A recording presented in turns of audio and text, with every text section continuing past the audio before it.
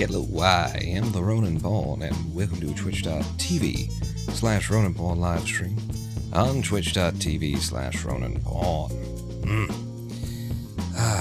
Played the best game of chess of my life the other day.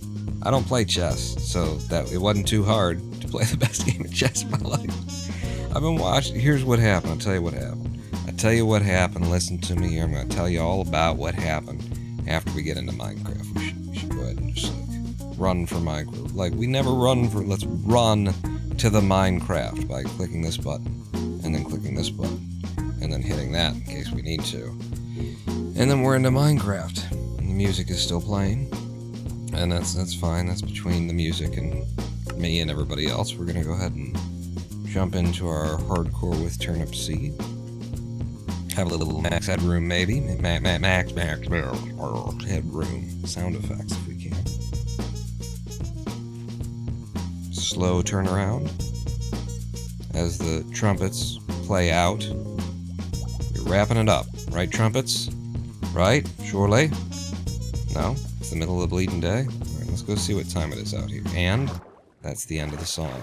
Which means now I can go over and fix Winamp for the next time I need to play. So that's how this works. Okay, so welcome to Minecraft. I played the best game of chess of my life. So here's what happened. Where's your master? What happened to your dude? Here's what happened. So my friend Brandon, my writer, director, cinematographer, buddy, Brandon, who we've made the short films and stuff together. He had started trying to get me to play chess like half a year ago at this point. He got like hooked on some chess content on YouTube. The old pawn to rook 7. Wait. I don't know. What's a rook 7? I've only been learning in terms of files and ranks. Ranks and files. Oh, there you are. Sugar? Acacia! He's got something of value. Who would have thought? We don't have acacia trees. I need to get some money, and I need to buy acacia trees off of this bastard. Wow. I was not expecting that. He got into chess some time back, and, was trying to get me into chess again as well. It's not like I've never played. I just never... you know what? Like, chess has always seemed to me as though it's like something that you have to invest so much time to be able to play competently, or, that it's like, the ways that I would win most of my games playing chess, and the way that I would win, look at this. You just saved my life, buddy. Except for, I don't need any of this other shit. Rob him. I mean, trade with him, yes. I would win, I think, most of the games of chess that I would play just by, looking out for where I was going to get pinned and stuff, understanding the basic rules. But, not pinned either, I don't mean pinned. Looking out for where the attacks were and that kind of thing. But the way that I would win at chess is, I would just play aggressively. Most people, have the same relationship with chess that I've always had, which is like, it seems like it's impenetrable. Like, you can't understand it. Like, it's too dense, it's too esoteric, there's too much going on, how could I ever possibly, is kind of the feeling that you're left with as an outsider to the chess world when you try and play a little bit of chess. And so, knowing that most people feel that same way that I felt, what I would do is I would just play on it. I would move, I would sit at the board, I would act confidently, I would move my piece with that kind of like, I'm 3 steps ahead of you here, buddy, kind of a attitude. But I wasn't 3 steps ahead of you, I was just moving confidently to the place that looked best artificially without thinking about it too much. And the thing is, I would make mistakes doing that, but the people who I'm playing against either wouldn't see the mistakes, or they'd see the mistake, but then they'd be questioning whether or not I'm playing 6 turns ahead of them. And so, oh, does he want me to take that? Is that why he's putting it? He wants me to take that. It's good as and they start thinking about it. They get in their own heads and they defeated themselves, and that's how I used to win chess. Not by playing well, but by playing in a way that freaked other people out. Because chess is that kind of game where it's like seems almost tied to your general intelligence level, and so it intimidates people to lose at chess. You know, it's like makes you feel like, am I stupid because I didn't win this chess? No, you're not. It's one particular game, and it's not even like necessarily, you know, it's not the type of game that anyone has to be into. You know, you can be a fucking genius and look at chess and be like, ugh, no thank you. Give me something that's got more going on.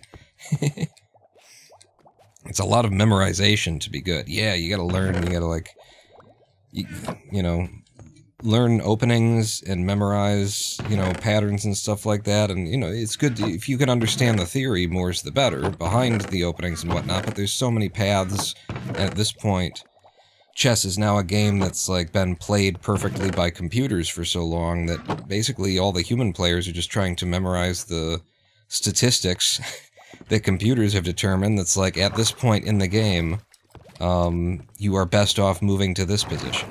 And also, hello, one mock. So yeah, there's a lot of reasons why it's very reasonable to be like, I don't want anything to do with this. So, you know, I didn't really play it, and, but Brandon got into it. I think he came in probably via the YouTube route, watching some, you know, entertaining people, watching Gotham Chess is one that he sent to me. Gotham Chess is an international master, which, means that he's, I think he's in the top 1,500 players on the planet, kind of a thing, is how that, I think that works out. International Master. Grandmasters get down into the hundreds, but an International Master is, you know, in the low 4 digits worth of best players on the planet. ELO of like 2,400 and something, 24 to 2,500. Chess with 8 or fewer total pieces has been solved. It's called the table base. Levy is pretty cool. Agad Mator is another wonderful YouTuber. I had not heard of Agad Mator. It can be like poker, tricking your opponent to move a certain way to benefit you. Yes, it absolutely can be. Especially when you're not, you know, when you're playing against, like, 800 ELO players kind of thing. You know, it's people who have seen some openings and whatnot and played for a little bit, they're going to be less likely to walk into a trap. But 3-digit ELO players, and just for the uninformed, ELO is the scoring, it's the ranking system for chess and for zero-sum games in general. A zero-sum game being that whatever is won by one player is lost by the other. So there is no change in, you know, what's sort of out there and available, you could say. The ELO system works within a player pool. So, in theory, you know, if the pool is large enough, then it's just, it can be considered valid for, you know, general purposes, but, in theory, an ELO ranking only makes sense within, the pool of players that have been using that particular ELO ranking system. It can't be moved outside of that group of players, but then you get sites like chess.com and leechess.com and stuff, and it's like they're big enough, they got enough players that probably a ranking on Lee Chess is within 20 points of a ranking on chess.com. Someone with 400 higher ELO than their opponent wins 90% of games. Yeah, and that's the point of an ELO system, is that it should accurately, like, once it's stabilized, once you have, like, found your place by playing enough games against enough other ranked people, it should stabilize at a place where the point is that you should be losing 50% of your games. Or, you know, if you're an optimist, you should be winning 50% of your games. But that's the concept behind ELO ranking, is that once all the math works out and it settles down, if you're playing, if you're 1,200 and you're playing another 1,200, then it should be a coin toss whether one of you wins or loses. What am I doing? Well, you're running around in circles like a dipshit with your head cut off. Yeah, I'll put this kelp back in there. We got the acacias. I'm just kind of, you know, organizing while I'm talking. Trying to anyway. Because I left our inventory in a great big old mess at the end of the last live stream. I was baked. I needed time off. But yeah, so, you know, my elo on chess.com, I've played 3 games. Only, 2 of them were intentional. Chess.com's user interface is so fucking busy. There's so much shit going on and so many buttons and everything, and they don't have, like, hovers for a lot of their stuff, and so it's like, what's this? And you click on it, and suddenly you're playing a fucking game against somebody, and you're like, okay. So, I've played 3 games against human players. I played against the bots just to see, you know, where I was playing at against bots, but bots are, what Levy says anyway, since I've watched Levy. Levy says, you know, don't play against the bots. Bots don't play, you know, they play chess they play bot chess. They're alternating between picking the absolute best statistically proven position that anyone could ever go to, and then just throwing the game for no fucking reason. So you know, if you get really good at playing against bots, that's all that's good for.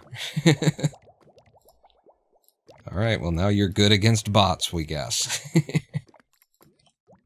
For whatever that's worth.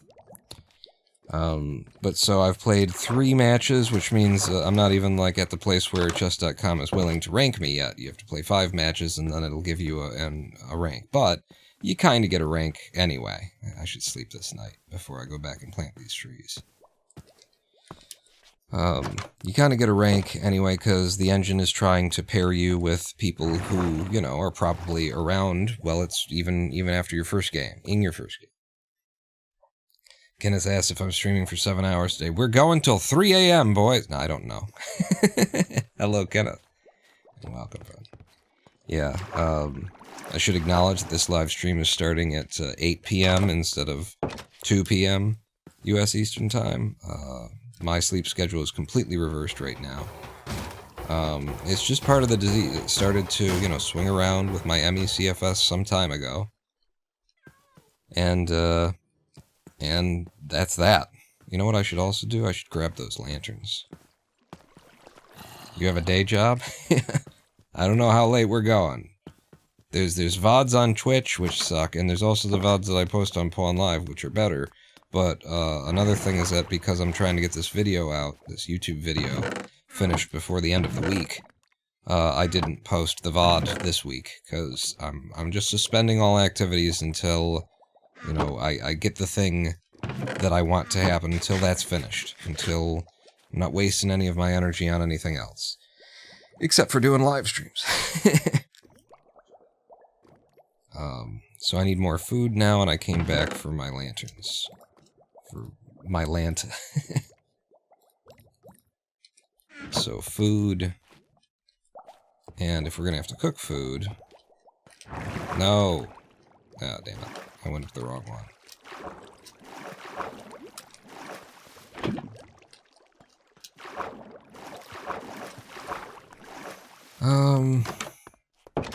Where was I? So I want to show you guys my chess game. This chess game that I played. I've played 3 games against humans. I lost 2 of them.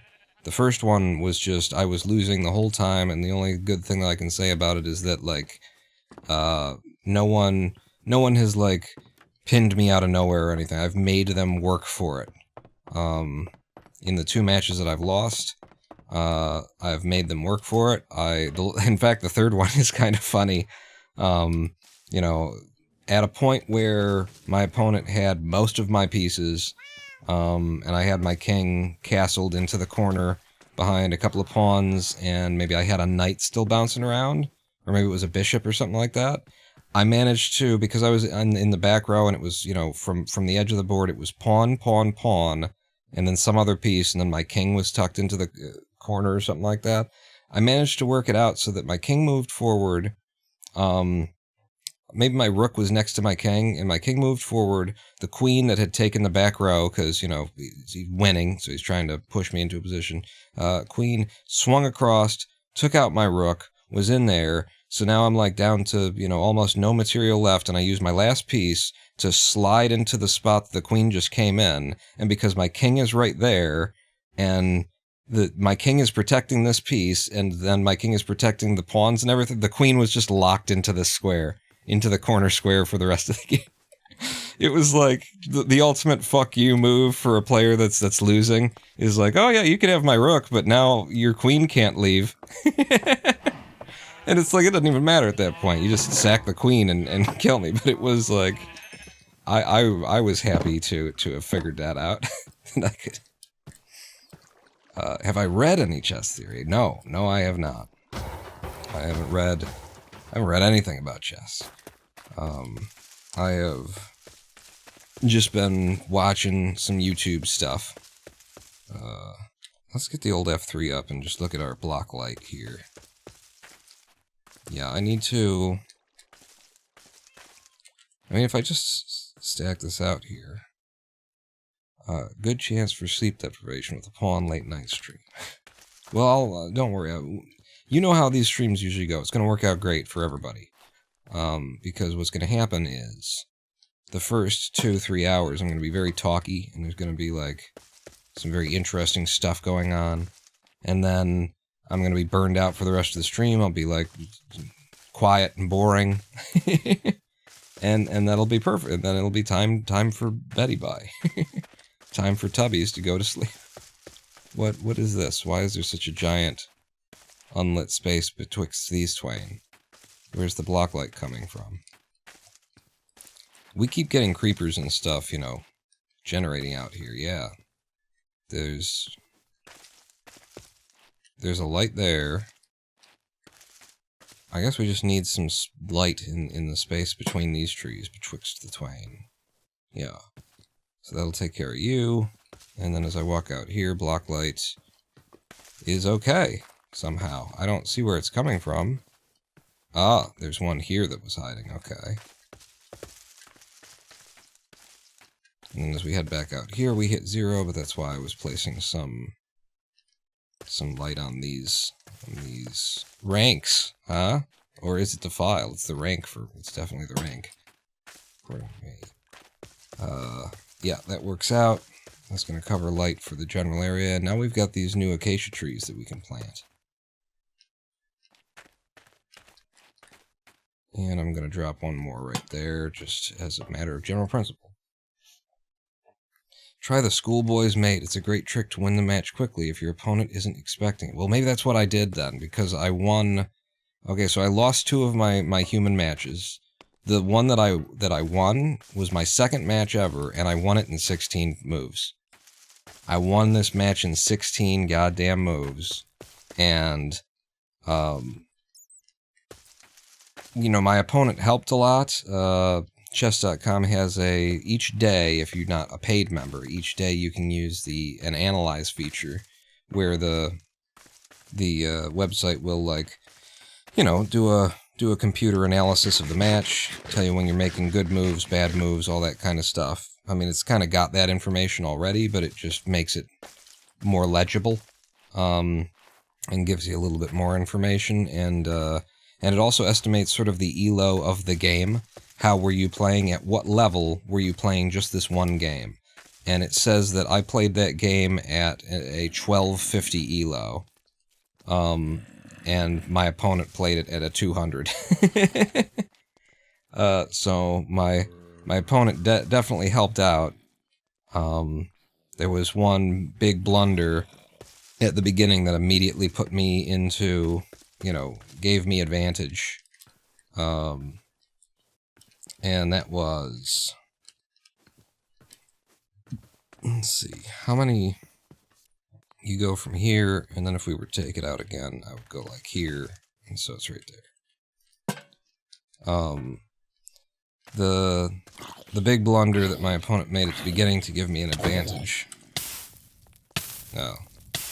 Now there's water over here.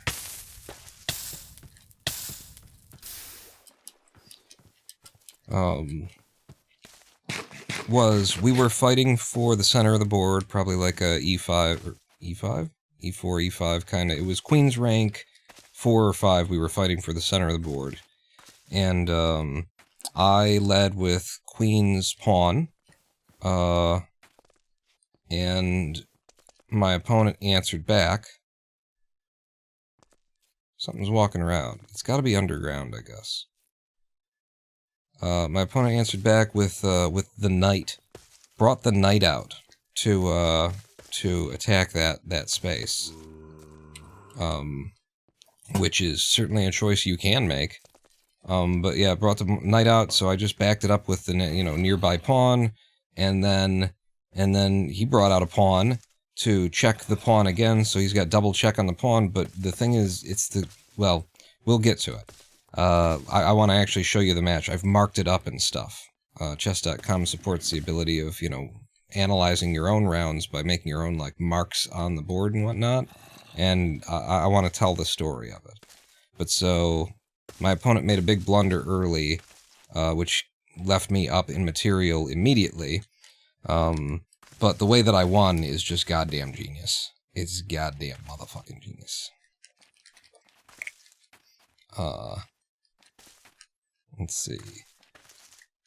Let's see. Tie his shoelaces together, then ram him when he trips.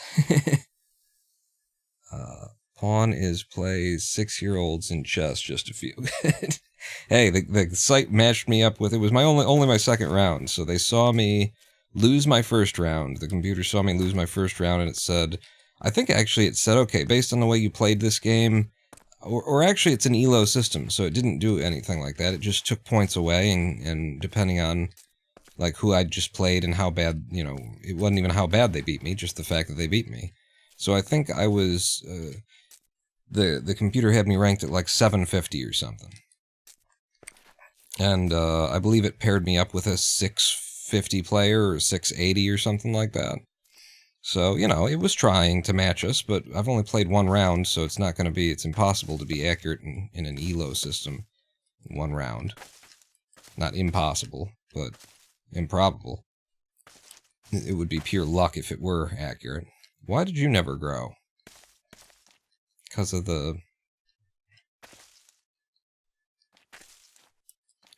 this? I guess these jungle trees are too near to one another. From the corner of view. 1, 2, 3, 1, 2, 3, Yeah, I guess they can be, and that one is. Alright. Well, what? I heard something walking out there. I guess I'm just gonna extend the lighting here.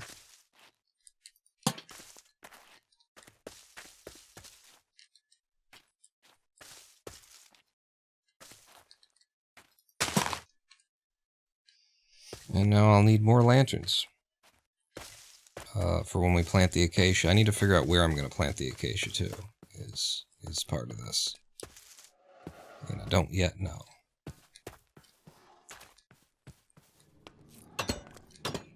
Yeah, it was, one of the few places where I have had trouble acquiring the name Ronin Pawn. Yeah, it's a very unusual thing, apparently. People don't put the Ronin and the Pawn together very often. I haven't run into problems on many platforms securing Ronin Pawn. Larger platforms than Chess.com, but, on Chess.com, everything that ends in pawn has probably been taken, so... So my moniker on Chess.com has to be R0 Nin Pawn. Wow. We're doing good on this. You know what? If I take all this stuff, we might be able to go ahead and finish our clay farm today. This might be enough. We were already getting close. Let's take it all and see what we've got. And then I'm going to show you this game. So, don't go anywhere, because I really want to show you this game. It's just 16 turns. And it's just fucking brilliant the way that, Yeah, I'm not going to talk about it anymore until we're looking at it, because I keep coming close to, giving away the coolest parts of the game before... before we get to do, like, I've got the NFL review here with the circles and the X's and the... John Madden's, you know, play description is all worked out. Is there anything up here? I don't see anything, so screw it. That's 34 more dripstone. On top of whatever we had. Oh, my dripstone chest is over here. That's all we got? Okay, well, we're not ready then. I thought we had a lot more than that. I wonder if I dropped some of it in the chest. Over in the... I don't think so. I think that's just all you got. Well, okay then. Another thing we can do, just on general principle, is go ahead and make some money since I just spent it all on acacia trees, acacia saplings. Just taking care of some general business before we get truly started here.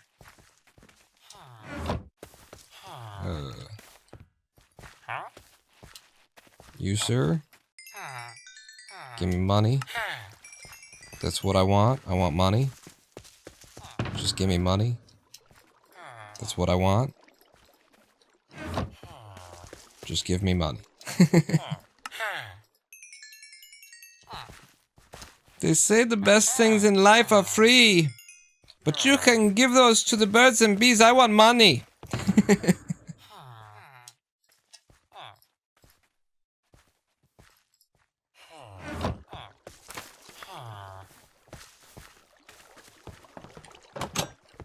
Possibly the best cover of any song ever right there, actually, as I think about it.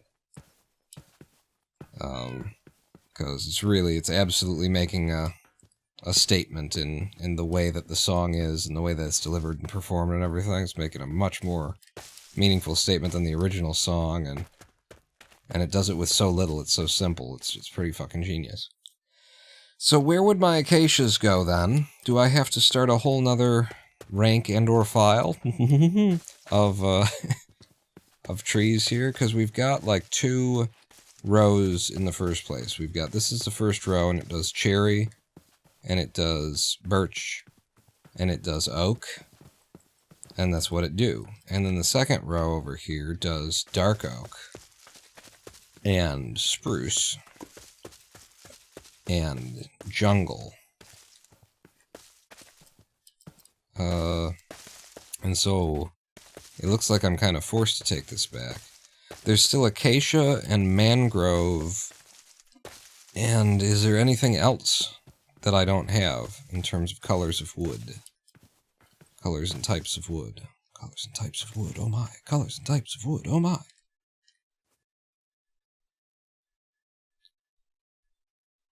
Sucks he died. Love the John Madden telestrations.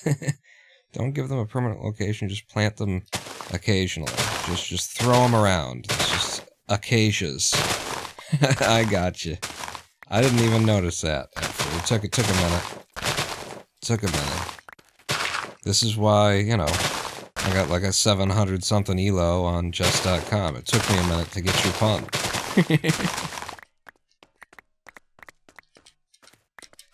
Because, of course, your chess score...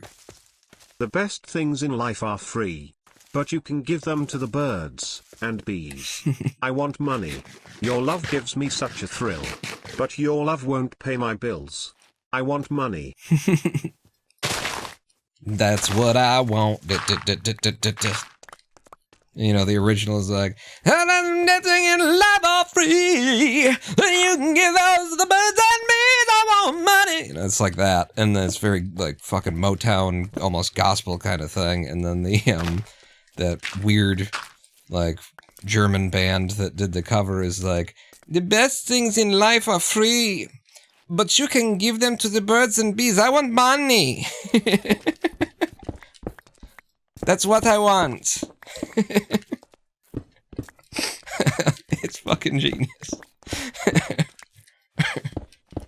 Just give me money.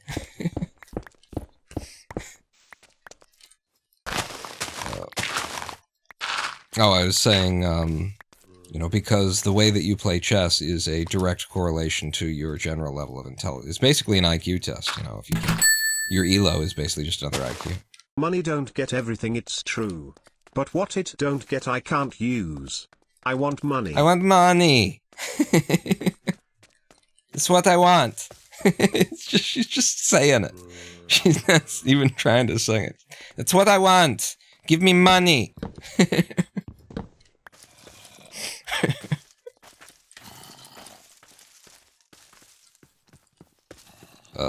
Alright, before I get deep into this, let's look at my chess game. Let's look at the chess game. So, how do we get to my chess game? Well, we're gonna have to pull up in Thorium, and then I gotta find the link to this game. I can pull it out of Discord. If you're on the Discord server, then you've had access to this game for a couple of minutes already. In the general channel, and here's the link, and it's an analysis that I did. Okay. This is too big. It's supposed to be that size. Well, let's see how it fits in here.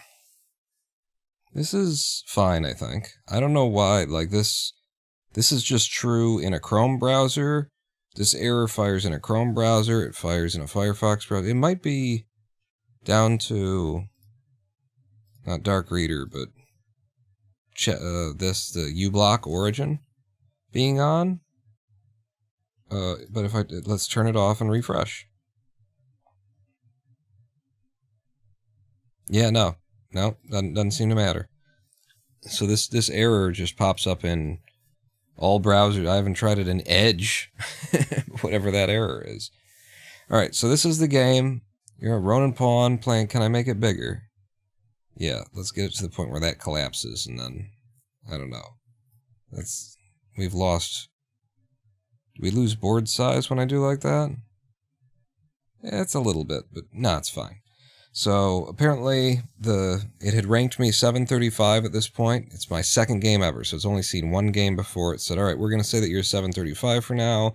We'll pair you up with Maracafella 613, and we'll see how this goes. So we begin the game. It's a 10-minute game.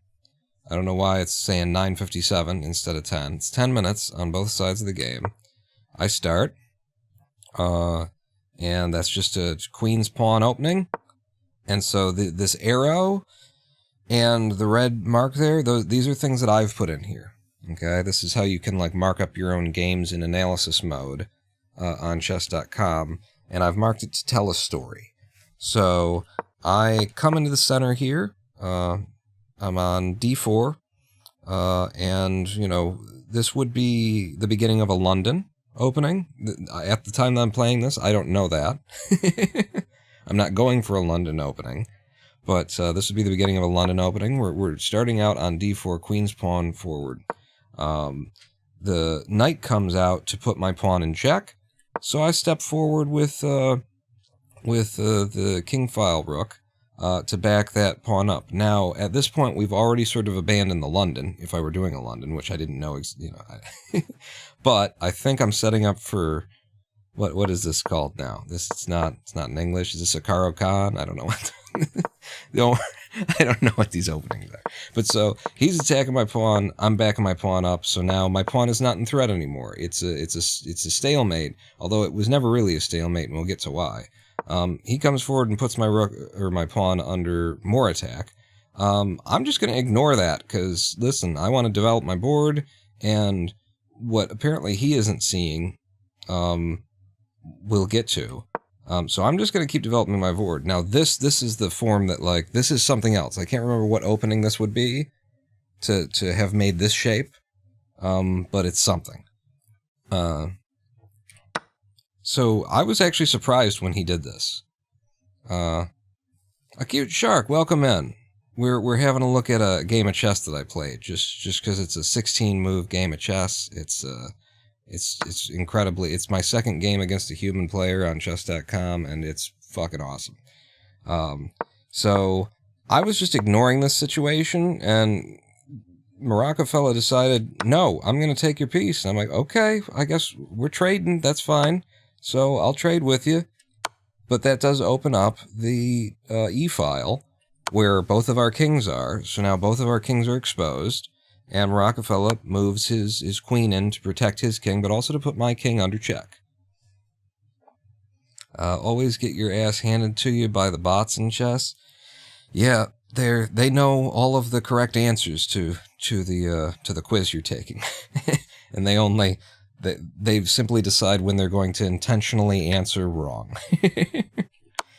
But so, puts my king under check. Sure, good enough. So I need to defend my king in some way. I need to get out of check. I want to keep developing my board. I want more pieces out here, and I want more control over diagonals and stuff, so I decided to bring this bishop forward. The engine, by the way, prefers this bishop forward to here.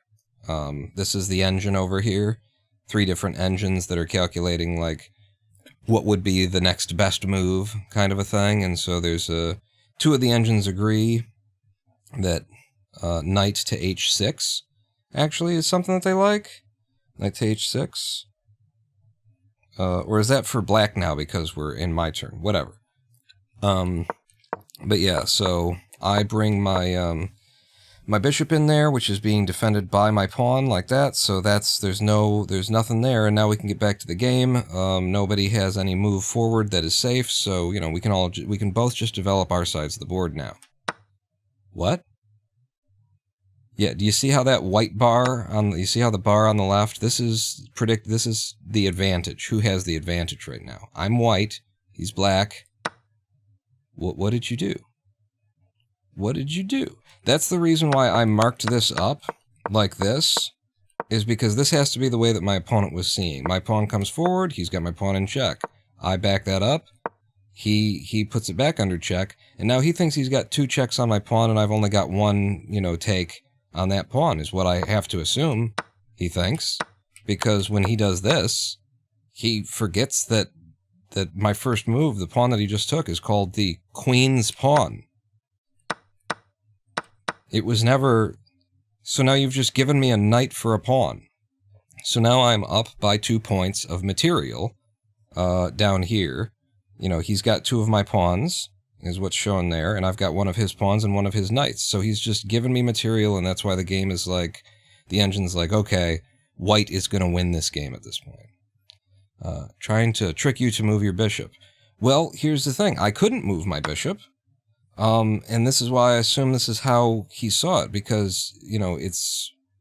I can't move my bishop off that square because it puts my king immediately in check. So when you're playing chess on a computer, on a website here, I'm not allowed to move that off of that square, even if I tried to. I can't. He's got it pinned. I can't move that piece now. So yeah, he takes that. I think he just didn't see the queen. I think he just got tunnel vision and didn't see the queen. So now I'm up material now. And he comes out and puts my queen under check, which is an offer. By the way, at this point, my opponent has twice offered to trade queens. This move is an offer to trade queens. Do you wanna play this game without queens? He moves there.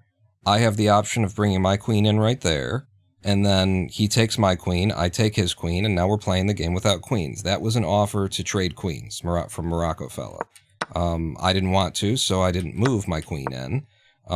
This is another offer to trade queens. When he moves this pawn forward, this is another offer to trade queens, because I could move in here, take his pawn, he takes my queen, I take his queen, but then his bishop takes my bishop, and now we'd be equal in material again. Because he'll have taken, one of my non-pawn pieces, and I can't get that back. So that would be a bad move for me. That's why I've drawn it like this, is he's backing up his queen with that bishop. But it is another offer. He's trying to get me to trade queens. That's twice in the first 7 moves of this game.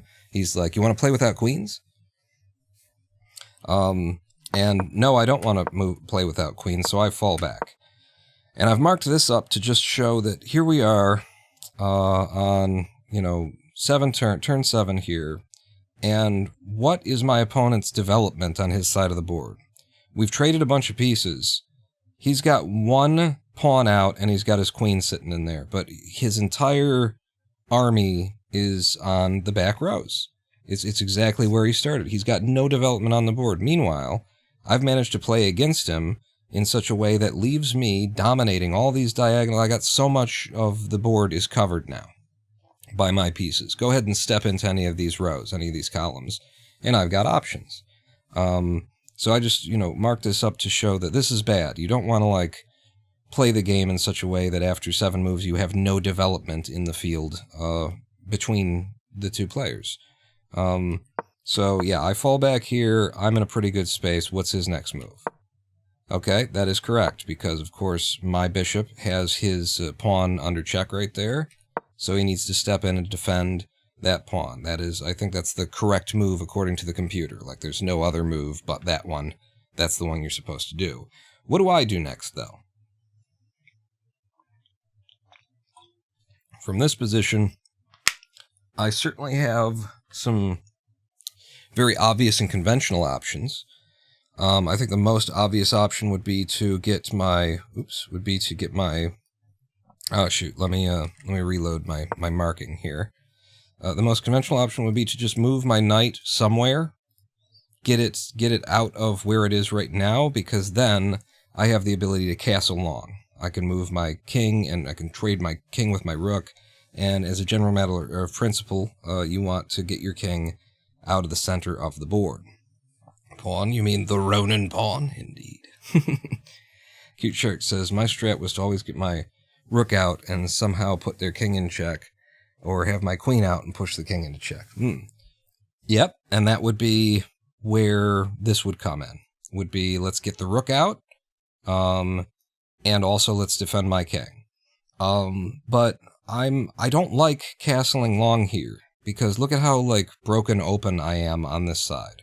We had a whole fight for the middle of the board on the queen's square, on the queen's file, and now I'm just kind of broken open here. There's a lot of diagonals. There's a lot of ways in on this side of things. This pawn is advanced. I've only got 2 pawns over here. I don't like castling on this side. I would much prefer to castle behind this nice, tight row of pawns back over here. In my mind, anyway. That's what I'm thinking. So my move is this pawn forward. And this is what I'm thinking. I want to be able to castle short. And I also want to, again, be developing my board. So I move this pawn forward to clear the way for this bishop, so that this bishop can take a flanking position over on this side. I'm not thinking anything more than I would like to get that bishop out, and I want to castle short at this point.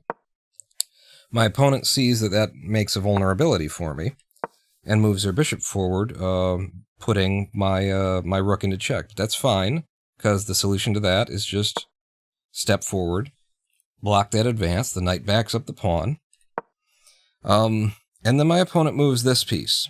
And I've marked this in red because I challenge anyone in chat right now to give me any reason why you would do that.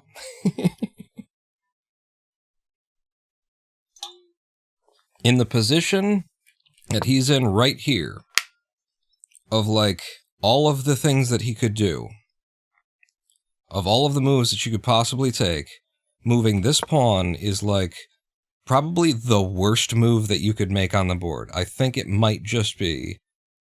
Yeah, Cute Shark saying, because they stuck, they're just moving shit. That's what it feels like to me, too. This might be the last move that you should ever do, right, in this position.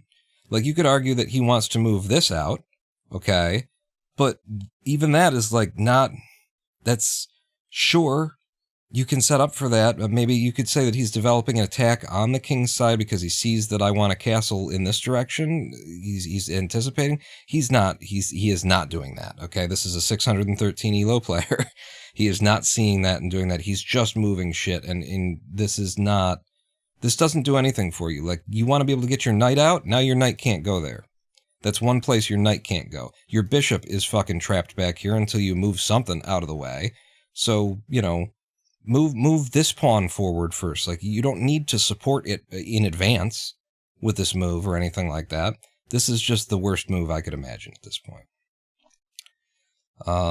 Jermacian says, to get me to move my bishop to h6. Oh, he wants to lure my attack. Like that? I never even considered that.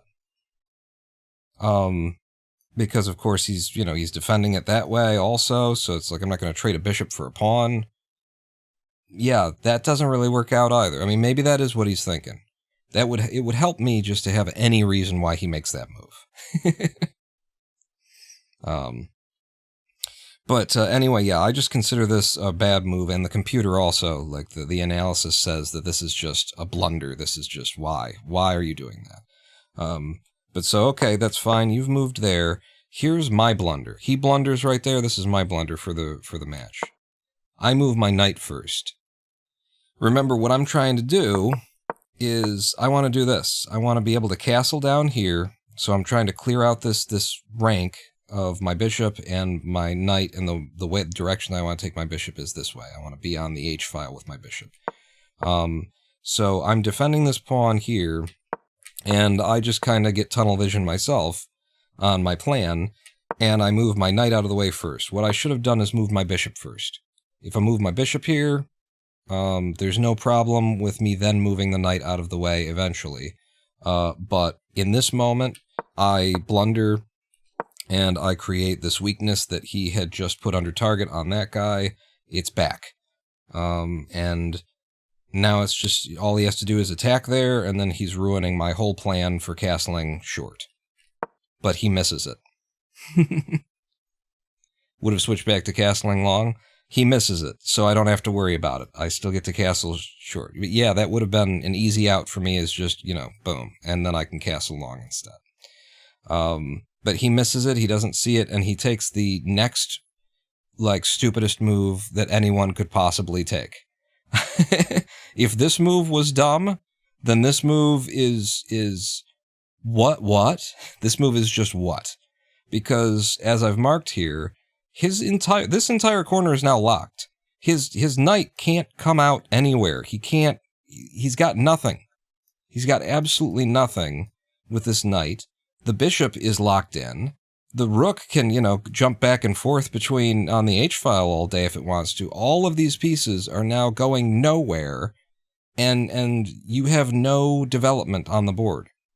This is as bad a move as you could possibly come up with, is what I'm thinking. So he moves there, locking himself up. Thankfully, he missed the ability to bring the bishop in, take that pawn, and put my rook under check, which means I get to finish my plan. However, now he notices. Now he catches it. One move too late, he catches it, so he does capture my pawn, which is fine. I would have sacrificed that pawn. If I would have thought about it, I would have moved my bishop first and been willing to sacrifice that pawn anyway, because now it's too late. I castle, and now I've got you under check, and you need to run away, right? Now your bishop needs to run. Except, and he does run, okay? He does run, except, and the computer doesn't like this move, but it occurs to me, isn't this just free?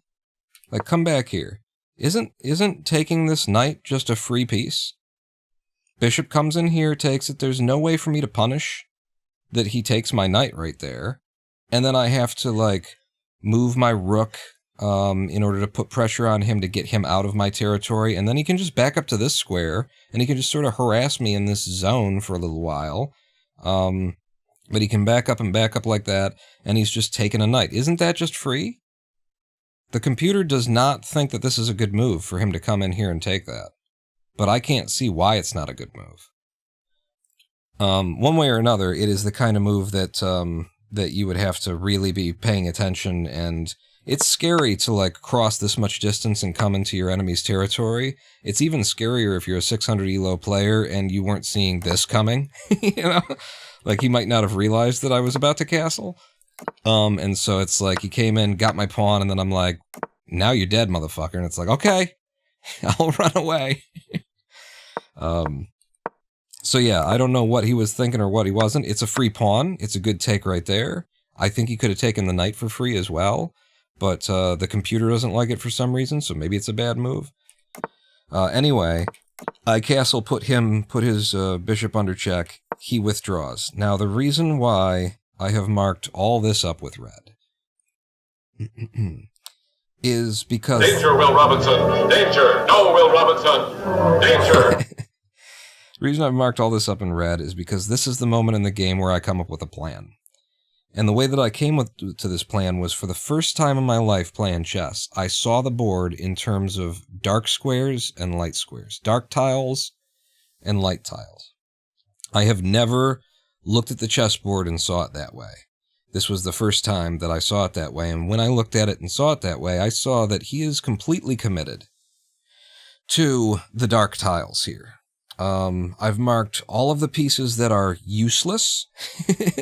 Like, he can't do anything with this rook. The king isn't really, an active threat on the board. The bishop's trapped. The knight's trapped. This rook is trapped. All he has are these pawns forward, and all of his pawns are on the dark tiles, except for this one.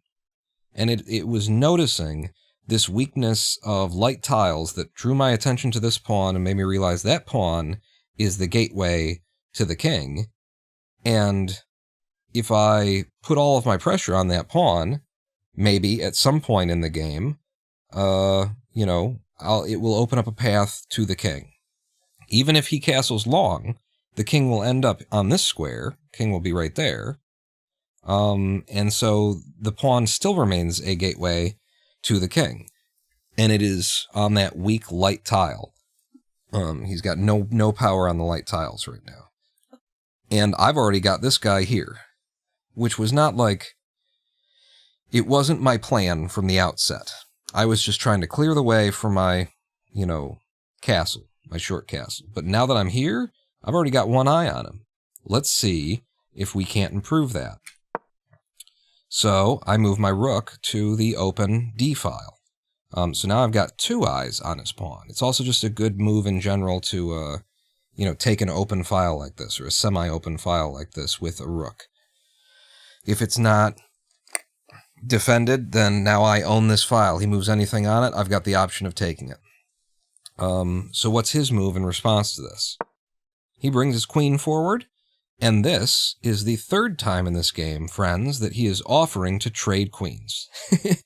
We've been playing for 13 turns, and 3 of those turns he has offered to trade queens. This man hates queens, possibly for the very reason of how he's about to lose this game.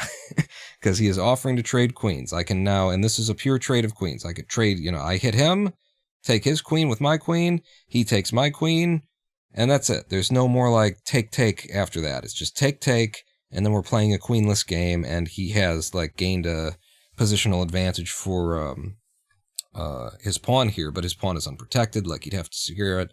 It's no big deal. It's just an offer to trade queens. What is beautiful about this is that this works out wonderful for me. We go back a turn. I'm setting something up here. I'm trying to attack this pawn. And what I want to do is I want to double up on the D file. If I can get my queen and my rook on this D file, then I own this fucking file, and I have a mate situation. I have a checkmate in 2 or 3 turns after, if I can get both of them on the tile. He attacks my queen. That gives me psychological cover. Okay? And you can look at like how long it took me. I am. It's a very good, Dramatian. He's giving me psychological cover. You look at how long it's taking me to take these turns. I am thinking about this. I'm spending 30 seconds thinking about these moves and about what I'm going to do, because I'm looking forward and saying, is there a way that this backfires on me? Because I'm playing 3-4 turns ahead at this point. And the fact that I take, the time that I take, he takes 10 seconds or so, 7 seconds he takes to make that move. The fact that I'm sitting here for 30 seconds just looks like I'm considering whether or not to trade queens, and then this looks like I'm running away. 727 to 651. I took, more than 30 seconds. I took like 40 seconds to make this move. And it just looks like I'm running away from his attack, which means he ignores the threat. He doesn't see the threat. He ignores the threat that I've got now. And now what I've got is, his queen was sitting back here. At this moment, he's defending that pawn with his queen. He's defending it with his bishop. And if he can, As long as he's not moving into check, the king can defend that pawn as well. So he's got 3 defenses on it. The moment he moves there, now he's down to 2 defenses. And if I can make it so that his king is moving into check to defend it, then all he's got is this pawn. When I fall to here, he needs to block one of my attackers. But he's seeing it as though I attacked his queen, this guy doesn't, he's a coward, he doesn't want to trade queens, yeah, fucking whatever. I'm just gonna, develop some, I'm just gonna move a pawn up, whatever. Well, sir, you have made the wrong choice there, because I'm gonna fire my first missile. I take out the pawn. At this point in the game, it is not a checkmate scenario. It is not a checkmate scenario. If the king runs, if the king exits, and he sacks his bishop, he allows me to take his bishop, this is not a checkmate moment. All he has to do is see the threat right now, and he can start running, and maybe there's a, different end game for this. 3 seconds. 3 seconds. He says, what are you doing? You can't do that. And that's mate. That is checkmate right there. Because, of course, now my queen, he only has the defender, only the king could possibly defend itself against the queen, and the king can't move into check because the queen is backed up by the rook. 16 turns, 15 and a half, really. 16 turns to mate, and it was because I thought about it. Like, this was my plan from, where is it? When's the moment? It was the turn where I've got all the things lit up. This is the moment where I made this plan. It was on turn 12. Turn 12, I was like, I'm going to attack that guy. I'm going to move this here. I'm going to try and back it up with my queen. Let's see if he lets me do it. And 4 turns later, it's mate. That's the best game of chess that I've ever played in my life. Because I thought it out, I made a plan, I executed on it, he fell for it. Great shot, kid, that was 1 in a million! Thank you. Thank you very much. And the last thing that I could do is click on the review, because I've spent one of my reviews on this. And then, I don't know, where is it, like... There's supposed to be, like, a... Oh no, that would be probably, I have to be logged in order to see. Force will be with you, always.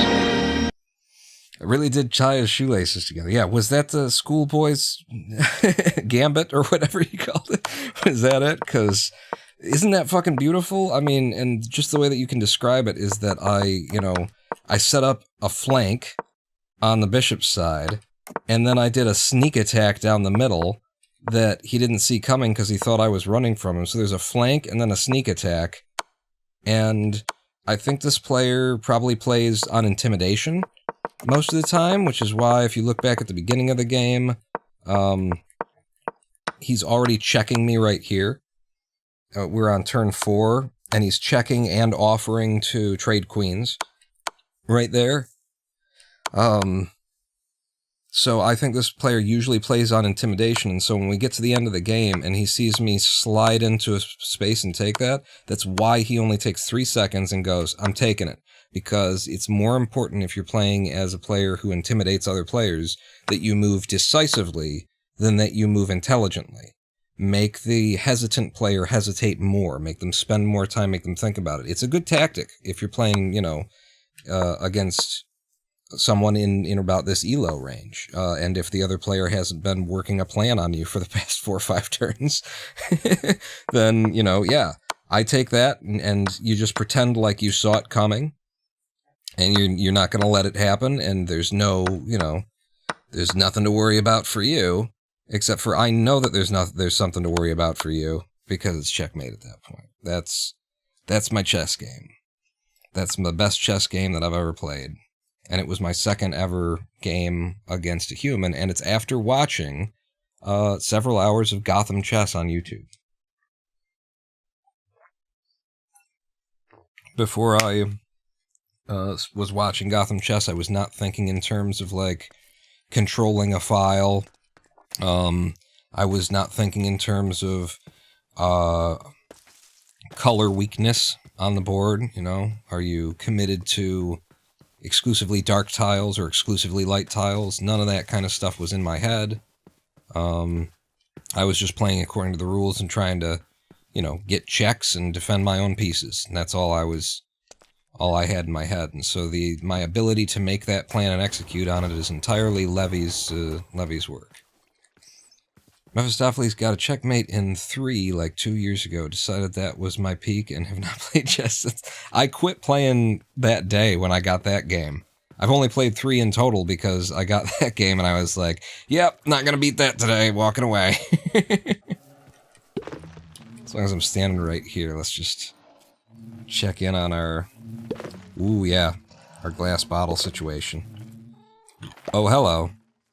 Yep. We got honey bottles that backed up in that one. And we're real close to backing up there. Yeah, look at all this. Okay, I don't know how would be best to do this. No, you don't want to do that. Shoot. Maybe this is how I can spread this out. These need to be kept, you know, in such a way as they're blocking all of the spaces, is what needs to happen here. Oh, I left a 64 in there. So if I can try and aim for, like, halves, I guess. Just by dropping in a bunch and then splitting them, that might be the best way to refill this. I've never had to refill this. This is the first time.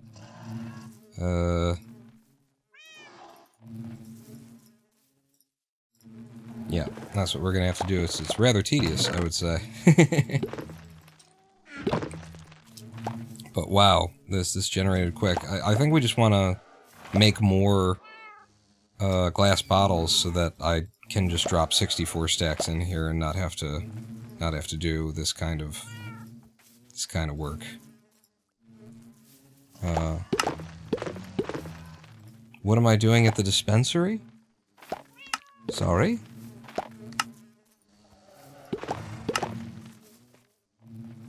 Wait, did somebody else say something? Is that aimed at me? Getting high, baby. When's the chess speed run? I can speed run to a loss in a damned hurry. That's about it. I need an auto bottle maker. I don't think I do. I think I would just set it up to, you know, we just make a bunch of them. We need to, you know, find a desert biome again. That was one of the things we were hoping we'd get out of exploring the Nether more. And it just happened to not happen.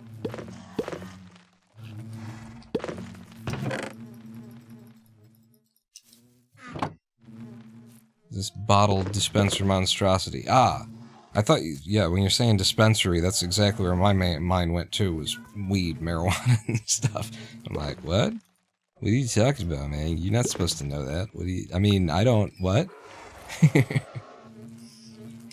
This is, you know, our bees making honey, and figure might as well reload it. I mean, it looked like I had to reload a couple of these. It had stopped working correctly. Yeah, meow. You know what? You're supposed to just stack in 64s and then split them.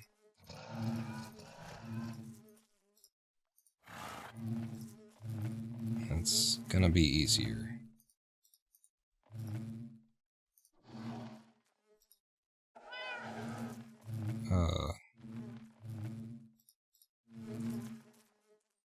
Okay, and then restack. Middle of the night, things could come and attack me.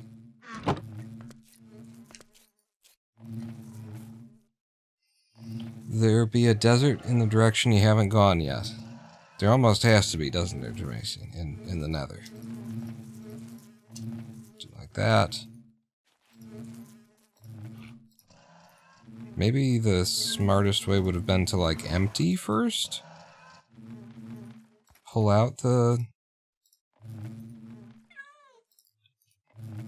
everything that's in there, and then do it? Especially since it's nighttime now. So, like, if I just empty, and then I put back in, and then I split. Now that the bees aren't working in them, that's more viable. Okay.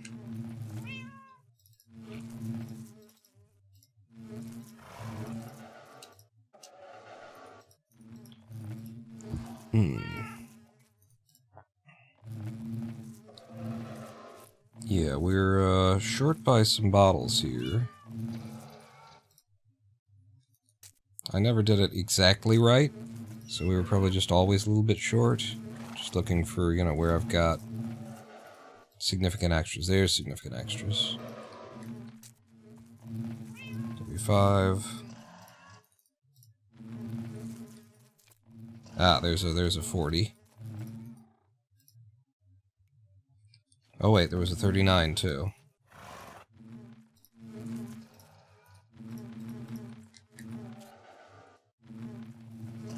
And you and you. See, this is how I'm managing these live streams now. Is I do a bunch of talking about something that I'm excited about, the chess game, and then I shut the fuck up. We get really boring for a little minute so that I can, like, catch my breath. Works. Yeah, so I'm also carrying some bottles that I could get back. Damn. Oh. My bad. Get those 8 back.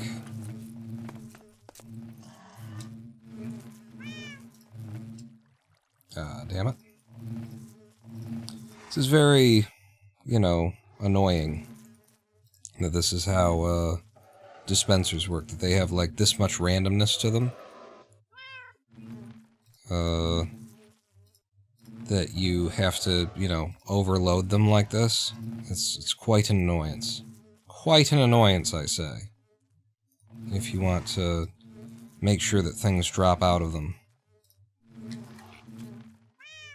Yeah, meow. How much more do I need to fill here? God damn it, I keep just dropping it in. The lack of overnight attacks is a good sign. You know, telling me that we did a pretty good job in terms of, like, lighting up the area behind the factory.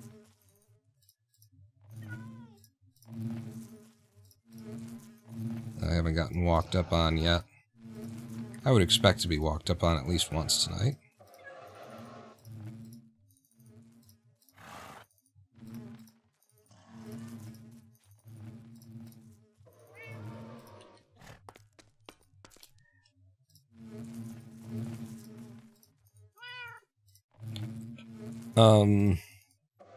Close enough. Yeah, there we go. Alright, that's a job that has to be done every now and again. Look at all the honey blocks we've made. Just has to be done every now and again. Meanwhile, our shears are doing just fine. It'll be ages before we need that. In fact, we're gonna end up overfilling on that before we need to redo the shears, so... and then I'm replanting on that third row. These acacias, rather. I'm planting a new type of tree that we haven't had. See if any bottles are stuck in the system.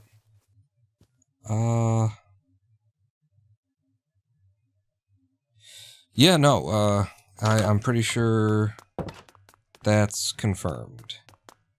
Just by what we did there. Yeah, I don't think that there's any way for them to get stuck anywhere in there. Wheat seeds, get the thing, and then we're just planting acacias. You will need more light and stuff, but whatever.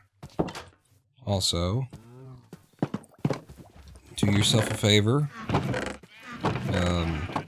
Oh. Maybe don't do yourself a favor. Yeah, I was gonna grow some more, or I was gonna put some more potatoes on the cook for when we need to eat again.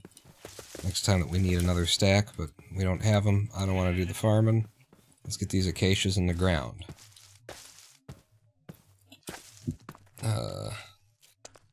Which will mean...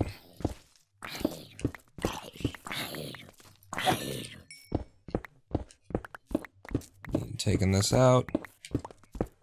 Backfilling. With dirt.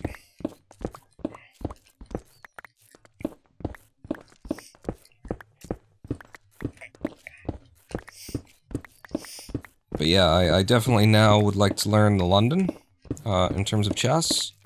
I watched, you know, I watched an opening, like, this is how the London works.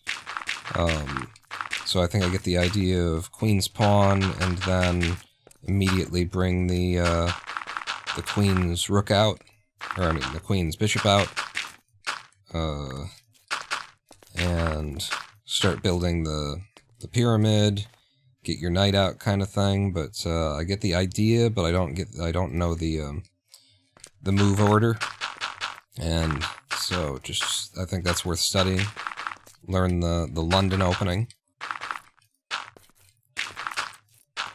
because I think that would, you know, that would secure, just knowing the London, would probably secure like 800 elo. I don't know. It's just my guess on chess.com that if you're playing against you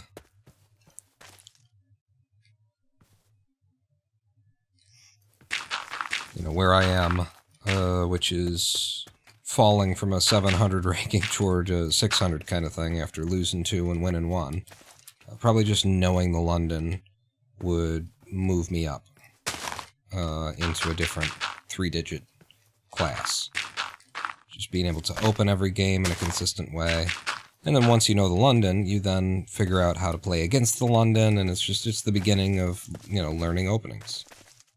So I think that would be a good idea. This being on this level is what we want to do. We want to just, yeah.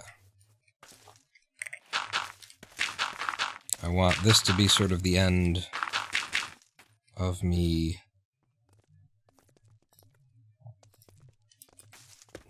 Creeper? Must be walking around underground. This will be the end of keeping this dirt height. That's what I was saying. I was trying to say. Yeah, we're using the fortune shovel, not silk. Good.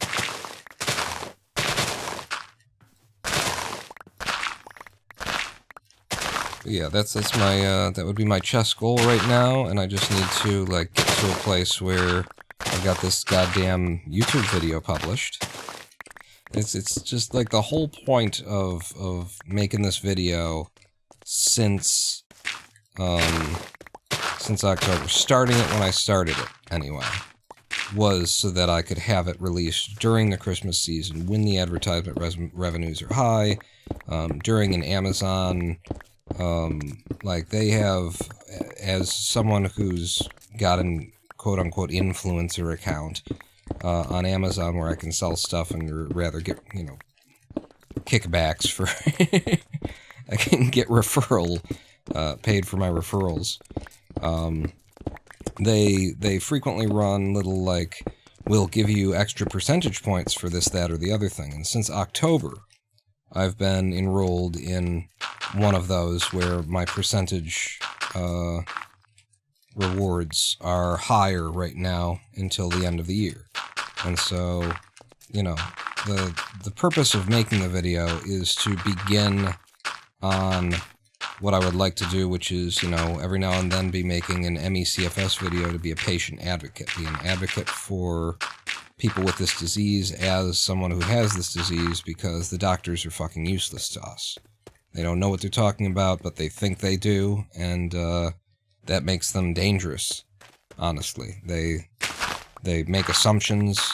When you tell them, you know, that you've got something, they assume that you don't have it because they didn't tell you it.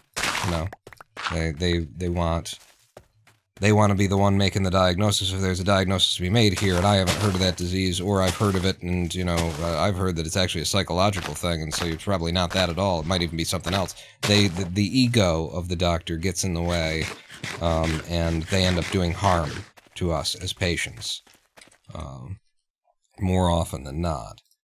And so I would like to be a patient advocate. I would like to define myalgic encephalomyelitis for the fucking 2025, because no one has. I read these definitions of ME/CFS. I said this was the place to stop, but it's not the place to stop. The sites that, you know, just do this stupid fucking, what is ME/CFS thing? Their answers suck. Their answers fucking suck, because they're just copy-pasting from other people who have no idea what the fuck they're talking about. Websites giving out incredibly generic information.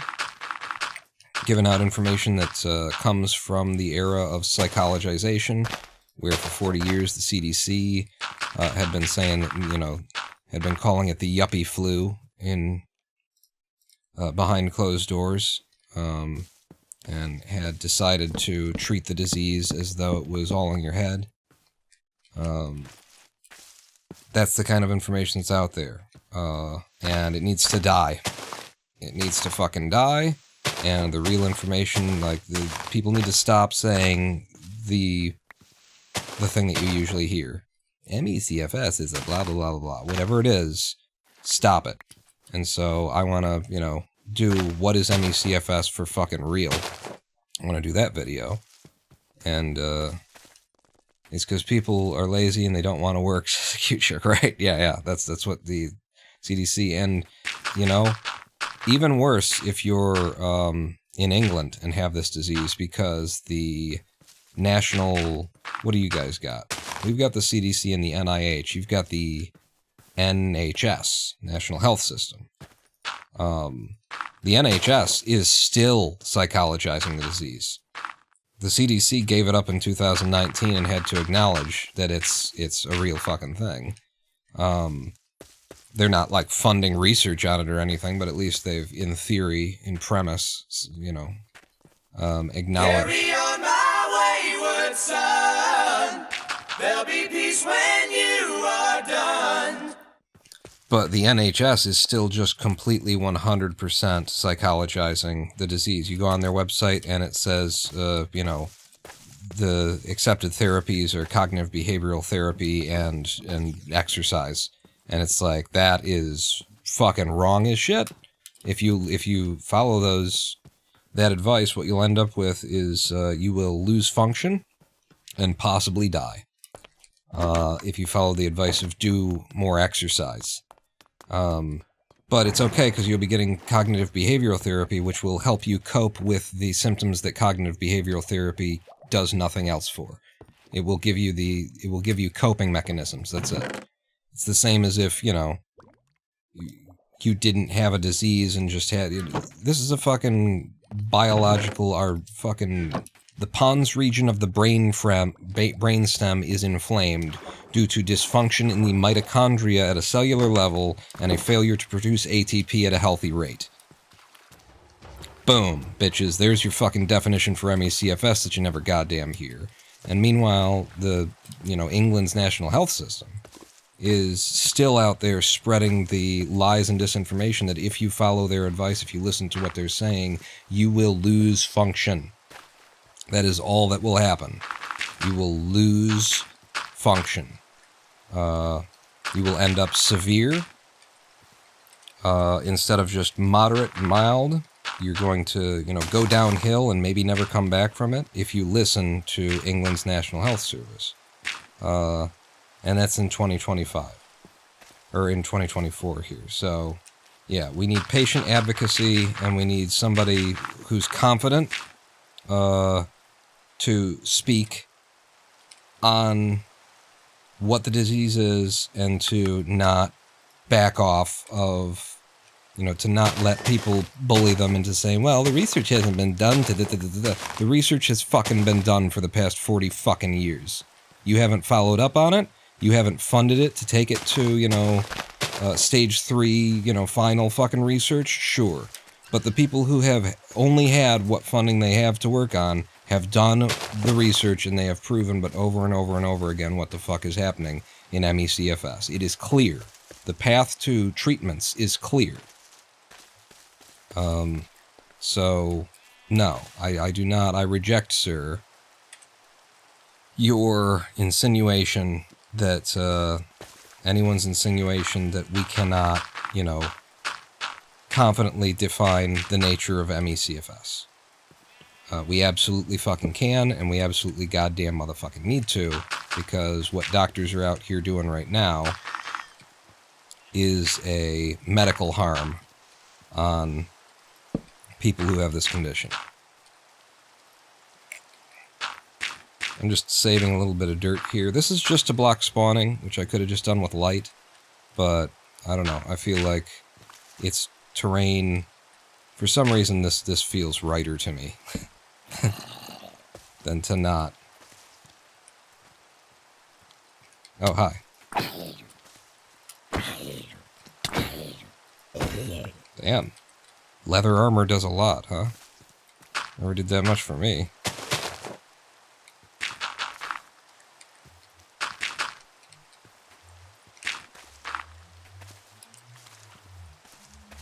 Okay, and then this would be the last row of solid earth here. Ow! Excuse me. Excuse me! You guys are coming for me, huh? Died of fucking zombies in the middle of the night on my hardcore seed? I don't think so. Well, I don't think I want to do that.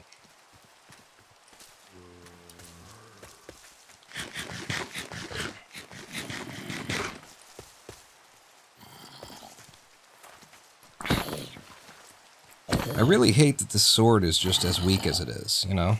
I guess I just gotta pull the axe out more frequently. Sword is good against you.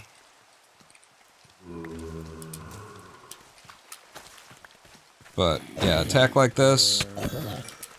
Oh, shit!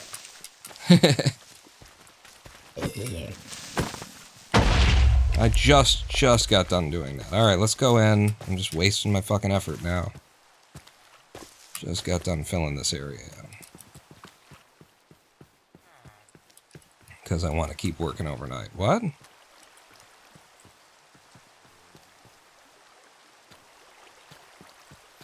Maybe it was a villager underground, I just heard.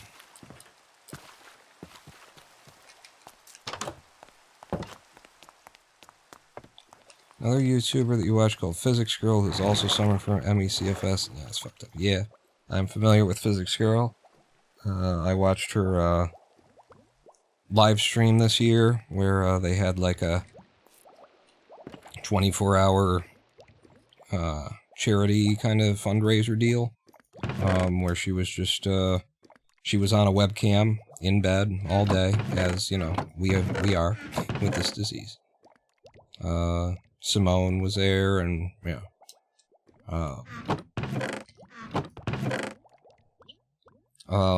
Sadly though, you know, that was also another situation where it's like you're doing the fundraiser, you're talking about these issues, it's good, you're bringing awareness, but like the representation of her condition and what's going on there was tainted by this like standard medical, like they were trying to be technically correct in what they were saying, kind of thing is how it felt to me. And you know, they were very specifically defining, you know, making sure that it was clear that what she's suffering from is, you know, brought on by COVID and long COVID and stuff like that. And so it was less represented that what is happening here is myalgic encephalomyelitis. It's a post-viral condition. It comes on by many different things. Like they talked about ME/CFS, and but it didn't feel to me like they were defining what she has as ME/CFS, and that is exactly what she has. She's not suffering long COVID. She's suffering myalgic encephalomyelitis, and it was brought on by COVID. And it presents as, long COVID is the early presentation of ME/CFS. And you either get better from it, and then you just had long COVID, quote unquotes, which is, people get better from ME as well. Depends on how your body reacts. But you either get better from it or you don't. And if you don't get better from it, then you have ME/CFS.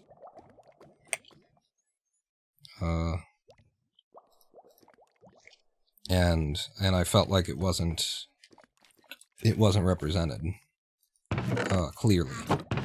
And that's part of, that kind of thing is part of why I want to be a patient advocate here, because it's even people who have the disease and have a platform are like being careful about their representation of it, to not step outside of the, medical bullshittery, because the medical field has refused,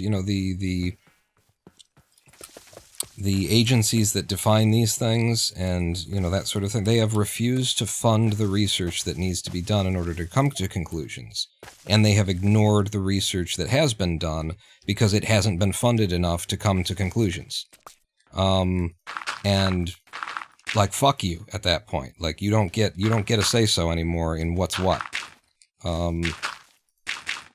You don't get to stand there and say, well, we don't really know anything. Well, you're the problem. You're the reason why we don't really know anything. The truth is we know more than we need to know in order to, be treating people correctly.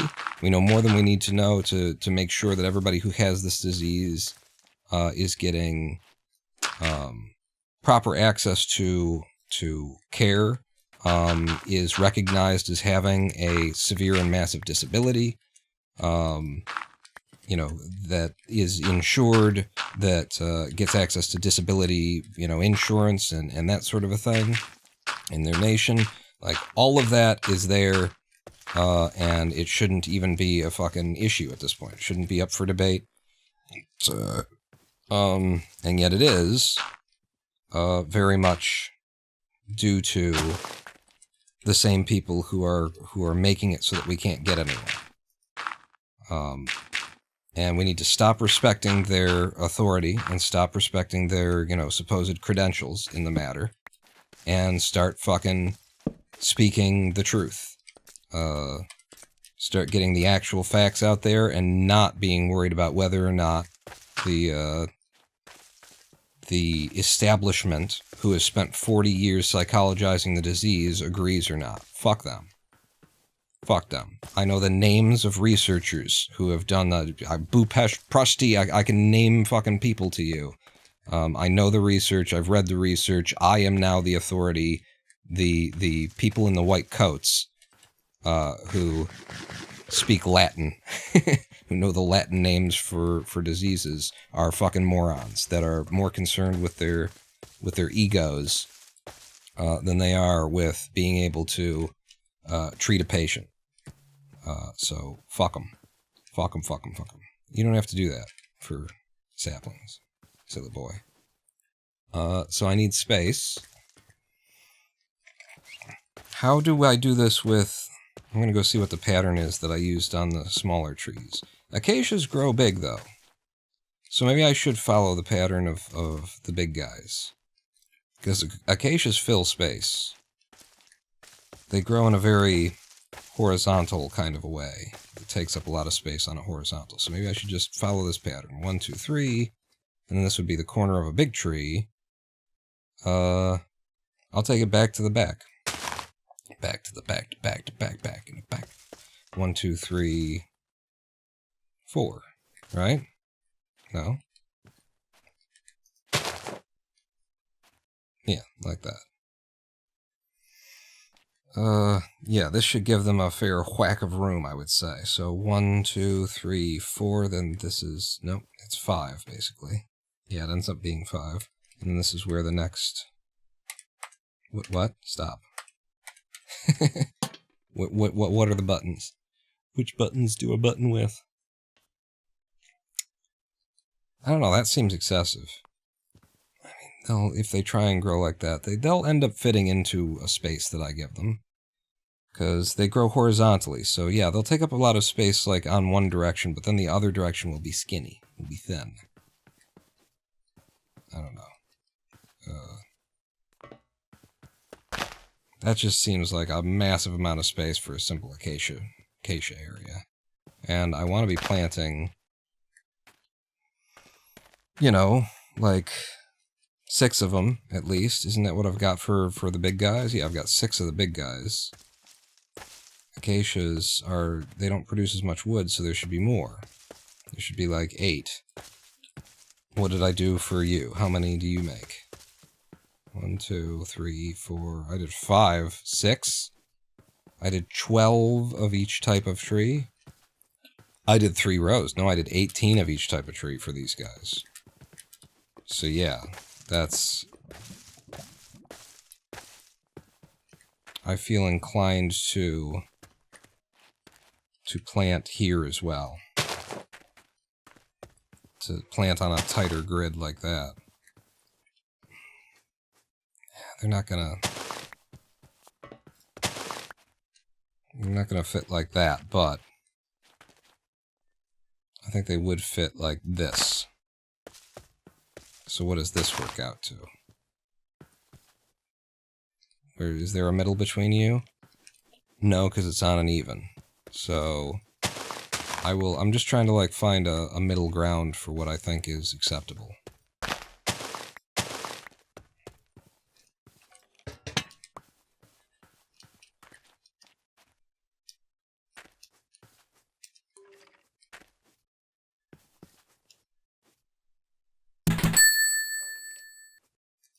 Burn more of that dumb forest down. Fire, fire, fire. Yeah. Ha ha ha.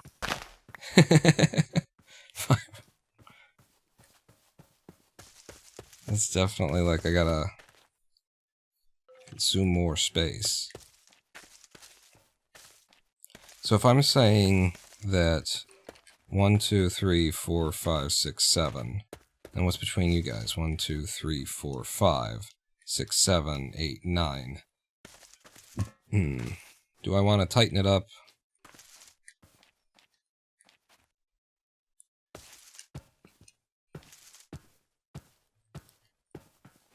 Go 1, 2, 3, 4, 5, 6, 7, 8, 9, 10, 11, 12, 13. I could do this on a 7x7 kind of 14 system then, right? Widen it out a little bit.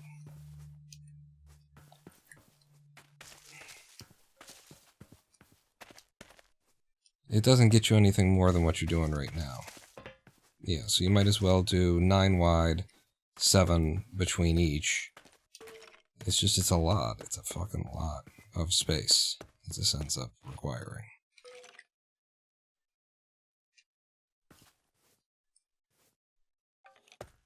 If I light this forest on fire, it's pretty dense. I don't see where it ends up stopping itself from burning. Not that that's ever stopped anybody in a corporation from setting anything on fire, right?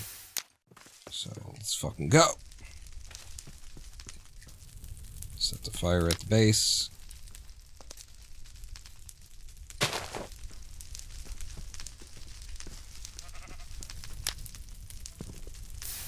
I want it on the... Alright, whatever. It'll spread, or it won't, I don't know.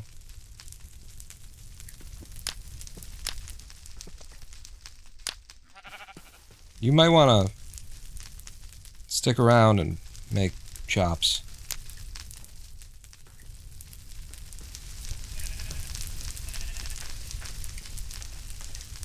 Okay. Yeah, you're gonna say cut the fire break first. It looks so dense. I don't even know where I would cut it. That's the thing. And so I'm just gonna let it go, and I'll figure it out. You know, while the fire is raging. That's how the fire departments do it, right? It's just as a self-challenge. That's how they go out there. They just like light some shit on fire and they're like, let's see if we can put this one out, boys.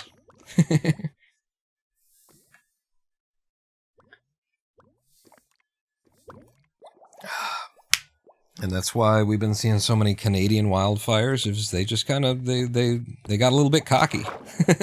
They went out into the forest, spread some gasoline around, lit it up. You know, they were like, we did really good last year, let's fucking go in balls to the wall. And, nope, they couldn't put it out, so...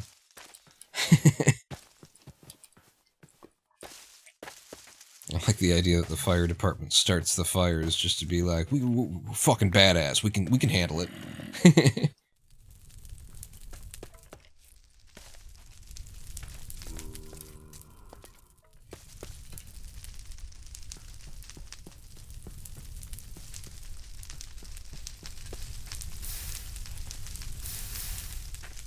This might be far enough back.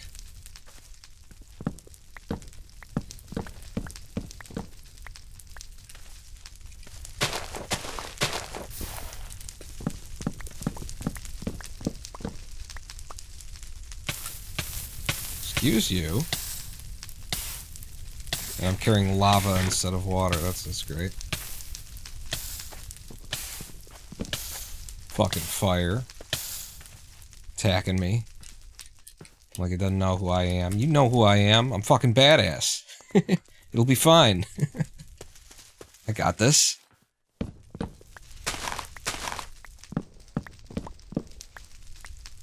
We're fucking badass. We got this,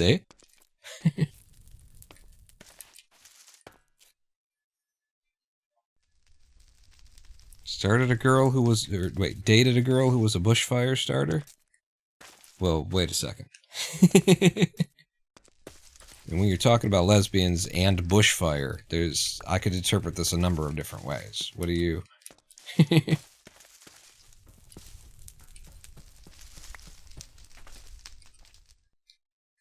It looks like my cuts are gonna work.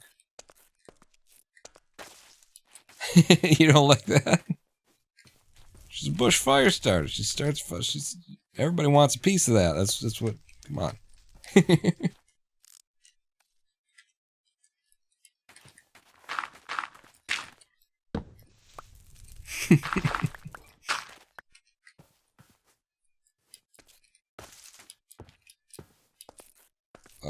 Where are we? This is where I'm planting. You did the thing. I'll need to take this down and more dirt. So I'll be taking this layer of dirt down. It also gets us more, you know, more materials for making clay. Just gotta figure out a reason to need clay. Terracotta.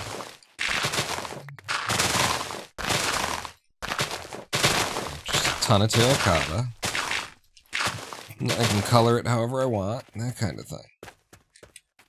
That's where I'm living.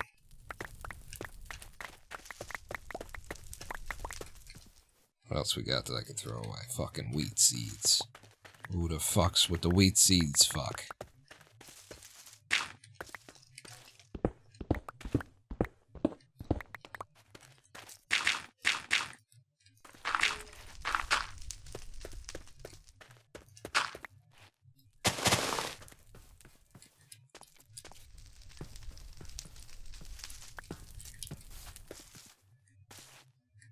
Make all the homes in town brick yet? No, I wasn't sure that I was going to, but it's certainly a project we could undertake. My thought was, I like using what's already there. I like that it looks like it is right now, which is that I found this. I didn't like manufacture the town from whole cloth or anything like that. I like that it's like I adapted what was around. But Dramacian, you know, put forward the idea that we just, I think it was Dramacian put forward the idea that we just try swapping out the pine wood for brick on the homes that, you know, as they are already, and just, you know, keep them otherwise same designs they started with. And that might be a way to do it. Brick bridge to nowhere. Oh, Spickspan? The bridge from Mexico to Canada? The Spickspan? Sorry, That's just a really good joke. I mean, it hit me so hard when it's a Frisky Dingo joke. Hey, our first acacia tree came out. It's a Frisky Dingo joke, and he's you know, he's not supposed to be a super likable character.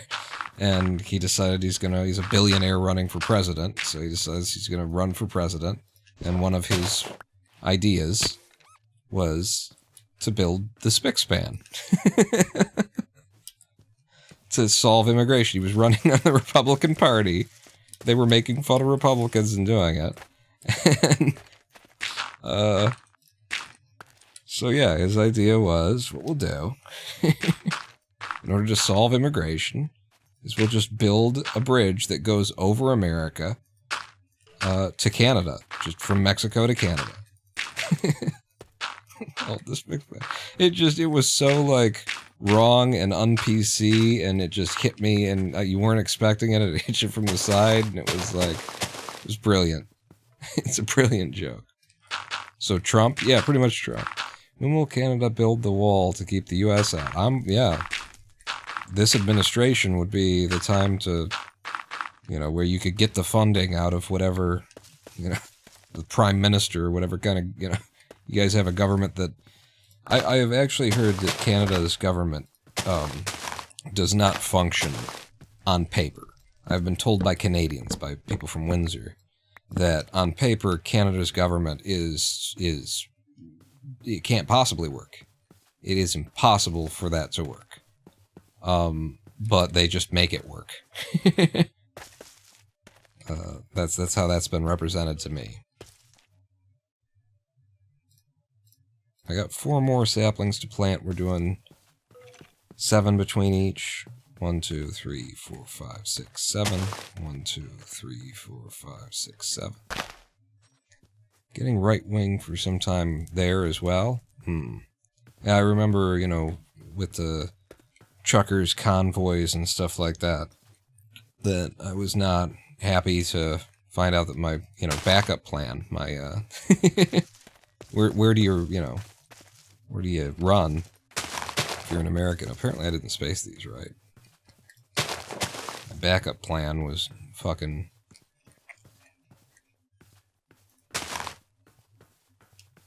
And it's fucking... It's really funny because, like, you got conservative truckers blocking, like, refusing to do their jobs for, like, against bullshit, you know, in various places. Just, like, against shit that has nothing to do with you're a trucker. You know, like, trans rights? I don't think so. We're gonna stop hauling your goods. Like, what? Shit like that.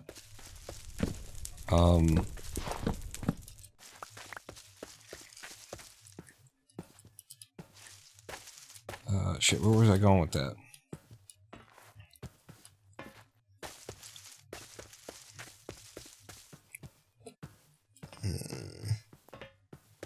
I lost it. I'm sure it was very funny, though. You can go ahead and laugh anyway. Doug Ford is like a mini Trump. I don't even know the name.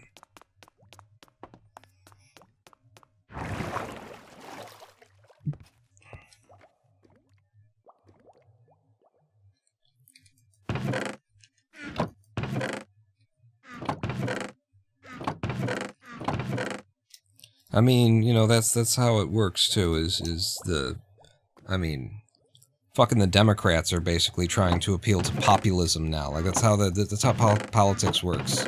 It's not even about, it's like the same people with the same agenda are still doing the same fucking thing. It's just, now they're gonna switch to whatever seems to have, you know, worked for a couple of minutes. And so what they're defining it as in the political worlds is quote-unquote populism. And so now you're going to see even the liberal camps and the leftists and all that kind of stuff are going to try and appeal to populism. The idea of, like, one charismatic leader arguing that the whole system is corrupt and needs to be torn down and that kind of shit. And it's like, you know, if that's what you're interested in, hello, I'm socialism. We've been here for a while saying that shit. Join us, you know?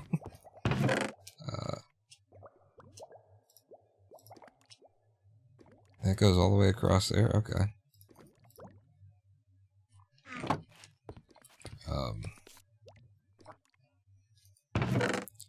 But yeah, so now it's just gonna be like...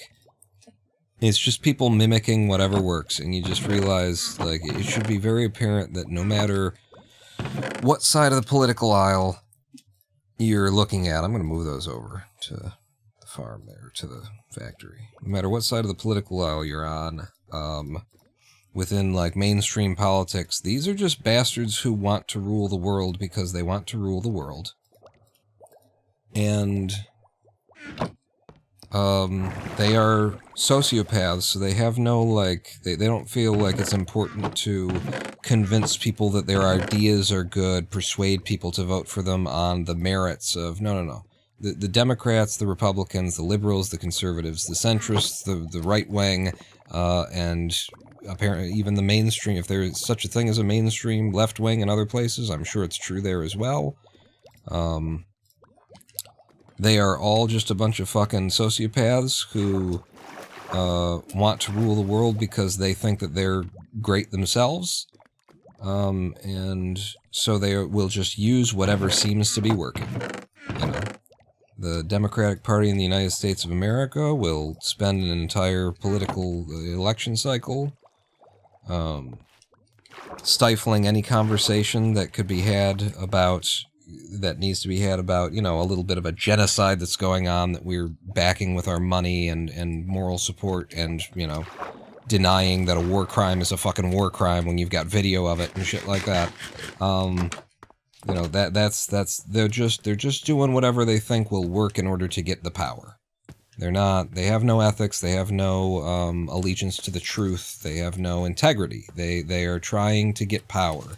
And in their own minds, they're telling themselves, when we get power, when I get power, we'll be able to do the right thing. But we have to trick the voters into giving us power, and then we'll do the things that's best for the voter. Which is just fucking... Forget sociopathy, that's just psychopathy at that point. You are telling yourself a fucking fairy tale version of a lie, where you are... You know, you're denying that what you are doing is disenfranchising the voter from their own government and from the systems of politics that you're supposing to... I want to represent you. No, you don't. You want to trick me into voting for you without understanding, without having any clear understanding of what it is that you actually represent, what you actually support, what you're actually going to back. And without explaining to me what your fucking plan is, or what your ideas are, or all that. You want to say as little as possible in order to just get as many votes as you can based on the whiteness of your fucking teeth. You are an ethicless, amoral, ghoul. That's it. That's the word I've been using lately. You are a fucking ghoul. You're not trying to persuade the public. You're not trying to convince anybody anything. You just want to get what you want for you. Please just, you know, stop telling yourself that you're doing something for the right reasons, that you're doing the wrong thing for the right... No, you're just doing the wrong thing. You're just doing the wrong thing. And because you know, that's the way you've chosen to go about it, the conversations that we do need to have, and the political education that the public needs to get, is not happening. Because you've chosen to play politics in a way that is all about, you know, keeping people ignorant and not letting the public know what you'll do if you're given the authority to do the things that you want to do. Well, that spacing seems to have worked out pretty good so far. We shall see. I need more lanterns. But yeah, the people on the, you know, in America, the Democrats over here, are... I at the same time as I don't want to play both sides of them because the Republicans are horrifically fucking evil, I have more respect for the Republicans because they seem more upfront about what they want to do. Or at least they're more upfront about being horrifically evil. I don't think the Republican Party actually gives a shit about, you know, they seize on hate as a tool to motivate ignorance to get them to the polls. but it's just such an obvious way of going about things that it seems more honest. It's a more honest way to lie, is how it feels to me, whereas the Democratic Party and the liberal centrist in America is foremost lying to themselves. If I do all of that, then I should get... it didn't all go away. I guess it was 8 that I needed to do. Foremost lying to themselves, telling themselves fairy tales about what's possible in the current political sphere and what we need to, we have to have the reasonable limit. And we can't, we know that if we actually represent these issues, we're going to lose votes, and then the Republicans are more united because they're on hate speech and stuff like that. They're united due to their fucking Nazi fucking policies and shit. That's, at the end of the day, you're just an ethicless person who is not helping the situation. You are not making it any better. It will not get better under this continuous maintenance of the status quo, under the refusal to have a conversation in the public space, refusal to acknowledge, maybe the concerns of I need this in the middle. I realize, my middle is there. Maybe the concerns of Palestinian Americans and Muslim Americans in general, and groups like Jews for Palestine and shit like that, are relevant in an election year, and maybe we're as bad or even worse than the other guys if we go out of our way to silence and dismiss and belittle and, participate with Jewish political action group that was so influential in the 2024 elections at silencing people and stifling people and freezing conversations about Palestine out. You are the fucking, this is the liberal Nazi party. Silencing dissent in the wings and trying to force people to vote for you from states of ignorance, and while you're doing things that, even you yourselves would have to acknowledge that if someone else were doing it, you'd have a big problem, right? At the very least, you would use it as political fodder while you were trying to, win your positions, and you'd be out there talking about how they're engaged in a genocide, but you're doing it this time, so this time we're going to pretend like it doesn't matter. Fucking Jesus Christ.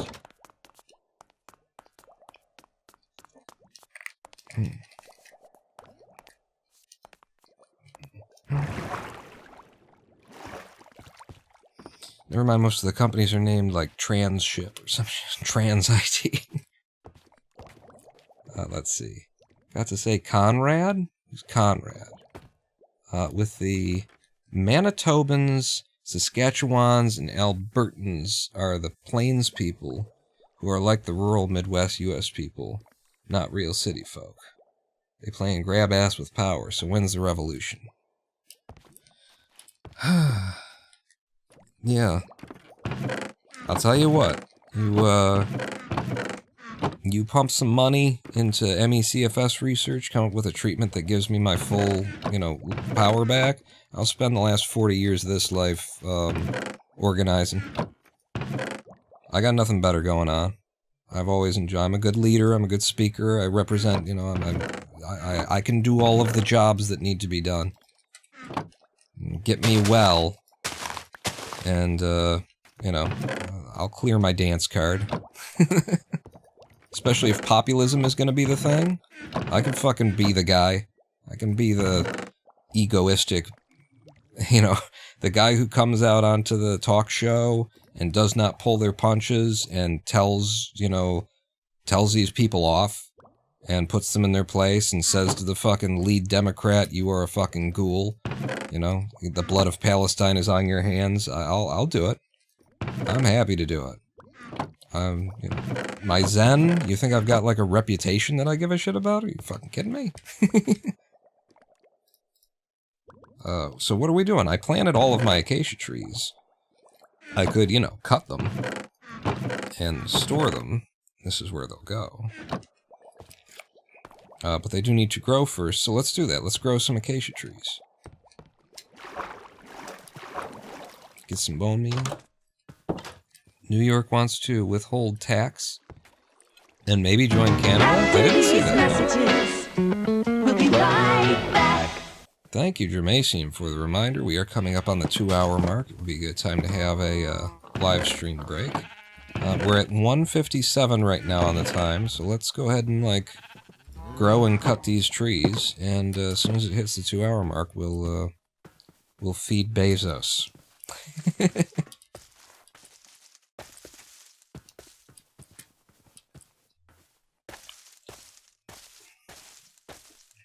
I did not see that. New York wants to secede, possibly. I was hoping Michigan would. I was hoping Michigan would get to that. We're sharing the border with, and you know, Detroit. The difference between Detroit and Windsor, my God, you know, you cross a river. We've got like a 16th of a mile between us. You cross a river, and the fucking deaths per year by murder, you know, the homicide fucking rate. Holy shit, how it drops, kind of a thing. And it's like, this is a matter of policy. This is a matter of policy, and the policy has everything to do with slavery and racism and all that kind of stuff. And we could just, in the hands of a different, you know, peoples, Detroit could become what it once was again. But when I say what it once was again, I don't mean it could become a place for rich white people to take advantage of poor black people. I mean that we could be a primarily black city that is, that does not have a 33% fucking poverty rate. That's what I'd like to see. And so, you know, especially considering the Great Lakes and everything, if anything, Michigan might be the reason why we'll eventually have a war, the United States and Canada. Because Great Lakes, freshwater rights, Michiganders being, you know, dissatisfied with the United States, its representation, lack of health care and stuff, and we know that all we have to do is cross a fucking imaginary line and suddenly our lives get better. We could get to that point. However, when I think of Michigan from a southeast Michigan kind of mindset, and that southeast Michigan kind of mindset it sort of forgets. I tend to forget how backwoods two-tooth hillbilly fuck we can get in terms of our population. 1, 2, 3. It's 9. 1, 2, 3, 4, 5, 6, 7, 8, 9. I need to just extend this out so to decrease spawning. And then move it over, and I guess I'll have to count. 7. 7. Needs to be 7 betwixt the twain. Right there. And I want to light it up so that we handle the spawning. I don't really need it to be that way for this, actually. You can take it out further so that you're lighting more area.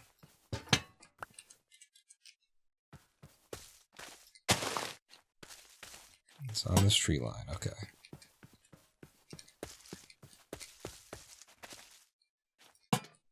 Yep, that'll do. So it's now turned 2 hours.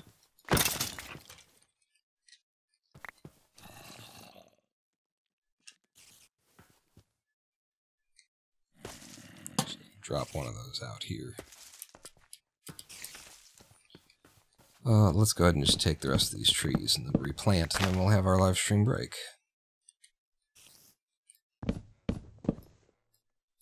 I can't really see. I've got the dimness adjusted on my browser, or on my monitor, and I've got my glasses on, so I can't tell.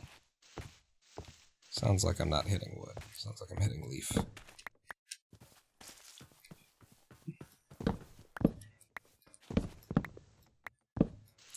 Let's see. Right-wing white nationalist Michigan. I mean, we've got, you know, the Michigan militia is no small organization, but also it's just like we're really good hunting territory. And Canada manages to have that, and it doesn't necessarily dictate what side of the aisle you're on. But in America, just the fact that a gun is involved in any part of your culture means that you're not allowed to, like, support the idea of any responsible gun legislation or licensing, or like the way that American politics have taken gun and hunting culture. Michigan just having a hunting culture means that there's a lot of people whose opinions are pretty backwater and shit. There's a lot of people voting for Trump in this hole. Wouldn't it be unconstitutional to fight a war over a state leaving? Wasn't there something in the Constitution that says any state can leave the Union based on their ideals? I don't know, but it doesn't really matter when it comes to war, does it? I mean, it didn't matter this election cycle when it came to genocide. So you see, when it comes to war, and especially where the war would be, put you there, can I? No. The war would be more so about the water rights. You know, that's what it would be about. Now we're talking about, you know, the largest freshwater supply in North America, leaving in an era where we've destroyed so many natural resources that, you know, you think the United States of America is going to lie back and watch as Michigan walks away with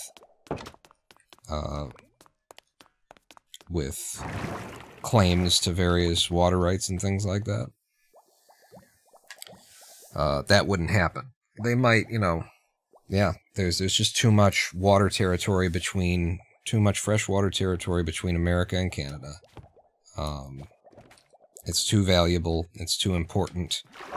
You know, in America, they've been talking about, like, California in the West, where they like to, you know, grow lettuce in the fucking desert, just to show that they can, just to prove that they've got a lot of money. You know, they've been talking about trying to create a pipeline of fresh water from the Great Lakes to those regions, so that they can continue to do what makes absolutely no sense.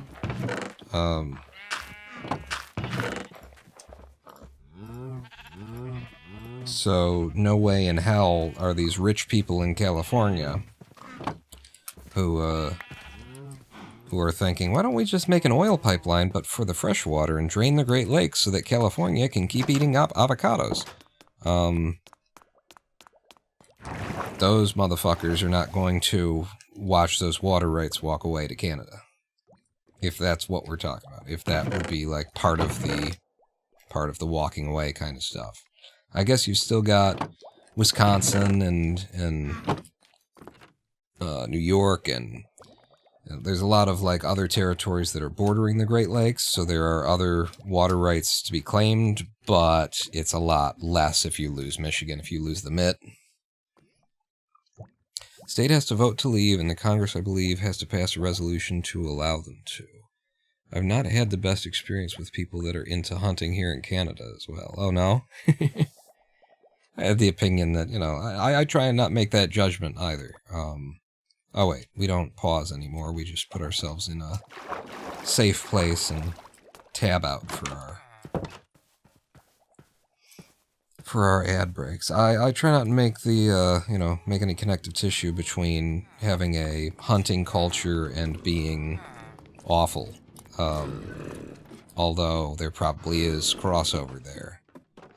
Because I certainly can imagine, I can see the ability. It's entirely necessary that we continue to hunt and prune the countryside of various species, wildlife and stuff that would overpopulate and become a harm to themselves, as well as to us and our conveniences with our cars and stuff like that. Fucking deer crossing the road.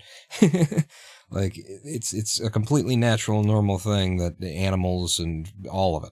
So it's like, I can imagine a scenario where you grew up with a hunting culture, but that hunting culture does not necessarily dictate your opinions about abortion. And being part of the hunting culture, I can certainly imagine a culture that says, we live with guns, we use guns for hunting, We kill things with guns on a regular basis, and so we acknowledge how dangerous guns are.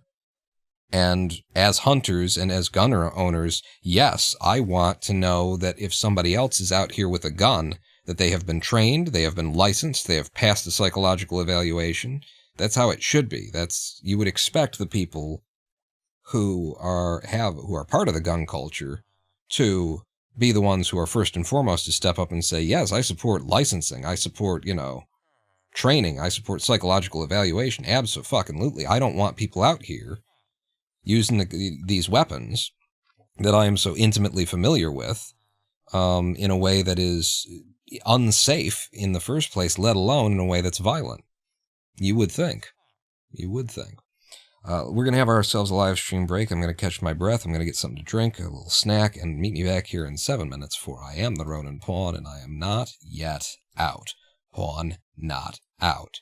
Pawn filling time as he finds a song to click on. Yes.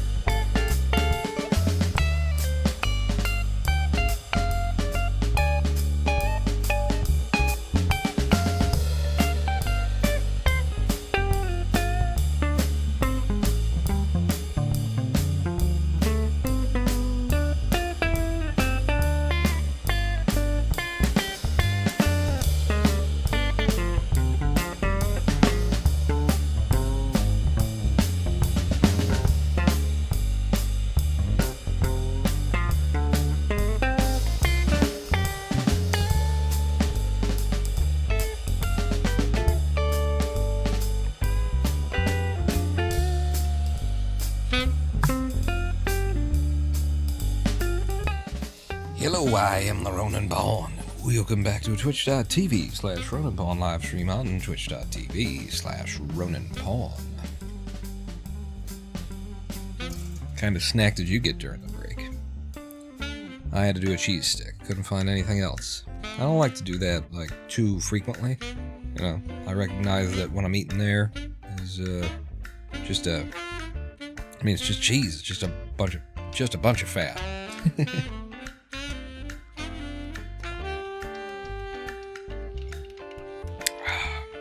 But I also got myself some orange juice. Watered down. Water down all that kind of stuff, anything that's like that. Cranberry juice, cran grape juice, like if it's a cocktail, if it's got sugar added, if it doesn't have sugar added, pretty much regardless. If it's not water, then when I take it, I probably take it watered down. Just get that close down our Muzak there. So, the first 2 hours of the stream were about chess and acacia trees. we were very fortunate to have a wandering trader wander by with acacia tree saplings to sell. And I bought them from him. And so now we have one more of the types of trees available to us. And I cut a bunch of it so we can put it away. Can actually start a chest for acacia. Or rather, just start some rows for acacia. And as long as I'm starting rows, let's start some rows. Yeah, a whole bunch of new recipes now. Huzzah! All kinds of new stuff with that color of wood. And while I'm here, let me grab the spruce. Reload. Okay. So then the question is, what's next? And the next thing that's like, the big thing that's in the title of the live stream is clean burning, fuel efficient propane. I don't know why I can't do that in headphones. I can do Hank Hill a lot better when I can hear myself. But I wanted to, so this, friends, this is our kelp farm. I don't know that you can even see that in there from that angle, but this is our kelp farm. And it goes down, and it's really surprising how much kelp that thing produces. Yeah, it is. In fact, I should, like, just pull a stack of kelp for me to keep set aside. So we made this as our basic burner. Okay, son, whatever. Is it based on where I'm standing, whether or not you shine? A little bit. Yep. Some of these shadows have some pop in. So we've got the kelp burning, and look at that, already up to 41 dried kelp blocks in here for us to, like, pull from as fuel. Yeah, hopefully this thing will be able to back up. Let's keep in mind what we've got here right now, okay? So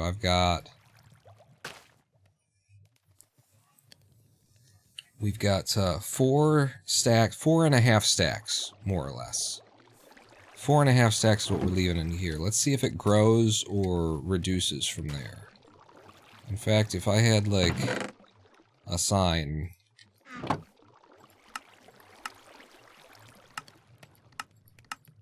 What's a sign? How do you make a sign? There it is. Yep. Just gonna write on here 4.5 stacks. Not that I can read it, but we will see over time whether or not we are increasing in kelp or, you know, decreasing in kelp is what I would like to know, because we could upgrade from a furnace to a smoker, which is what I've got over there, and it would make it faster. The reason why I went with a furnace instead is because I don't want the kelp to be burned out so quickly, that we end up with no more kelp to burn. And then when we, light a dried kelp block on fire to burn the next amount of kelp, we're getting, we burn 2 of it, and then for 10 seconds nothing burns, and then 2 more falls through, that kind of a thing. That's what you don't want. But if we're overwhelming this chest, then maybe it could handle a smoker, and then we could increase the rate of production significantly. It's possible. It's like 10:30. Don't these streams start at 2 or 3? They're supposed to, but my sleep schedule went on the fritz, let's say. On the fritz, off the rails. And so this one started at, it started just 2 hours, 20 minutes ago.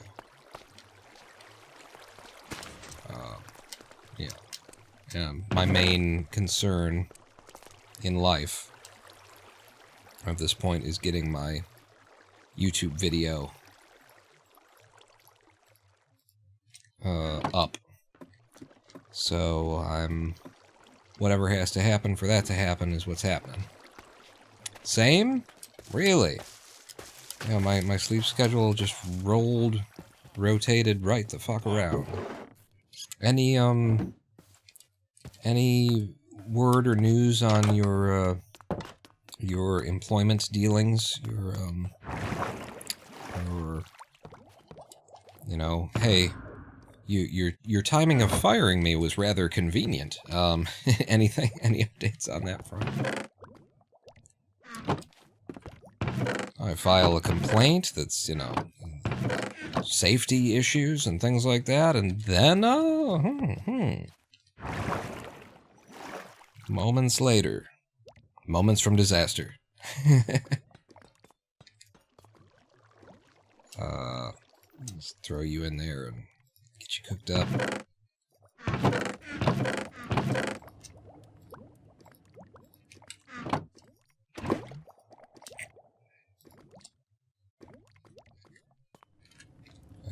So the cobble and all that stuff, I'm gonna move the cobble over there and, over to the factory. Rotten flesh comes over to the factory. The granite is the only thing that I need to set aside. Okay. Go ahead and do that. Just figured we'd get that chest emptied out. But yeah, the main project for the day is to assassinate him.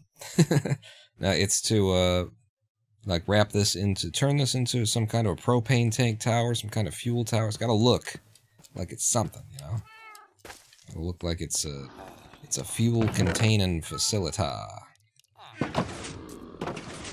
Lawyer has submitted reprisal application, and now the ball is in their court to respond. Should be hearing back this week. I'm also waiting on a number of other people's balls, if you know what I'm saying.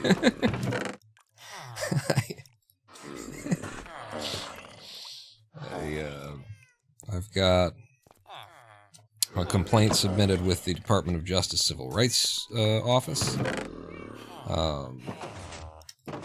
I've got a grievance filed with the Disability Rights Michigan organization, and the grievance that I filed is against Disability Rights Michigan organization. So, let's see, and the grievance is about their failure to, call me back when they said they'd call me back to, to address an issue that I brought up to them, and they didn't. And so maybe what you want to do, guys, is considering, your agent didn't pick up the fucking phone and do what they said that they would do and call me back. And considering that the original reason why I was reaching out is because people won't call me back because they don't want to address that, that my disability is inconvenient for them and shit like that. Maybe what you guys want to do is fucking call me back. What are you doing? Huh? Disability Rights Michigan. How about a bunch of lawyers want to make money off of disabled people, Michigan? Can we get a more, it's what it's looking like from my end of things right now. Answer a fucking phone, pick up a thing, apologize when you make a mistake. It's not that fucking difficult, is it? To be a professional in the modern world. It's not that, it's amazing. people bring their own fucking egos into goddamn everything and can't. You're doing a job, you're doing work that's important, defending rights of people, and you still got your fucking ego standing in the way. Being able to acknowledge when you know, left somebody hanging, you said you'd do so. All you gotta do, it's so fucking annoying, because all you gotta do is have that slight amount of, that basic amount of civility to be able to say, oh, God, yeah, I was supposed to do, I'm sorry, I did say that. And then it's done. It's over. It's done. Ah, I dropped the ball there. You acknowledge it, and then we're back on to, like, okay, so where are we going? But, you know, I reach out to DRM, Disability Rights Michigan, because I haven't been able to get access to healthcare for the past 8 fucking months. No kidding. I reach out and have like a 11-minute conversation with a woman, and she says, okay, I'm gonna look into some things, I'll call you back on Thursday. She doesn't call me back for 2 weeks. So, I file a grievance saying, you know, nobody called me back for 2 weeks. And when you file a grievance, it says, what would you like us to do? And I say, I would like you to not let disabled people who are coming to you because they're falling through the cracks, fall through the fucking cracks. That's what I would like. Could we do that? And the response that I get is like, fuck, this person is like an 11-year-old who needs a nap and a meal. You know, it's just like, well, that's not what happened, like, I didn't, and it's like this non-apology thing where it's like half arguing that there was no reason to call you back, so I just didn't call you back. It's like, you said you'd call the person back. If you didn't call them back, that's the faux pas. Now you apologize for that. And then we continue with what you said you were gonna do a thing. You didn't do it. So, there's still a thing that needs to be done, and, you know, you acknowledge that you dropped the ball there, and then we can all get back to our fucking lives. No? No? And this is an organization that like, government agencies recommend when you say you've, like, hit a wall and nobody's intervening. They're like, well, maybe you should reach out to Disability Rights Michigan. You know, they help disabled people. You call them up and they're like, too up their own fucking asses and unwilling to acknowledge faults that, this is where I'm left. But yeah, so I'm amazed. I am fucking amazed at how the, like, modern callback window, apparently. Look at this.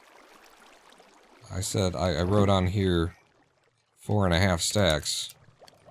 We are definitely overwhelming it. The modern, so now we're over 5 stacks. 5 stacks, 13. 5S, 13.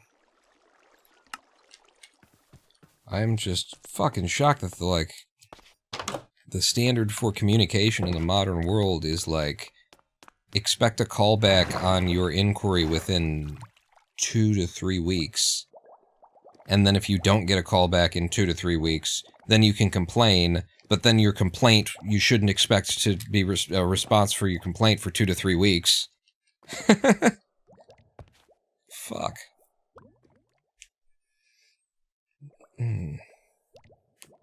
White wool. Metal fence. These are ideas for my fuel field.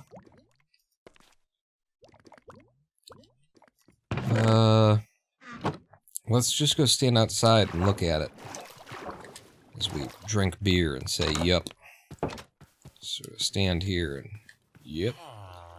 I could, number one, all iron tank. That's an idea. We haven't used all iron. We haven't used iron blocks for anything decorative yet.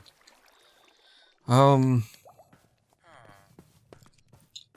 think I could complicate this further so as to extract the fuel, right?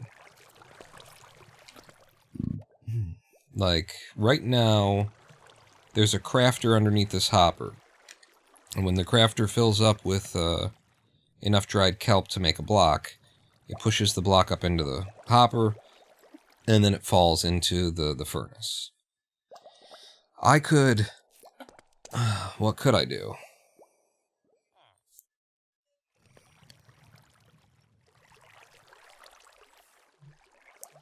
Really, all I would want to accomplish is, like, pushing it into a chest first. And then it falls in to the hopper. Or into the furnace, rather.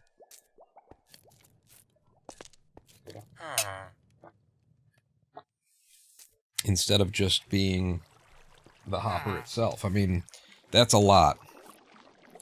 If you fill up 5 rows, 5 stacks of dried kelp. That's a lot, but we will eventually get there. It would be nice to have a dedicated chest and or, I'm so close to killing you, because I'm trying to fucking talk, and I'm indicating with the mouse. It would be nice to have a chest or a barrel for kelp. And for the dried kelp. Which would mean pushing the crafted thing out into a column that raises it up with like a dropper elevator, I guess. Puts it into a chest, chest falls into a dropper, dropper falls into the thing. Nura, Tura, Lura, anyone else here? Hear what? What are we supposed to hear? I want to point out it's funny that the propane spot is using dried kelp, because isn't kelp closer to charcoal than propane? We don't talk about charcoal around here. It'll get Hank really upset. Wouldn't the lava buckets be more like propane? I don't know, it's just some kind of fuel container. It's the most efficient fuel, like once you make it anyway. These things burn, I think they cook 20 items. I think one of them cooks 20 friggin' items. For as much effort as goes into it, you know, if you're not automating it, makes sense, but...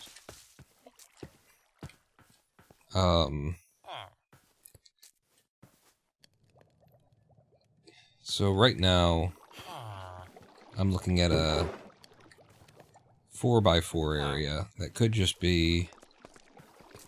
No, I'm looking at a... Well, yeah, it could be 4x4 area. It could be contained by a 4x4. Couldn't it? No. Yeah. So it would have to start here, though.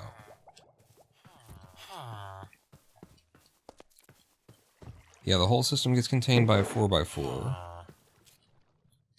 Except for... What about the electronics and stuff? What about the redstone? How far does that dip outside of the area?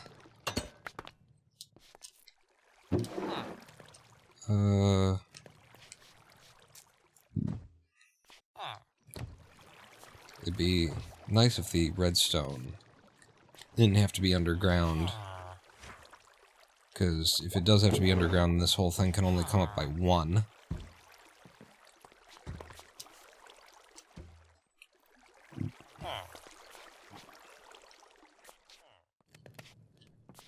Yeah, it won't fit in a 4x4 space unless we have this stuff be underground.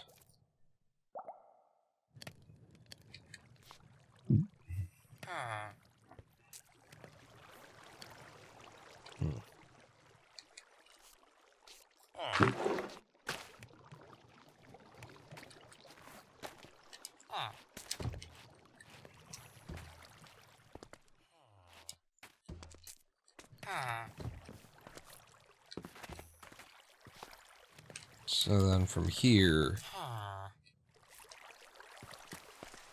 to here to here.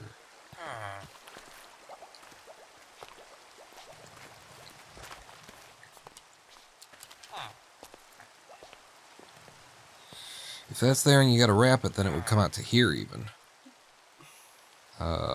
So from this corner to this corner, which is 1, 2, 3, 4, 5, so it's 6 by 1, 2, 3, 4, 6 by 4, 4 by 6.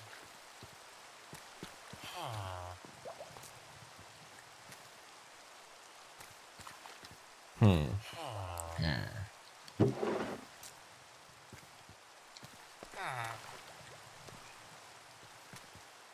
So we either do a 6 by 6 design,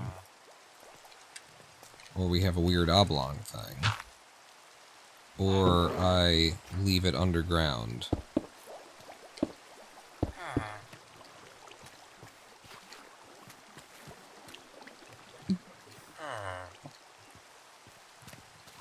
And just build what's already here, but I want it, yeah, I want it to be accessible.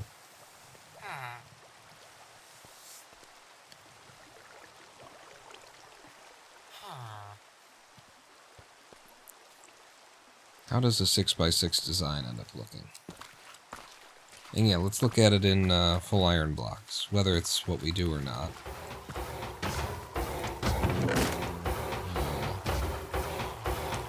Grab me a stack of blocks.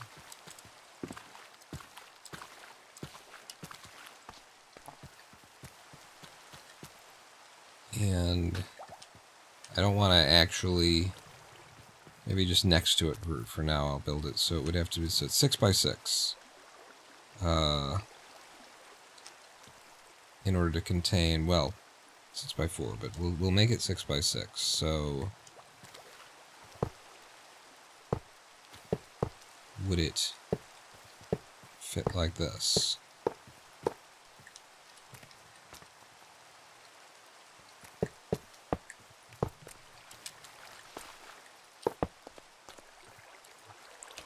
Seems like this could work. And I'm liking that I'm liking the iron even.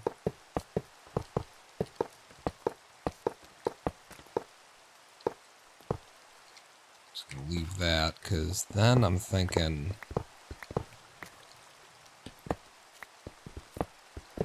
if there's room for it,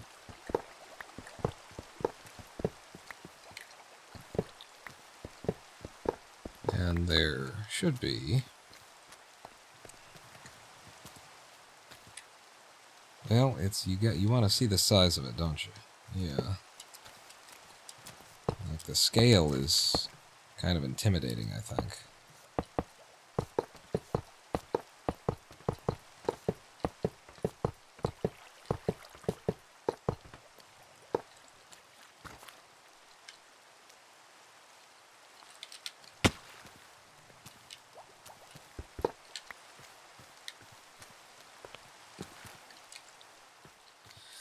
Yeah, I don't like that scale.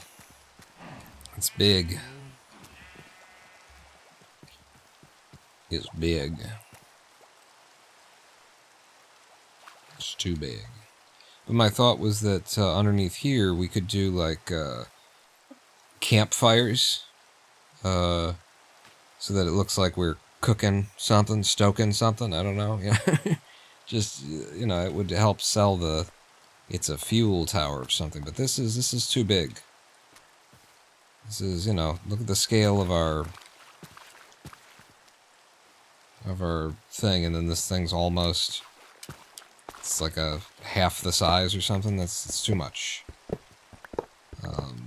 I would want this to look more like a a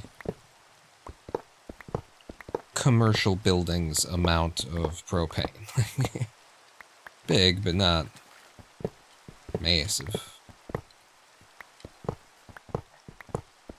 So let's look at it as just smaller, but same premise.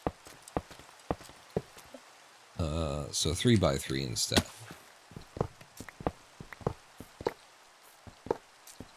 Or is this 4 by 4? However it is that I'm seeing. I'm seeing the 3s. I guess it's 5 by 5.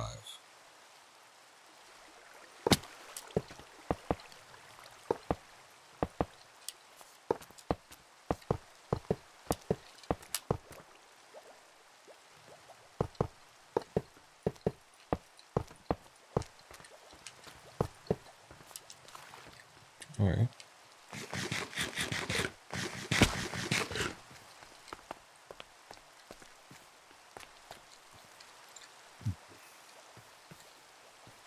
That is a more tolerable scale for me.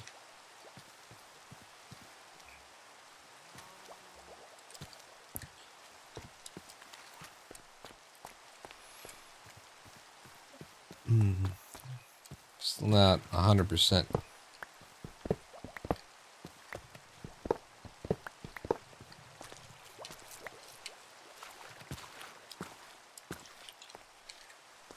On it though, because it, you know, it just doesn't end up looking like it's actually round.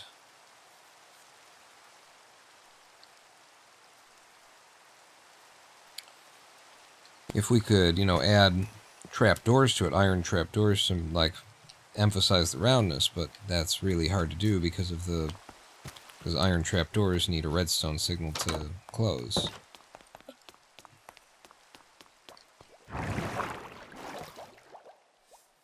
Or to open.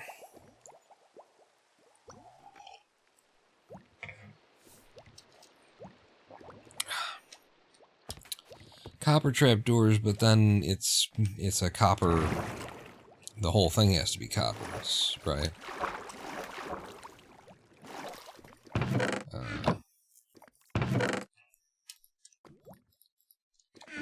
And I do kind of like that it's iron.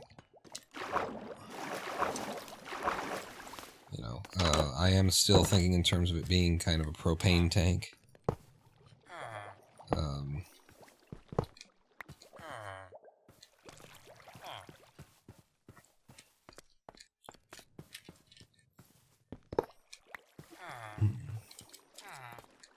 And so it being closer to, you know, white, a shiny white thing as opposed to a copper thing.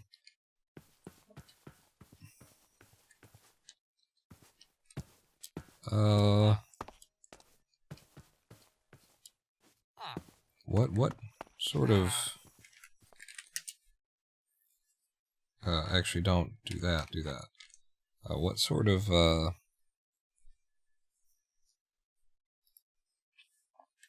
pieces have we got to play with,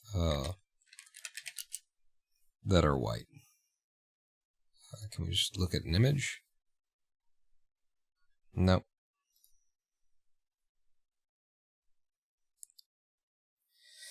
Just looking for a list. Yeah, blocks sorted by color. White. And yes, it is like the stairs that I'm interested in. Do we have stair type stuff? Wool, concrete, quartz, marble.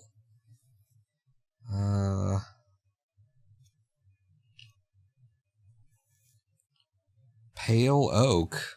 Excuse me? Is there such a thing as pale oak? There's 1.22 doesn't come out until 2015, right? Are they...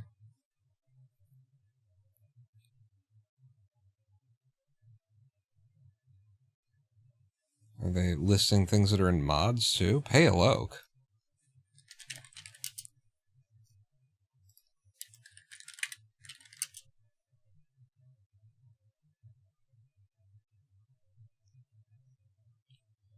Yeah, it's 1.22, but when does 1.22 launch? The Pale Oak is in the 1.24.1 update. What's the... Am I, like, well behind Minecraft up to... I thought 1.22 comes out in 2025. What's the most... Yeah, the latest version of Minecraft. 1.21. Yeah, that's what I thought. We're still on 1.21. So why do you have shit listed that doesn't even exist yet? Are they just looking at, like, snapshots? And I disagree with the way that you're maintaining this website. But anyway, so there's diorite is one thing to bear in mind. You know, I like building with something where I have the option to use stairs. Stairs can be so helpful in trying to make things round or just look interesting.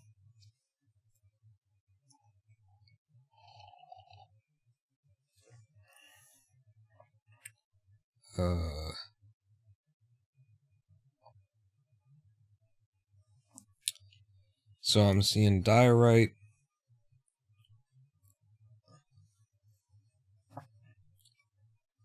Is there such a thing as a quartz wall? Because I'm looking at the diorite mainly. Diorite has the most availability of types of shit.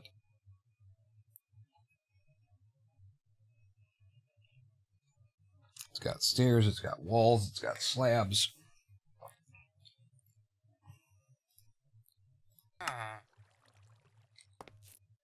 Yeah, I disagree with having things listing types of blocks that aren't in the fucking game yet. Versions that aren't released for public consumption.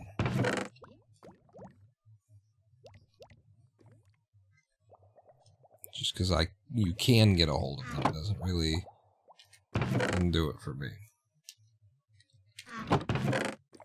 Just muddles when you're actually looking. So, I've got some diorite, I've got some polished. And I got calcite. Which is another interesting idea. Calcite looks very industrial, I think, in this pack anyway. Yeah. And then, of course, there's white concrete. Do I have any white concrete that's already... No.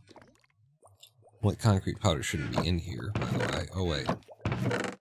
Yeah, diorite slabs. I don't know about polished. There you go. Have a little bit of all that to experiment with.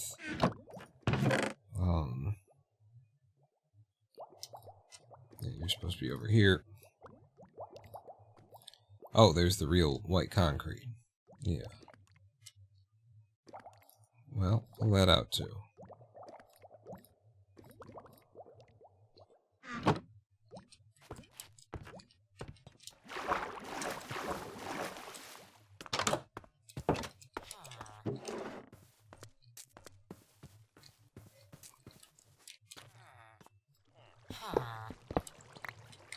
Like, I don't know, just trying to make this kind of a shape might just be a bad idea. I'm done then. Fuck you. You're not letting me fucking enter the fucking space. I think it must have been because I was jumping off of, like, this slight incline, and that was blocking in some way.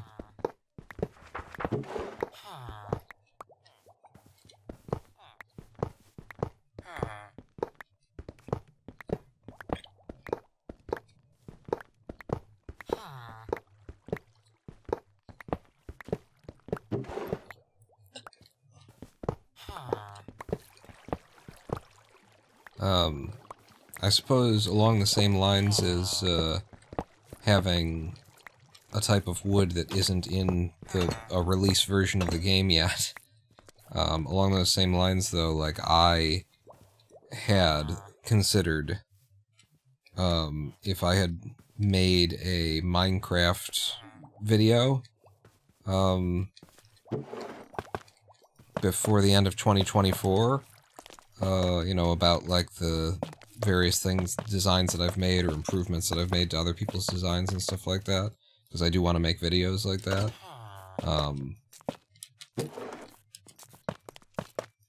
If I did make those, I was definitely going to say Minecraft 2025 on them.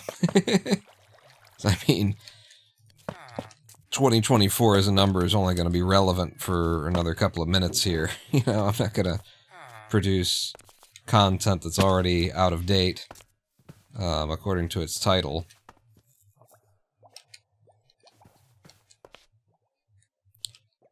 That little 4x4 I like. That tiny little 4x4 looks very...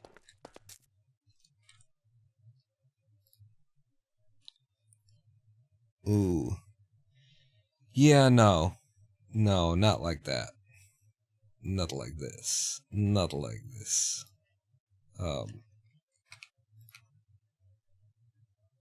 Can I...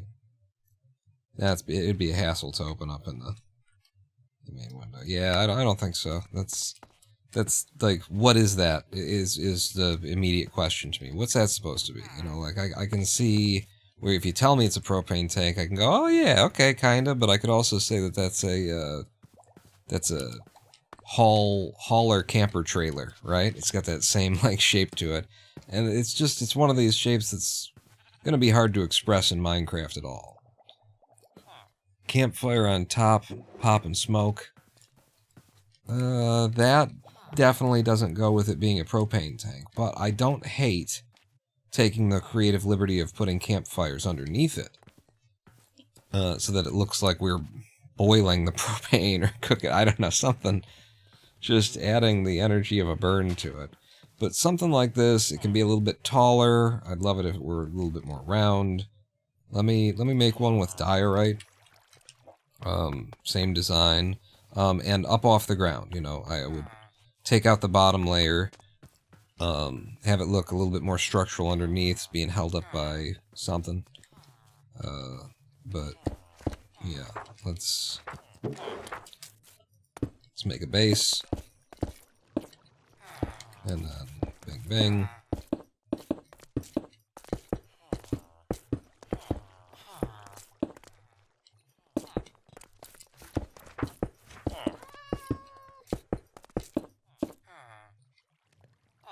Shit. Well, fuck it. White concrete is very white. But then with diorite,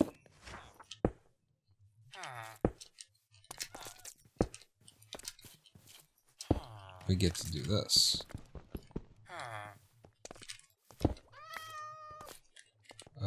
We don't get to do this. Because it doesn't loop back around on itself. Right? I can't.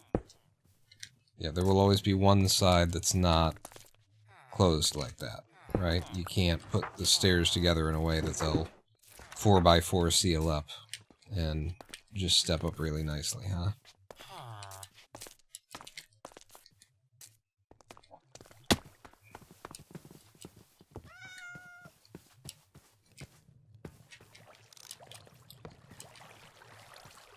Doesn't seem white enough anyway. I honestly think that white concrete is going to be a thing, though, because that just looks so clean and no lines and stuff like that. I mean, there will be a faint line, but let's look at white concrete.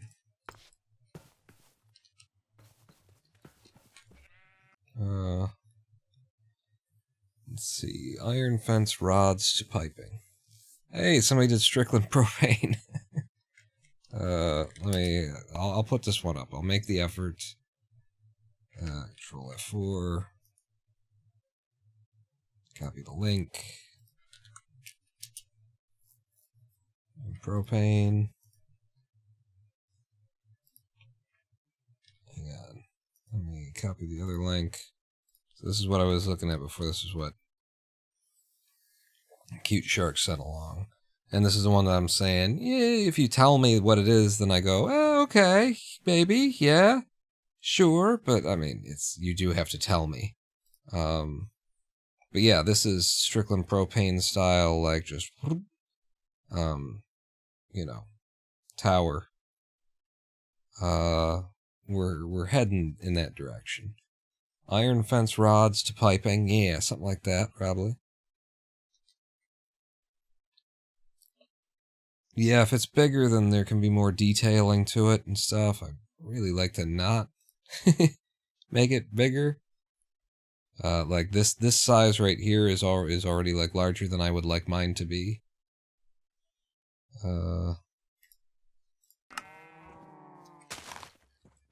But I think we're going to really like, you know, I see people putting like a red stripe on these things in their designs. I don't know that I've ever seen that in the real world, but I can go with it anyway. I think we're gonna really like white concrete powder. So Or, I mean, yeah, white concrete. So let's just make some more of that and have a look. And we need sand. Son of a bitch.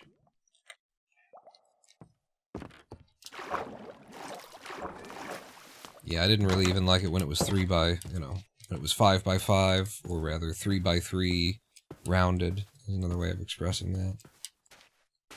We need more sand. Okay. Whatever, bro.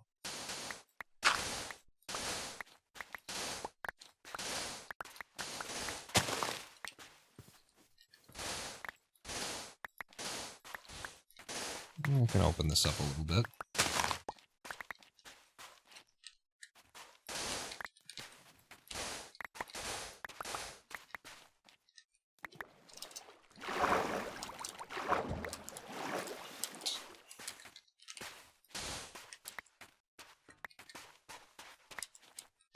It gives me a little bit of sand to play with. Yeah. That's fine. You can get back up of your own volition. You just don't want to.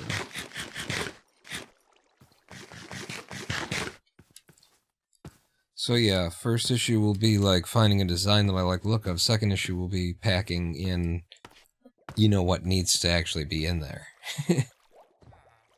To make the fuel be contained by it.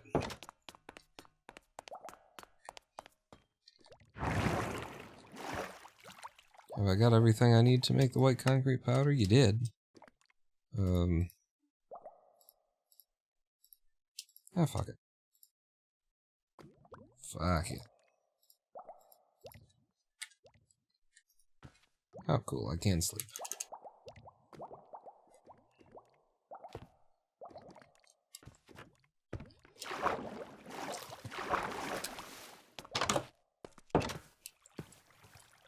This actually rips down really fast, so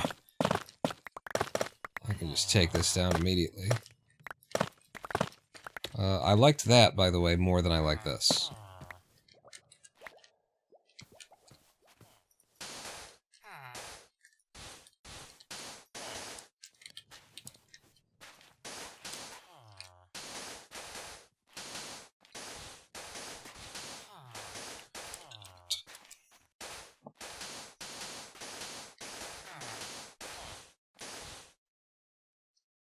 And I don't have water.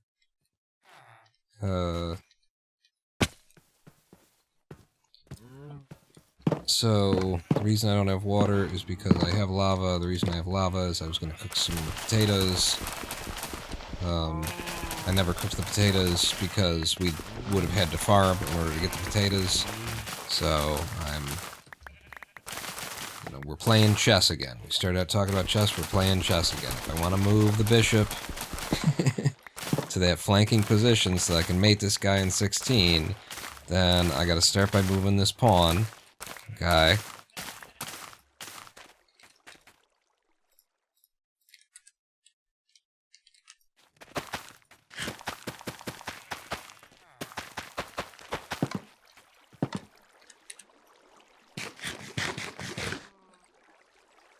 Rook to queen 69.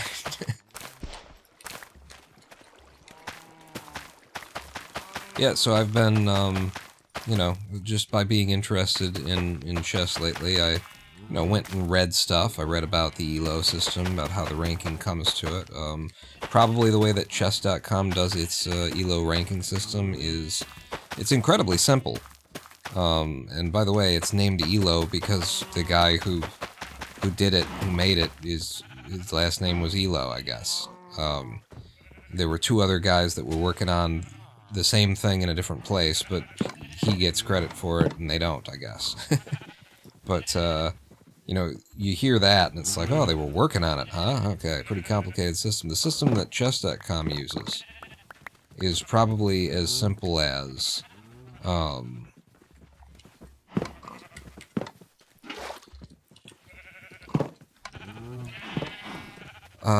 it's like it's a 400 system is one of them that I read about, where it's just you start with 400, and then it's like 400.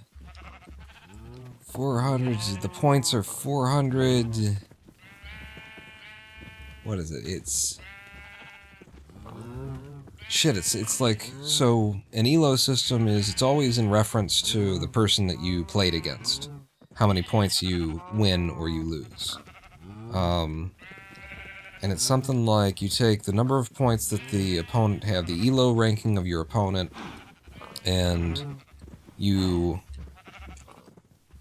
add 400 if you win, or subtract 400 if you don't, and then something, so that it's not, you don't, go up in amounts of 400, so there's got to be some kind of multiplier to it. But whatever it was I was reading, I was just, like, startled at the simplicity of what it was. I thought there would be some, crazy statistical probabilities math involved, and it was just like, no, you just add, and then you multiply, and then you're pretty much done. That might not be, like, the official ELO system, but the fact that it's apparently a viable and commonly used system just made it sound like, wow, this is almost dumb. This is something that's so simple that I want to say no one should have been allowed to have the system named after them, because it's just, you could have, anyone could have.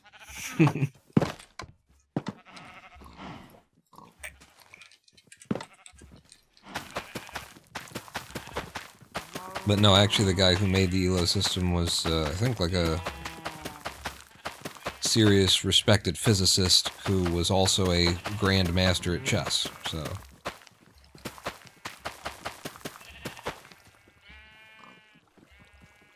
Mephistopheles, trying to do an all advancements world after not playing Minecraft after like 5 updates is confusing. There's so much new shot that I don't understand. Yeah, if you're like coming back to it from a 1.16 or something like that, the amount of crazy advancements too, and the amount, yeah, there's just a lot of shit. Speedrunners decided to just stick with 1.16 for most of what's going on, because there's just so much more here now. Oh, shit. Okay, well, don't... Just eat through that one whenever you can. And then there's a difference between advancements and achievements, and so, like, off the top of my head, I don't know what counts as what.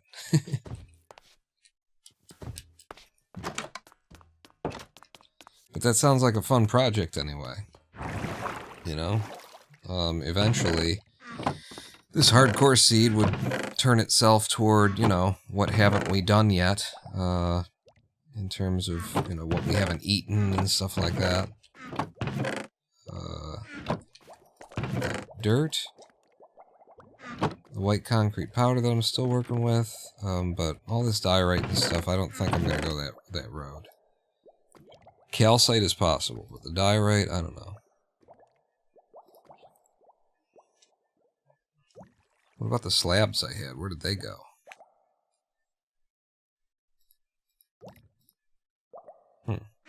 Well.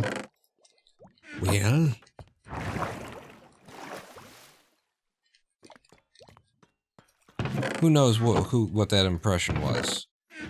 Like, it just occurs to me, is that an impression that young people wouldn't even get at this point? Just by saying, well? Well? But to a certain generation, that's all you had to say in that impression was, you knew what they were doing. You don't even have to do it well.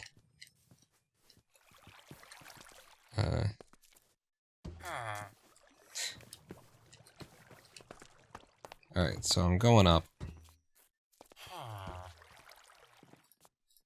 I'm going up. Doom, doom. I'm going. In fact, I'm gonna dig this back down and dirt pull up. And let's see what this looks like.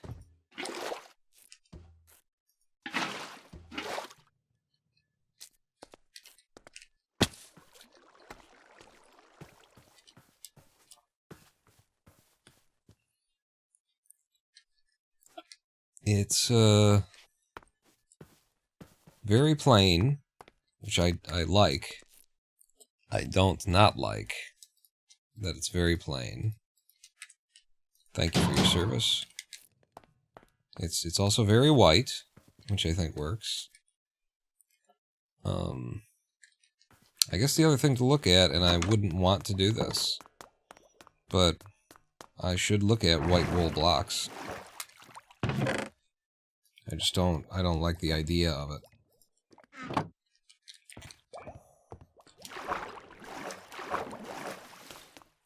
But if they happen to look better than any other design, then they happen to look better than any other design.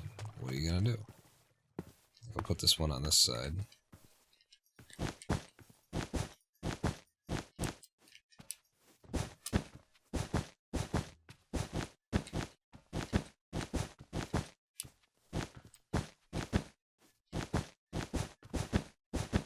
Then.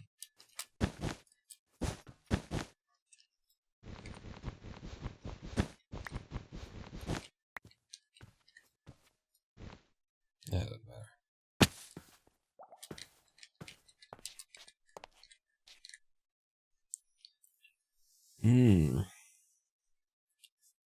I don't hate it. Well, what do you guys think?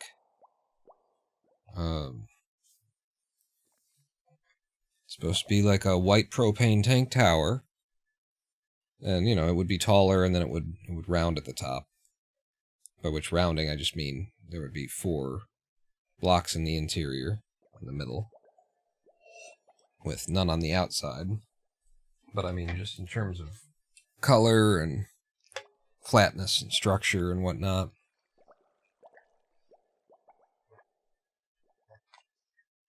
Looks riveted? It certainly looks more interesting to me. It also looks whiter. It is whiter.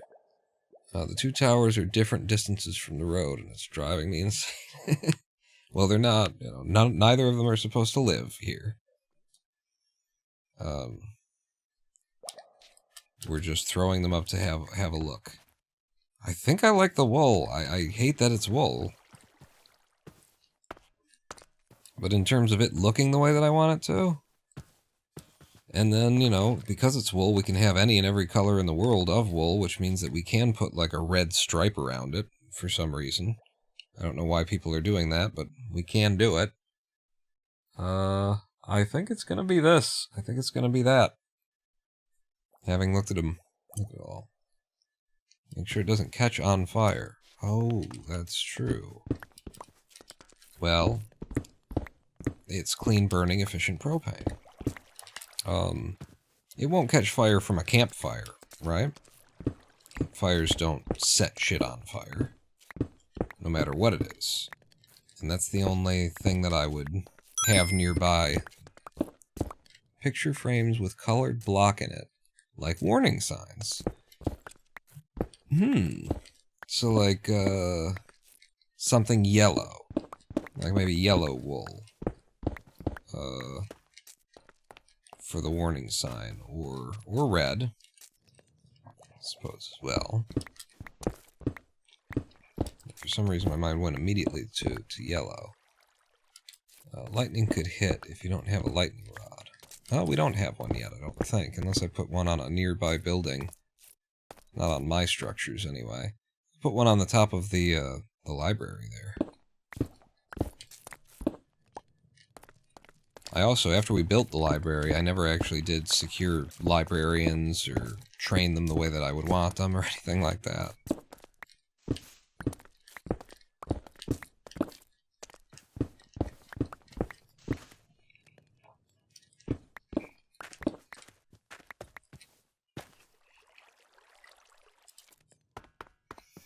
Yeah, I think that's the style. And I do like it at this size, which means that we only have a 2x2 space on the interior in which to build the things that need to be doing what they're doing. And that's a problem for our mechanics, for our auto-crafter system. You know, delivering the fuel up and putting it into a furnace is not a problem. You guys weren't supposed to be there.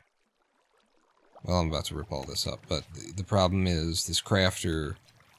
You know, the crafter fits in the space as well, so that's also not a problem. But in order to tick the crafter, when it needs to be ticked, we need this kind of redstone. And so, that's going to need to be somewhere. Maybe... And I do need to take the signal out of the crafter, and we need to be dumping it in there, so yeah, this has to be here. Right? We need to take a signal out of the crafter in order to make that happen. So that's a space that has to be occupied. There are other ways to feed the signal in here. Like, I could consolidate the space that's taken up by these two. I think you'd still need a comparator, though, wouldn't you? I was going to say I could consolidate the space by using a hopper. You fill a hopper to a certain level, and then you cap it, so that nothing ever gets capped to it again, or nothing ever gets increased to it. And then you measure how much signal is coming out of the hopper. Instead, or not a hopper, I'm talking about a composter. A composter. But yeah, you would still need that signal there, so it doesn't help us with space, actually.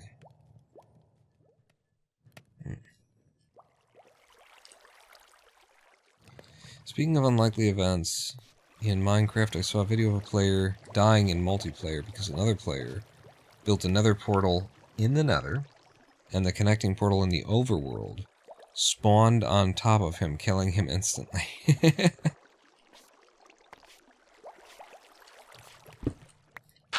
That's a pretty clever way of, you know, getting rid of your enemies. You don't have to be in the same dimension when they die. Now, no one can, you know... Who's going to question that you were involved? And then the cobblestone I ripped up, and yeah, this is... Okay. Let's go sleep the night away. Put everything away that I'm not going to use. Grab more white wool, make some red wool.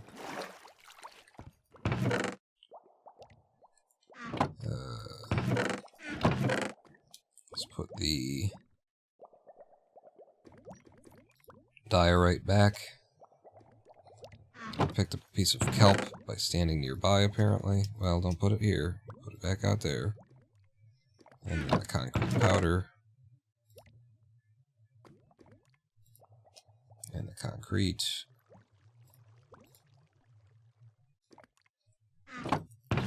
So, more white wool.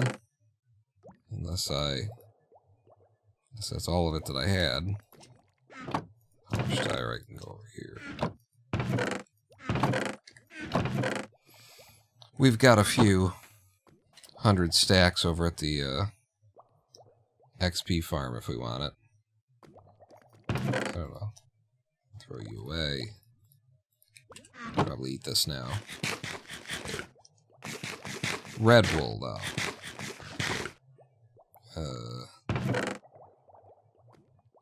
Grab some flowers.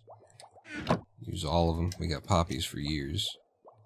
And then, yeah, I don't mind it. It's expensive, but whatever. 1, 2, 3, 4, 5, 6, 7, 8. We just need 8.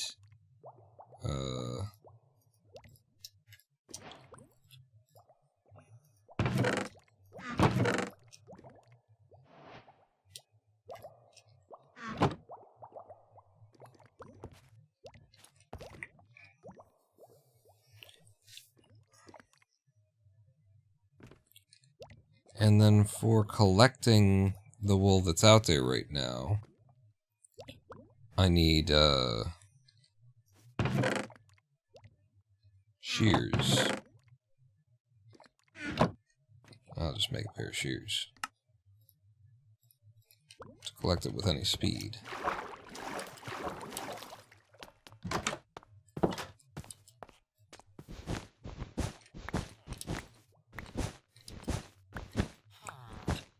Can you enchant shears with,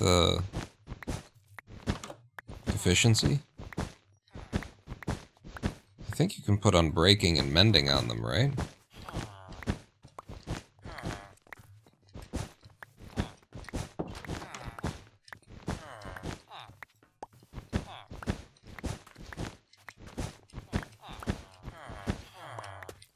It's a weird thing, isn't it, to even be thinking about that.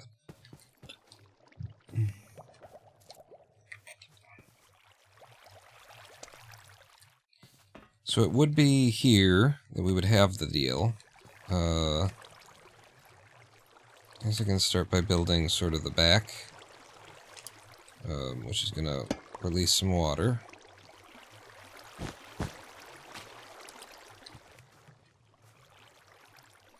And then there's your back. And then I can't because we've got... So this was 5 stacks 13. We are overwhelming the furnace, so we can replace it. We can at least try to replace the furnace with a smoker.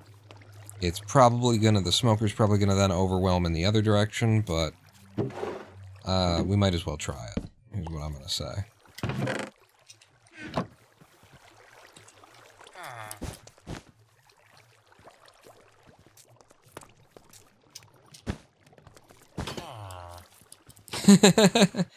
I didn't realize that you guys walked around and opened those just for the fuck of it. I didn't. Yep. Just for the fuck of it. Diet Coke. Doo-doo-doo. Yeah, you need to not do that. I'm gonna fix it so that you don't do that anymore.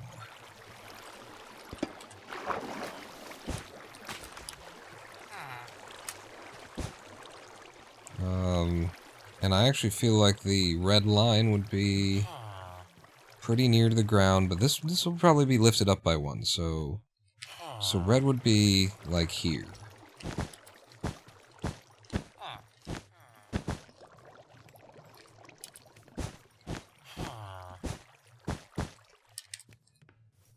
Because I want this to be lifted off of the ground. I think it'll make it look more structural.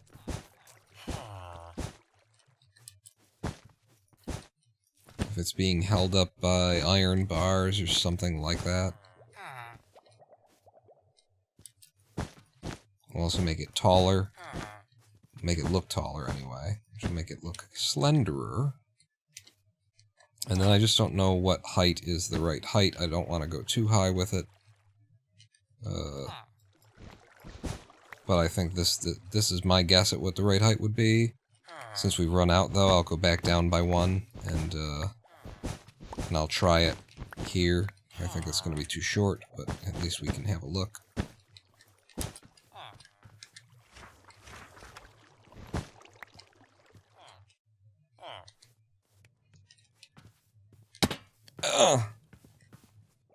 Yeah, that's way too short, because the idea would then be that this actually ends up being lifted off the ground.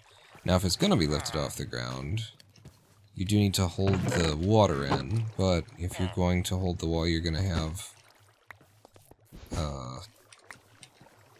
iron bars and stuff, then that gets the job done.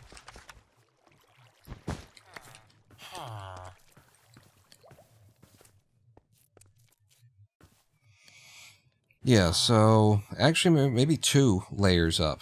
Boom, boom, and then we can cap the top of it. Maybe even 3. It's a little pee-pee. Put the red at the tip.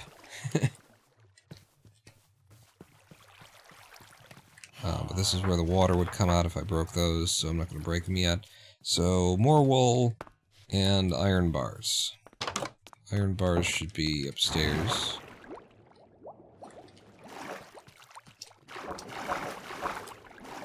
In here. That is technically enough. Okay, I guess the iron bars are actually in the factory. And then the wool is in the nether. Or through the nether. Nether sheep. We gotta go visit our nether flock.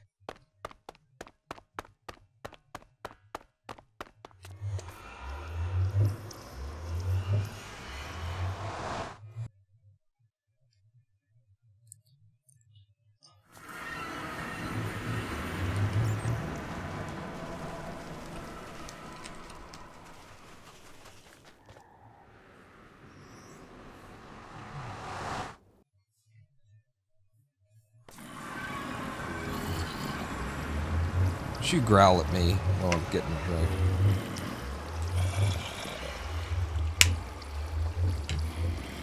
And a Mento.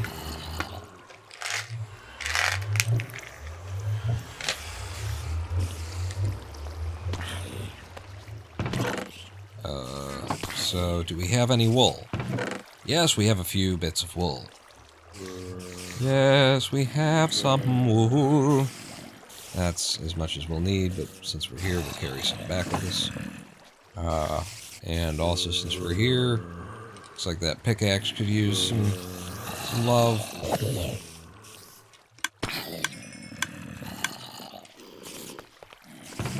And also, since we're here, no more zombie flesh? Okay. That's fine.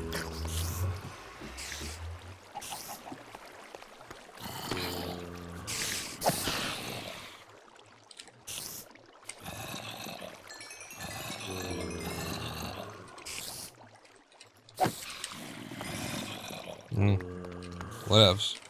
That wasn't my reason for coming here. Just figured I'd get a little bit of mending. Hey, can I extract? Oh, I never thought about this before. I never even, yeah. So I haven't considered how you would do it. Can I extract my own levels in any way? Like, you know, there's XP potions and stuff like that. Is it possible to extract your levels and then use them for mending? Like, I think the answer to that is no, but you might see why I would think that it might be possible. With my experience in, like, Minecraft is too easy. Had a mechanic for pressing your experience into coins, and you use those coins later to get your experience back, and stuff like that. And then that potion, that XP potion that the game has, that Minecraft has, that seems like very unused by the game, right? Like, it exists, you find it in a chest, it's not really worth that much, and then what else? What else? Can you make those potions that contain the experience points? I can't even remember what they're called. Make cheap tools and then use the grindstone to get some of it back. I guess that's in premise. Pretty expensive. I think that's mostly loss, but I guess that is a way of doing it. Let's drink until our hearts stop. I'm gonna go ahead and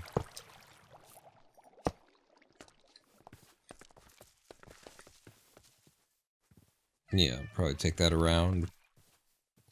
It might even look good with, like, glass. Like, the main thing is that it be inset the way that a wall gets. Or, walls. Walls also are possible.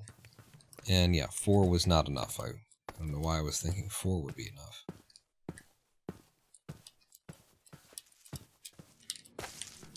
You're out of sequence again.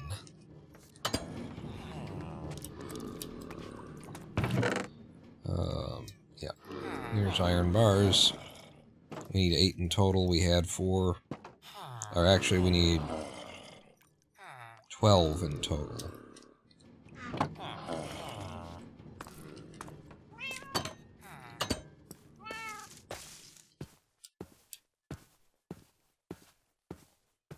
Now run, run, run, jump. I can be your backpack while you run. Run, run, run, jump. Now breathe. Listen to me now. I like to move and groove it. Yeah. Show you some dance moves. If I had your giant feet out there on the beach, I could outrun these birds.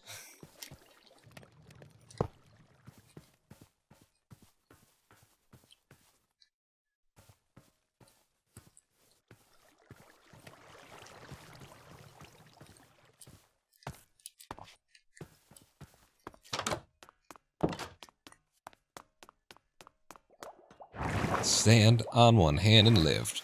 Rocks with your special gift.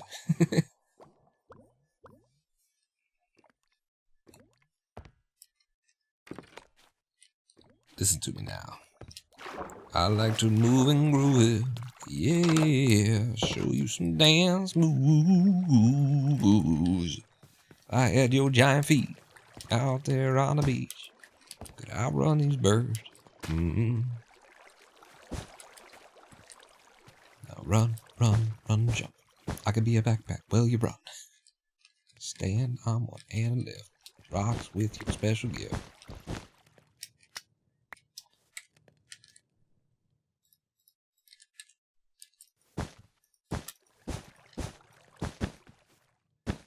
So I said maybe as many as 3 up, and I'm going to go for it immediately. And then if it looks too long, if it's, intimidating some of the neighbors, then we'll hang some blinds. Hey! It's another cat. And I keep fish handy just for such an occasion.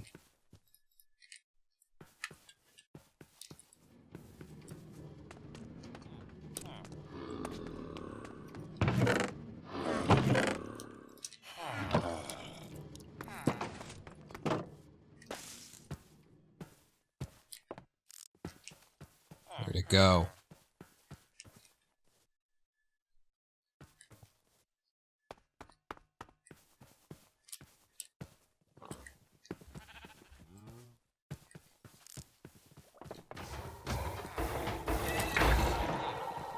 Might not want to run into that hole.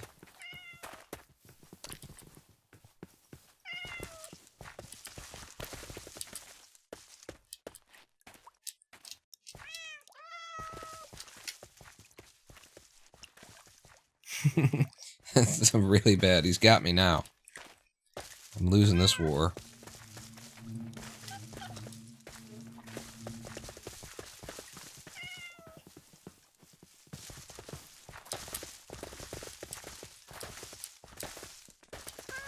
Ah, damn it.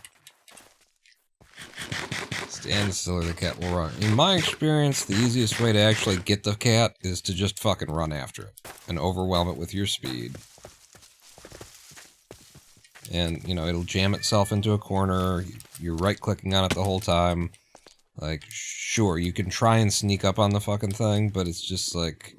The sneaking... Fucking cock-sucking motherfucker. I don't fucking care. Let me out. Sneaking takes too goddamn long. But now I don't know where the cat is. There it is.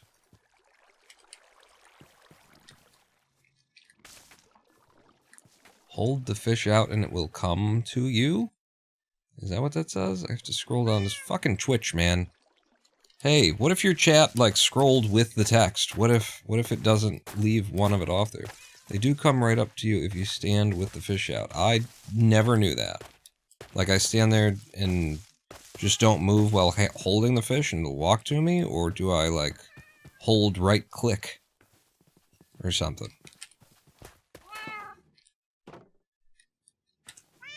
No.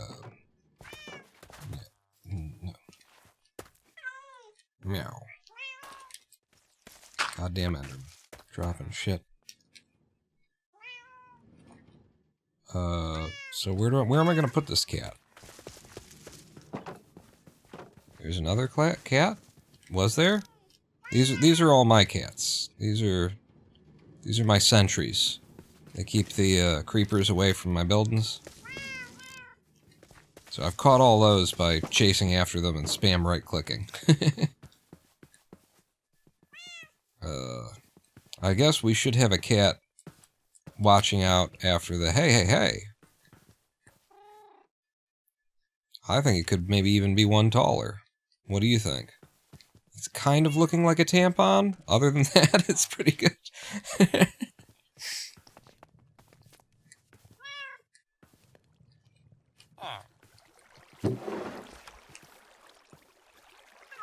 Alright, you're gonna defend our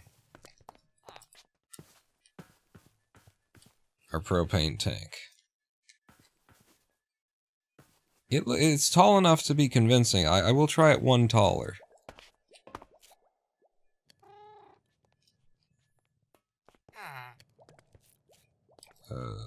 Yeah.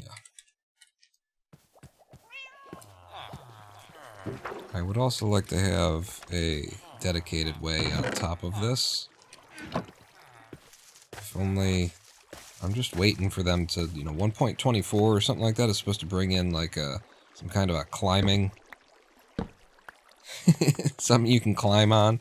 I'm just waiting for something that you could climb on. For now, I guess I'll just use these ladders that exist in the game.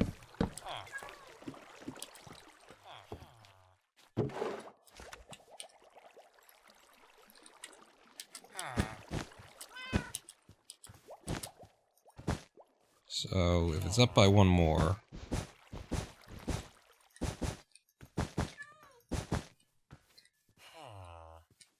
You can put the red higher?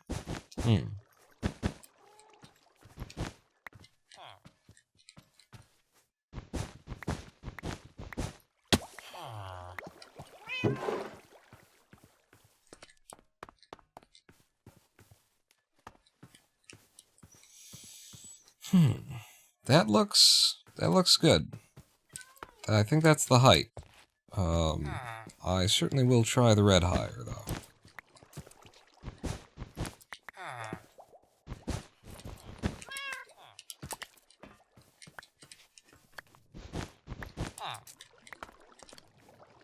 That's 7. There's 8. Somewhere around here. Okay, I got it.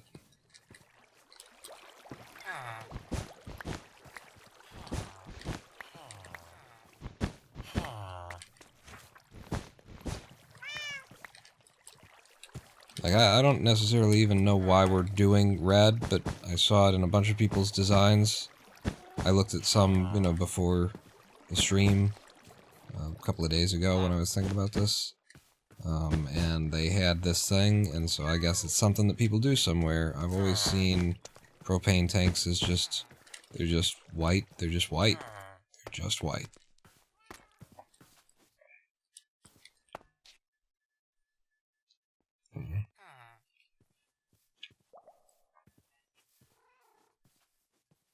It is the Ronin pawn color.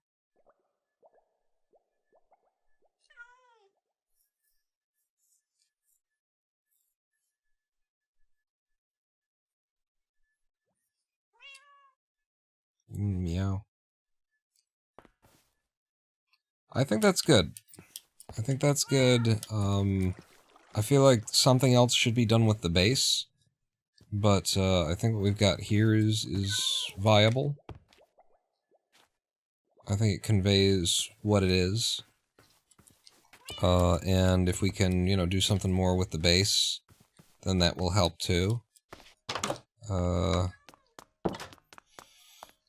What would be funny is if we could get the,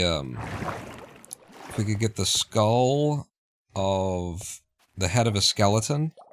That's a thing you can do, right? Like if what do you have to do for that? It's like a supercharged creeper, a creeper that's been hit with lightning. If it blows up a skeleton, then if it blows up something else and you get the head of that thing, is that how that works? But if we could get that, then we could do the thing that you were saying, Dramacian, put the skeleton's head in a item frame on the propane. And then have an absolute, like, warning sign. Right? Caution. Death is possible. So what am I looking at here, though? Small chance of getting ahead by killing a mob. Did they change that? I think it's a charged creeper is how you get heads. And maybe it's not guaranteed even when it's blown up with a charged creeper or not. I don't know.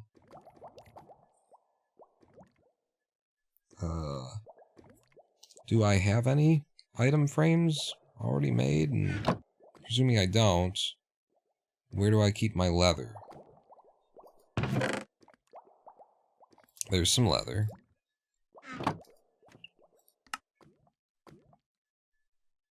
We could also hang paintings on the side of the thing.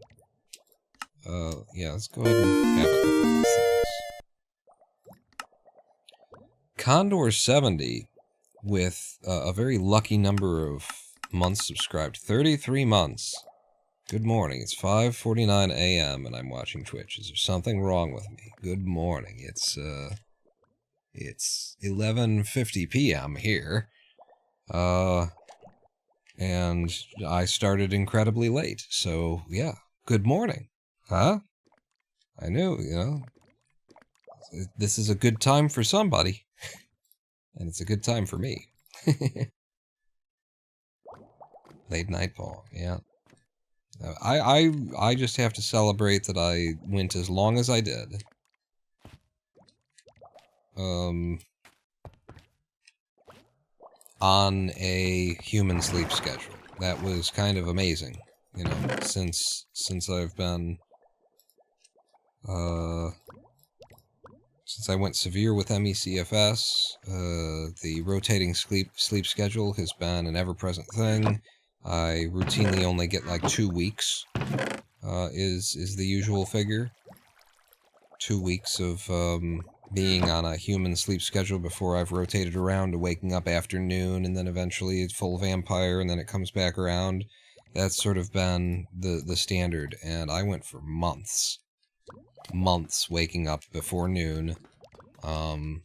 You know, some early morning times as well. That's obviously there, but I went for months, and that's incredible. Doing very good.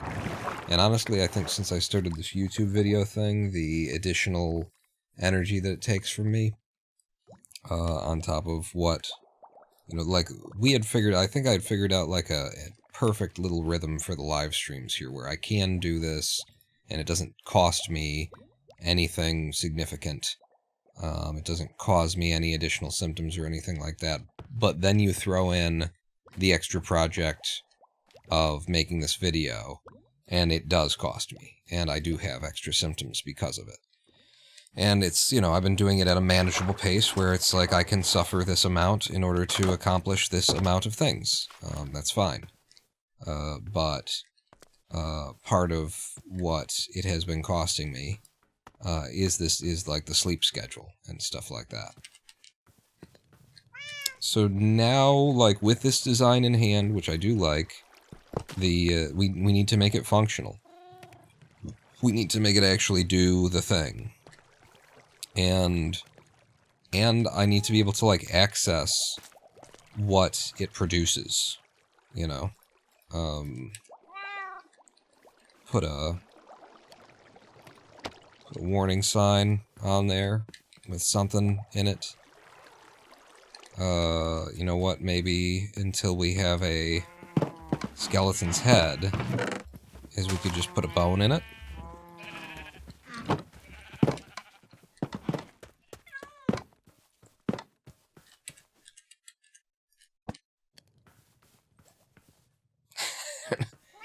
half of a skull and crossbones. Well, half of a crossbones even without the skull. I don't know if that's the thing. If you got any ideas for what we could put in there, you know, let me know, but that's fine for now. Birch sign with red colored writing. Okay, that does feel plausible. So birch, and then just hitting the sign with red dye changes the color of it, right? A fire charge, that's an idea. Do I have those? I do have a fire charge. I will give a look at that. I don't hate it. I don't hate that. Magma cream. I think that'll be less. I think the first idea, best idea.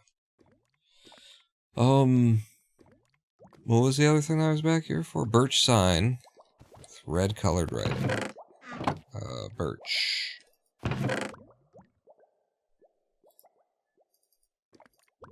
Oh, right, okay.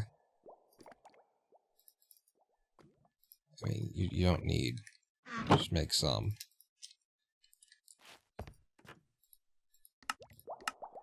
And signage. Am I crazy? Oh, there it is. Sign, give me one of those. Could actually do it on, like, both sides of the thing. That seems plausible. That's the wrong. That is the wrong. I'll put that one away. This, and actually with that in mind, that we would like duplicate it on both sides of the thing. Grab my other fire charge, and I can use my other item frame, which goes back up in there. Put a campfire in it. Yeah, that's what I was thinking from the beginning. I don't know if it's gonna fit, but I definitely like that idea. So now I need red dye. 2. For the sign color. Okay.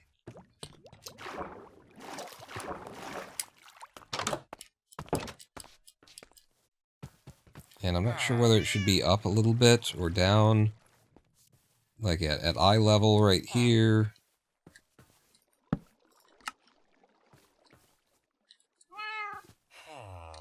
What do you think? I feel like maybe having it up a little bit is better. Let's try anyway. Let's see. So like... caution. Fuel contents are volatile. I don't know. Some shit like that. Doesn't necessarily matter to me what it says. Just as long as it conveys what it's supposed to be. And then if right next to that is a fire charge, it would say danger. Okay, not caution, it would say danger. Danger. I mean, that's your crazy Canadian stuff. Maybe I should do like a Spanish upside down exclamation point. Ooh. Ooh.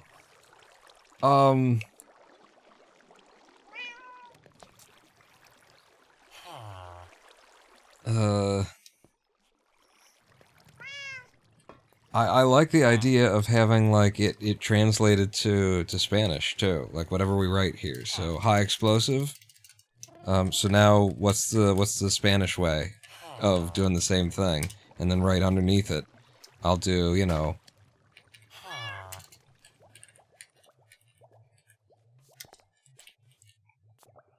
Like, if I do like that, and then this one would be the equivalent, but I need to know... That's an upside down, yeah, 168. I don't know what the ASCII is for... The ASCII is for an upside down exclamation point. It's gotta be right around here, right? Because here's all the Spanish stuff.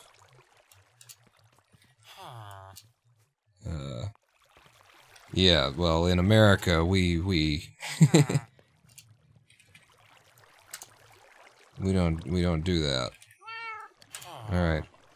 I was hoping somebody just drop it in chat and make my life easy, but we can find out. Peligro, okay. So, peligro signage.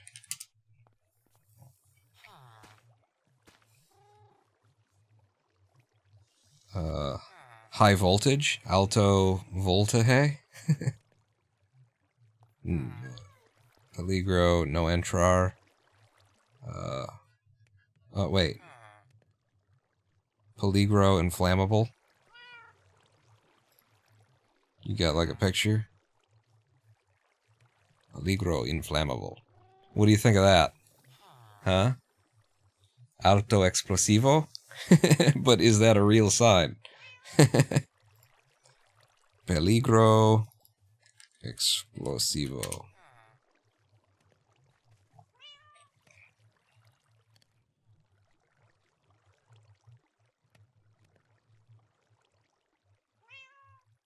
Materias explosivas.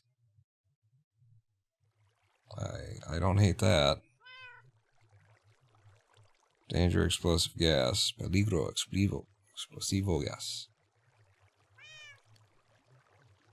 I like this. So danger explosive gas, and then peligro explosivo gas, and then upside down exclamation.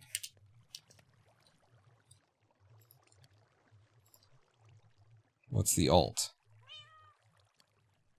It's alt 173. I was so close. I'm 168. I'm bouncing around 168. I never found it. So what is it we're going for? It's peligro explosivo gas. Señal de seguridad. Peligro explosivo gas. Good. So 173. There it is. Peligro. But this should be all caps, right? Maybe only one of them has the danger I exposed and the other one is peligro. So I would actually like the one that's facing me to be peligro. Peligro. You did it again. Explosivo. Was it explosivo? Gas. Oh, wow. In the shade? That looks great. That looks like it's fucking lit. I like it. That shit is lit, yo.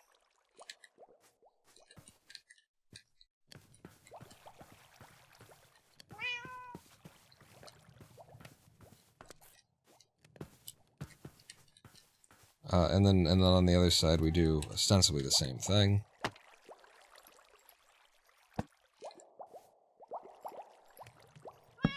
But in English. Danger.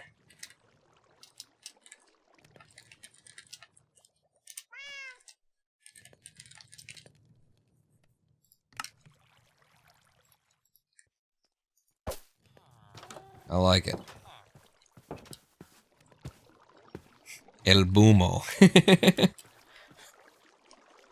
Yeah, that's good. That's good. We all worked together for that too.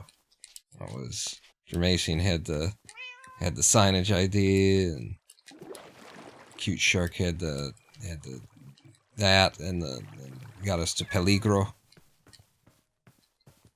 Yeah, I dig it. I don't know how the hell the thing's gonna get built in though. I'm not liking the iron grates. I think maybe this is gonna be a walls thing. Cool.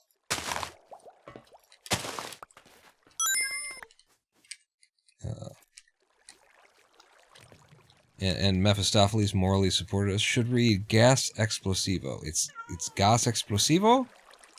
The internet says different, but okay. I'm happy to flip it around.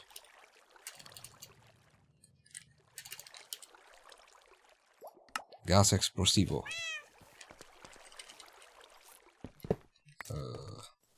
Me amo es Ramon.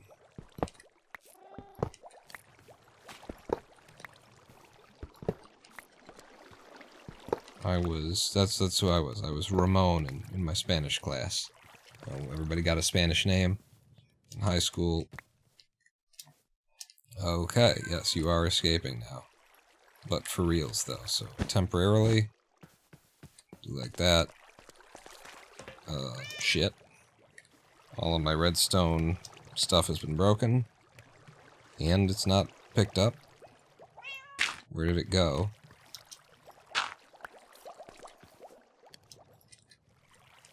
Have I got it now in my pockets somewhere? Where?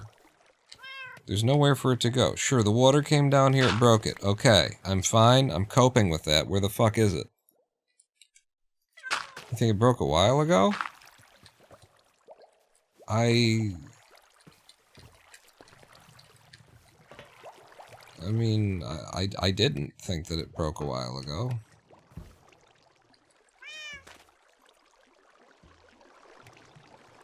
It broke a while ago. That's a lot of dried kelp that hasn't been getting processed. Okay. So we lost 2 comparators.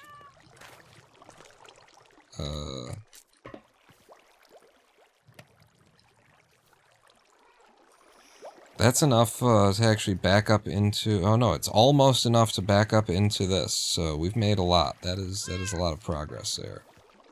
And meanwhile, we're overwhelming and we're filling this thing up, we're backing it up. So that's brilliant.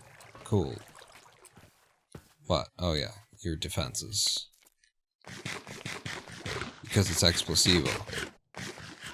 Just in case any creepers come around. El gato will scare them off.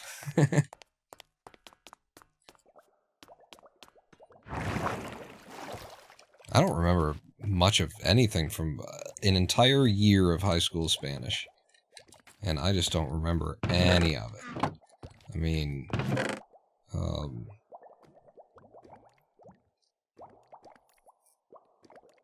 esta es la biblioteca. Esta es la biblioteca.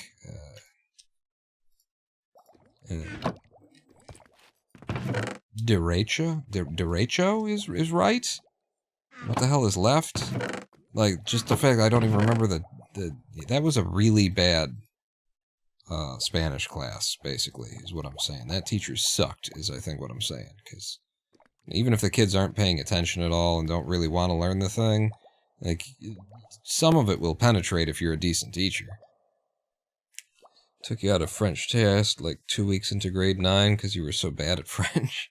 See, now, I took a little French at college, and I can order an omelet with ham and cheese and a glass of red wine and some beer. Like, I can do that, and I had less French at college than I did high school, or Spanish in high school.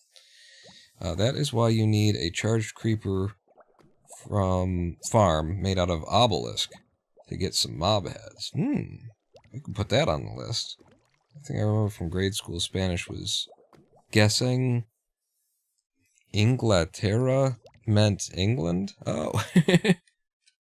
The land of Ingla. Inglaterra. Certainly tracks.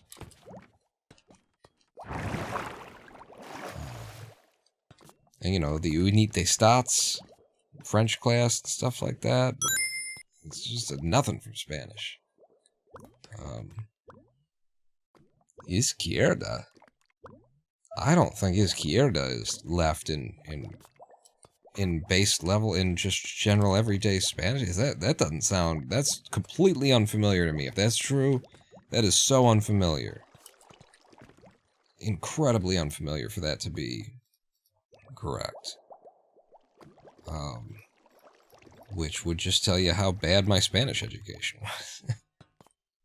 Izquierda.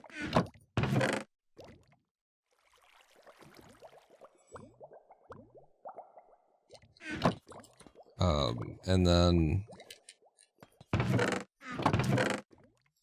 like, the bank is El Banco, right? Isn't it just like El Banco? I think the only reason I remember that is because I remember there being like a joke, like in some show, where it was the joke was that some kid, you know, in Spanish class never learned any Spanish because the day that he found out that the bank was El Banco, he couldn't stop laughing.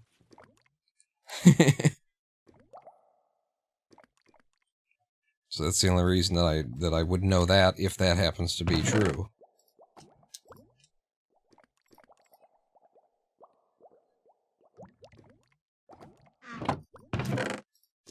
Just putting some stuff away now. I think maybe, you know, we've been here it's almost been another 2 hours. Maybe it's time for another live stream break. Cause this is gonna be a thing, people. Like, and then we can light it up from underneath and stuff. It's gonna look really cool, but actually making it function, there are decisions to be made that I'm just having really hard time actually making any of them. Yeah. That's what I'm thinking too, Cat. If I only raise the mechanism up by 1, it's a problem. What if I just, like, let the redstone be seen on the ground and it just ends up looking like, you know, complications for it to actually work? So it's here, flat on the surface, and then we fence the area in. And protect it from water and stuff like that so it doesn't get broken again by, you know, It's a fenced in. The area is made safe with fencing. But then otherwise, like, I would like it if the furnace were at visible level right there. But I guess something else to consider is if the furnace is at visible level, then the kelp is never at visible level. You can't access the kelp without, like, breaking in.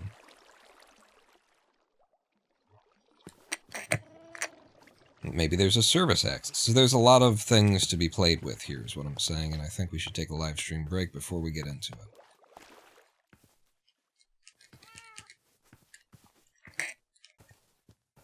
The only thing you know in French is, can you go to the toilet, because I thought that was funny.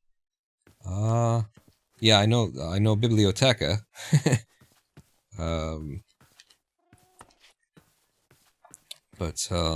In Spanish, but do I know how to say toilet can I go to the toilet in France? In France? In French? France man talk? No, I don't think I do know. In French.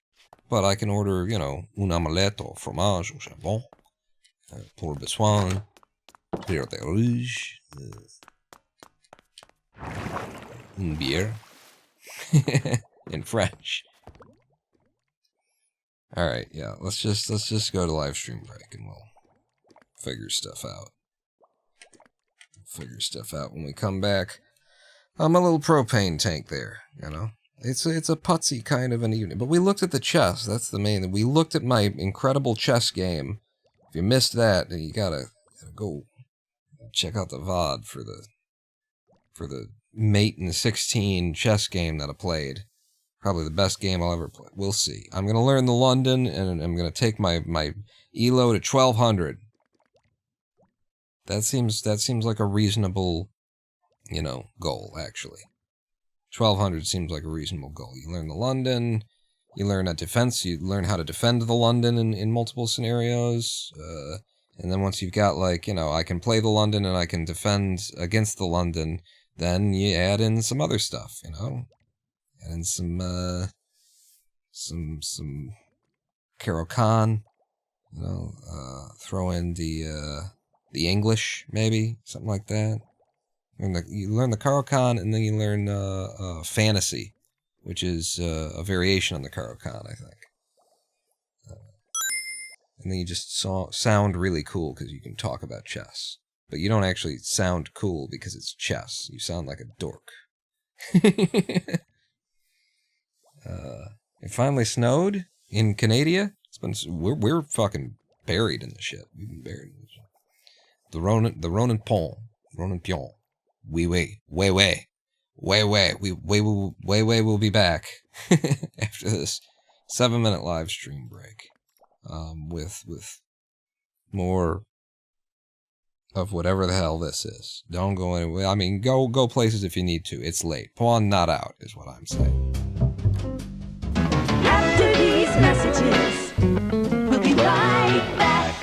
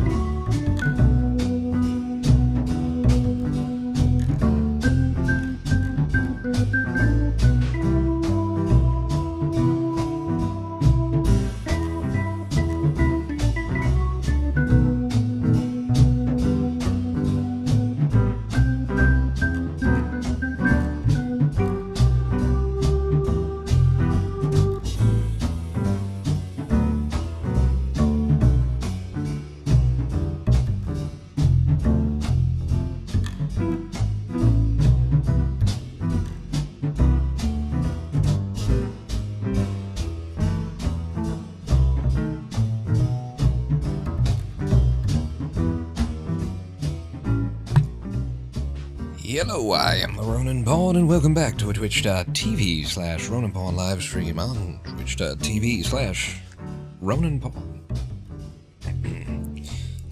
Bit of a longer live stream break than usual, I think.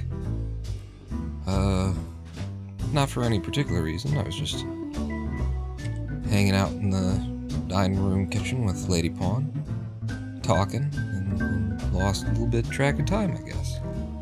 Deal with it, bitches. Alright, you shut up, and then you go there, and then I go there, and then we drop this, and we're back in to the mines and the crafts. And, what we're working on is a propane tank for out front, which is a purely aesthetic design that has no need or function, and yet we're taking a ridiculous amount of time tinkering on it and playing with it and deciding how we want it to look.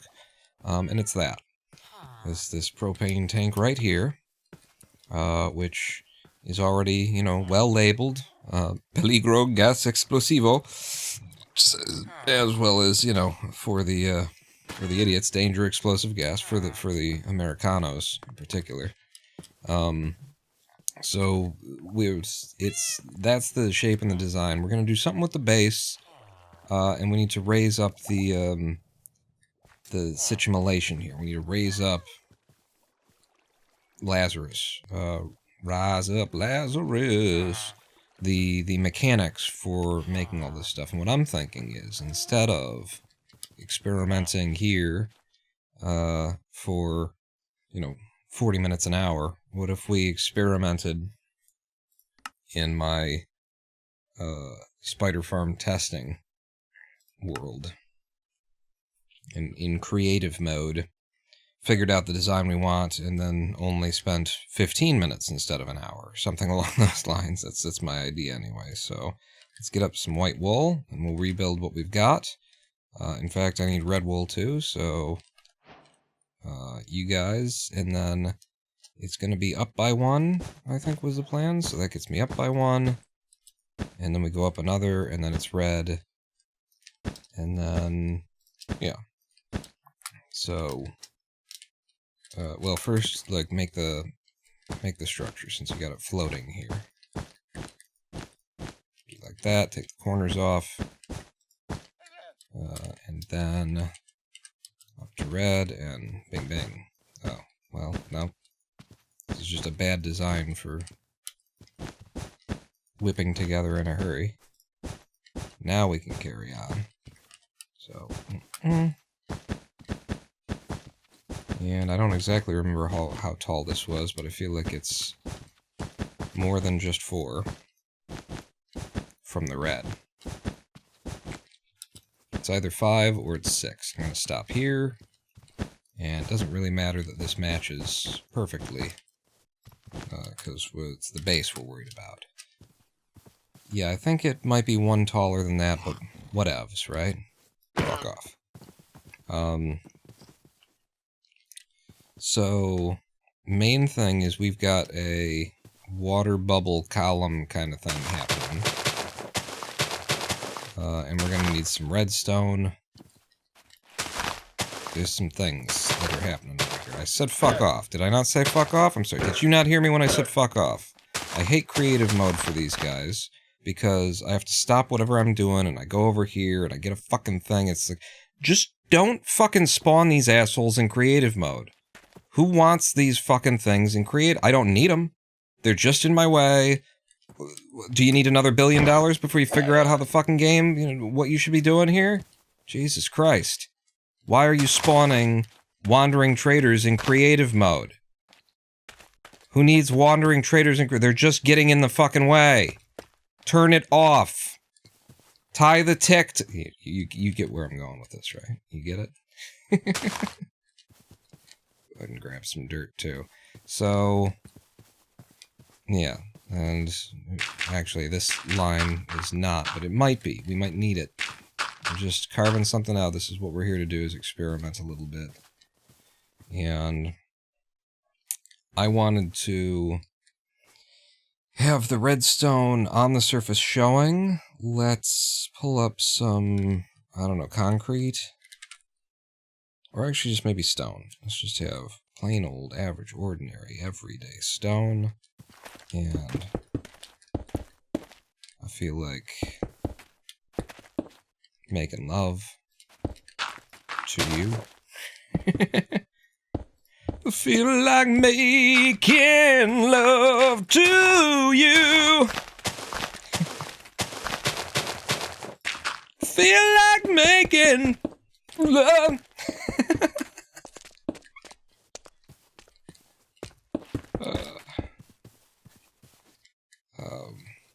So we need, yep, you, I guess. So it's coming up. There's also a crafter involved. Where do we keep crafters here? Right there. Put it on the 7. Creative mode and super flat worlds predate the traders. And they add the fucking traders to this. This is fucking just, no one wants it. No one fucking, if I'm in creative mode, I don't need a fucking, So just don't. Just don't. What if you just didn't? Dummy. You don't. I probably shouldn't have filled this in, but you want, because you want us to, So it's a 4x4 space in which the main, like, everything's going on. There's a column of water coming up on one of these squares. Let's say it's this one. And just for the sake of keeping track of that, there, water's here. In fact, can I... Yeah, don't worry about it. Just water's going to be there in theory. And if the mechanics for the crafter, if the redstone that we can see is lying on the ground, which may or may not, work as an idea, we shall have to see. Why don't I have crafters on the hotbar?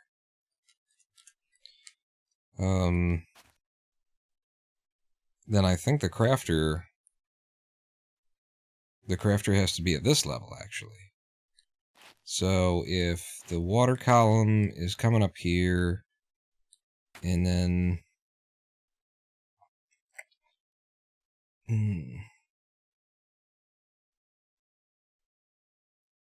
Where does the crafter end up? If you're there, then I think it'll be like here. Let's just drop it somewhere, because who knows. But yeah, I think that's except for...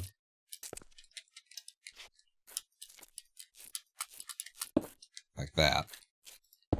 You're at that level, and then that's going to push into a hopper and everything else. I just want to look at how the redstone goes together. So we draw the signal out. In fact, maybe I draw the signal out in that direction, and then from this direction we pull a signal from a hopper, which will probably look better than the other solutions that I was talking about earlier, since we want this to look like, mechanism and stuff like that, so... Yeah, so that gives you a signal, and then this needs to...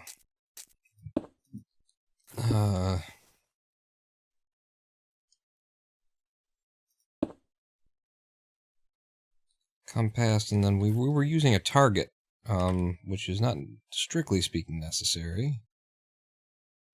But it is a way to do it that's...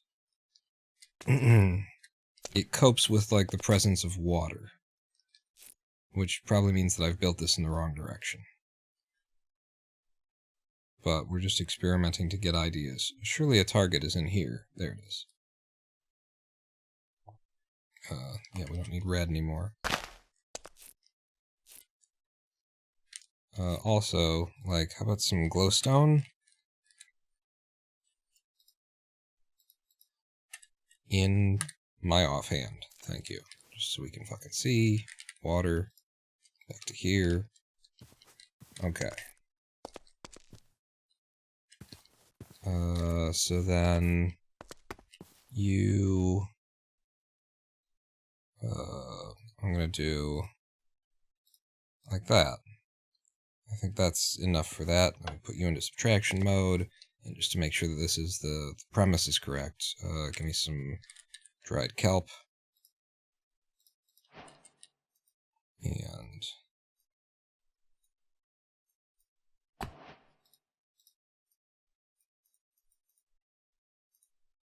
yeah. Okay, so that's producing the stuff. Issue being...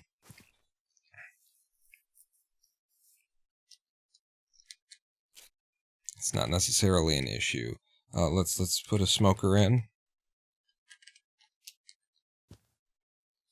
Which would be... there.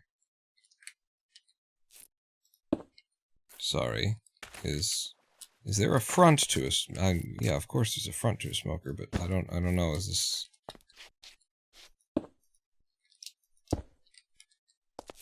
is that where the smoke comes out? Is something... just a little bit uncertain here. Go ahead and get this shit out of my way. Imagine how long this would have taken if we were doing it in survival mode. Considering I'm in creative, I can do whatever I want, and we're still... we're looking at what we're looking at. So... okay, actually the smoker goes here.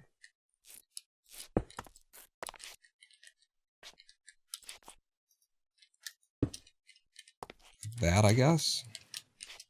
Let me the fuck out. You piece of shit, Billion. I hate creative mode. Creative mode is the worst fucking... I can't believe all of the asinine dipshit choices that they've made. Including to have, like, how long it takes to break something be that.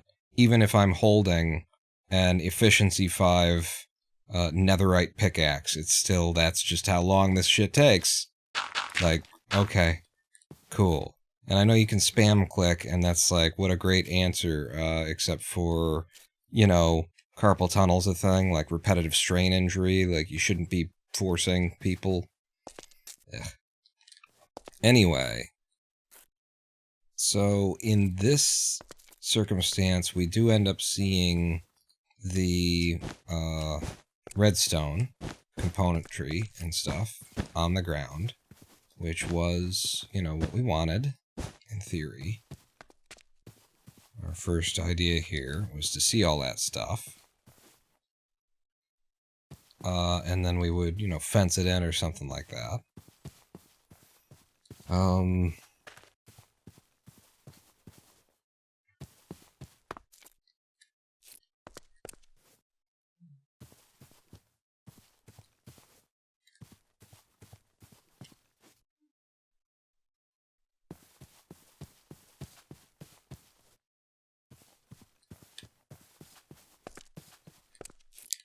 But the issue that arises here is that we now have no access to our fuel. The fuel that's being produced is just kind of in there. There's no convenient access to the fuel anyway. It's like back here is where the fuel would end up backing up to. Also in the, you know, smoker is where... in another, with the thing and the stuff and places, you know. Which makes me think, let's rip all this out and take it down by one. Isn't there a chest in there? A trapdoor? We could do a trapdoor. It kind of ruins the propane tank aesthetic, though, doesn't it? So, what if we sunk it? Yeah, this is where we're experimenting, so this is what we should be doing.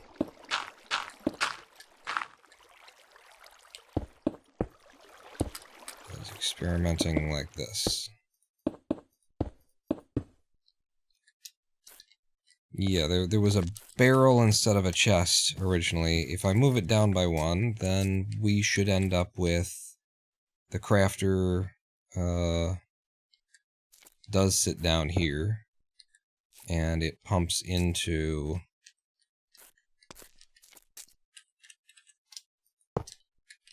the smoker, which balls with like the direction of it. Just put it in there.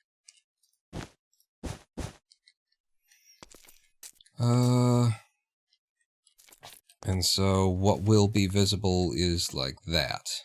And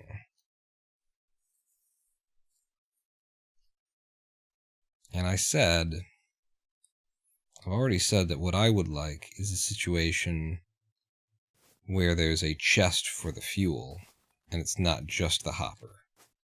Which would mean complicating the system pretty significantly. We'd have to, like, take the crafter out in a different direction. Sis. You sank my propane tank, not fair, battle propane tank, a Milton Bradley game. What?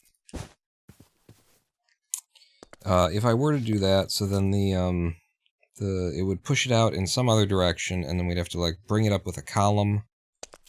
We could push it out over here, I think. Push it out over here, bring it up with a column, and then drop it off. I'm not hating that. Let's look at this a little bit. So this would be a dropper. And the dropper chain would carry us up. But again, we need to be able to access this stuff. So if you want to be able to access it, you want, let's say, a barrel. So I like the idea of using barrels here. You want the barrel to be, you know, at this level, more or less. You'd have like a barrel there, and then if the barrel's there, then your smoker's there. You pump out of the barrel into there. You have to still drop what comes in from there, which would mean something like this.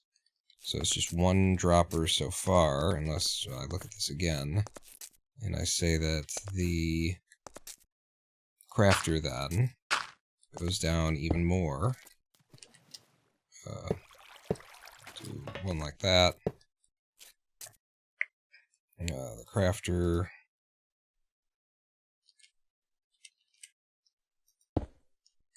is like so.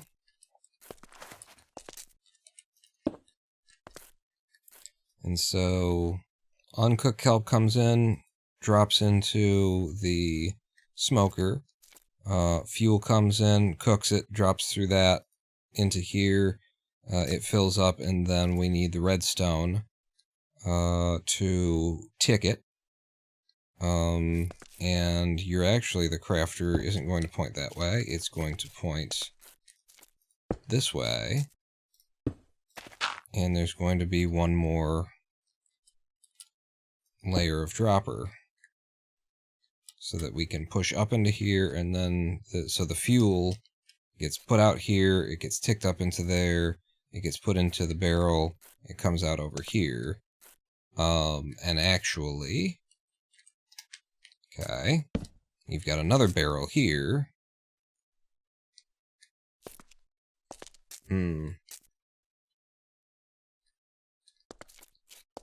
That's where the water comes up, so you can't.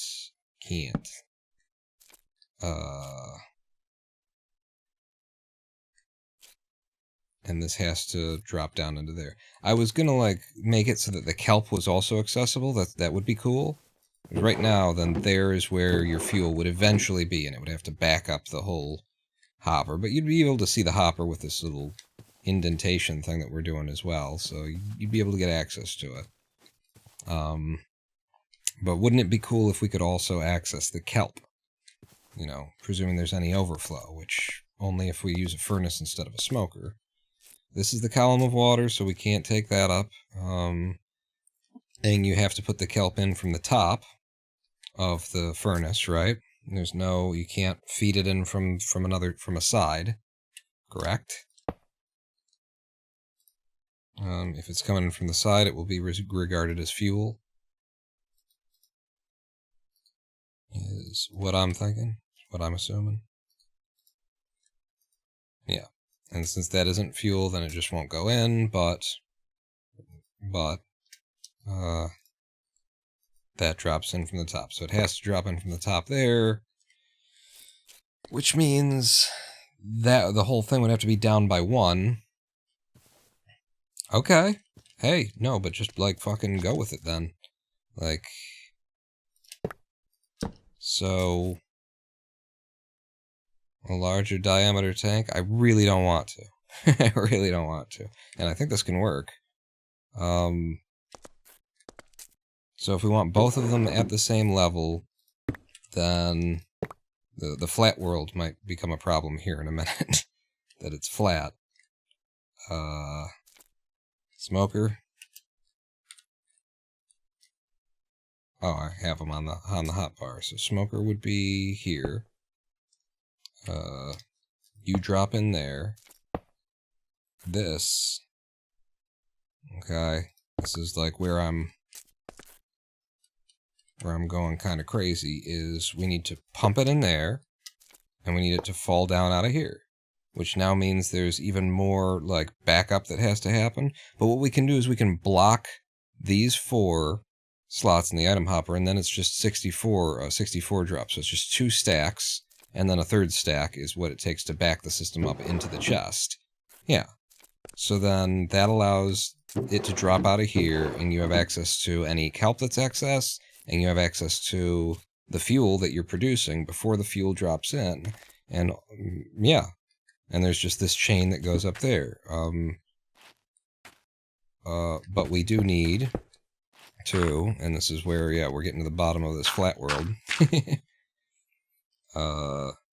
We need our crafter. And it needs to not pump that direction, but this direction. Nope. This direction. Thank you. And then the droppers, go like this. Minecraft water. The mechanics are just so good. Like that, make sure that it's in correctly, and so it pumps it up, and then into there. And so it's like we're going well out of our way, adding in components that are excessive, but it allows me to have access to everything at the level that I want to have access to it. So then here is where your redstone working has to happen, and now we've got this 3-column of droppers that we have to tick. Yeah. So there are two redstone things that need to happen in this space, and we're fully underground now, so we can just use all of this space without worrying about it, because it's nothing that anybody's going to see. So we would have to take the signal out of U, and then we need to control the strength of the signal.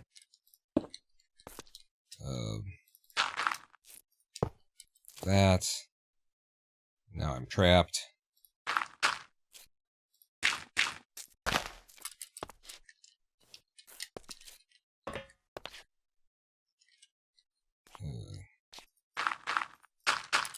Wow, I feel like I just sounded exactly like a zombie.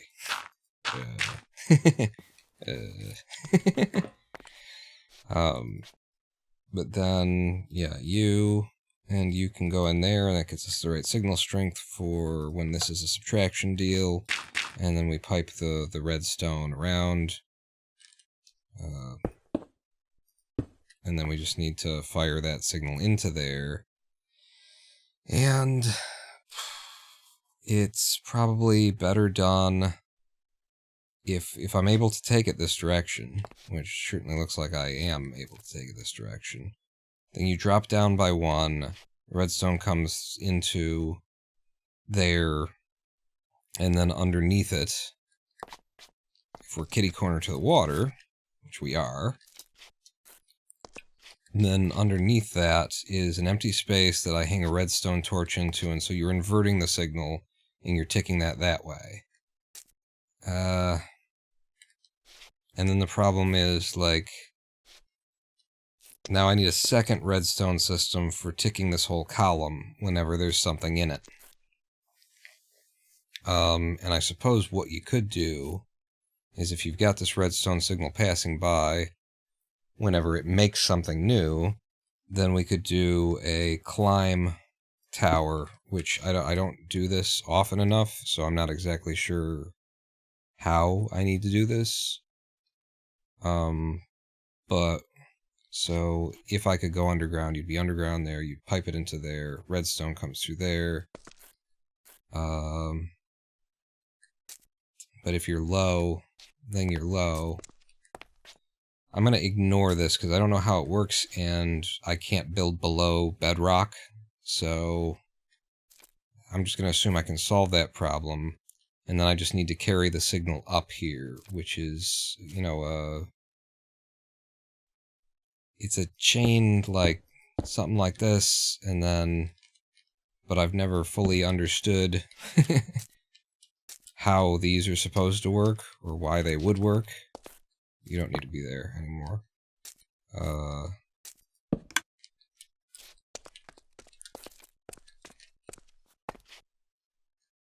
And so as long as the one that's under there is being ticked, and I'm not sure that it is, let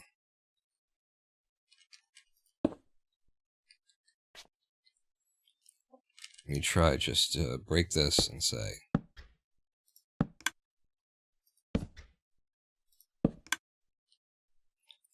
that's not actually causing that to do a thing, which suggests to me then, is that the water? No, the water's not there. That I just need to... I need to put one here. And then one here. Do I even need a redstone in between?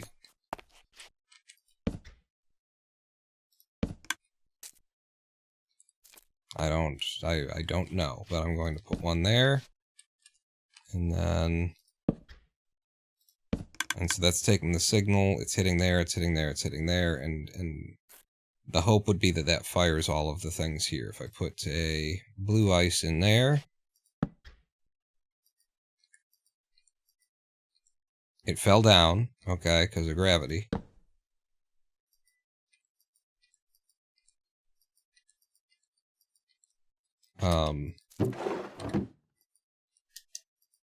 There it is. It did bring it all the way up. It took me a minute to find it. But so with a single pulse from here, pulse. So right now it's at the very bottom because it fell down. When we tick it once, it goes up, up, up, into the chest, down, down, and we find it here. Okay. That works, and that's just a matter of getting the signal from here across to there, and I think we can figure that out. And so this allows us to have both the kelp and the fuel accessible at the bottom of our unit here, with 3 droppers. 1, 2, 3, 4, 2, 3, 4, 5. 5 hoppers, 3 droppers are the main thing. Wait. 6 hoppers, 3 droppers are the main sort of expense. And then what does the bottom of it look like? Fuck off. Why you gotta ask me? Huh? That's enough to go back to our main C and work it out in reality. So I'll need 6 hoppers and 3 droppers. I might have a dropper spare. I don't think I do, but I'm gonna go over here and look.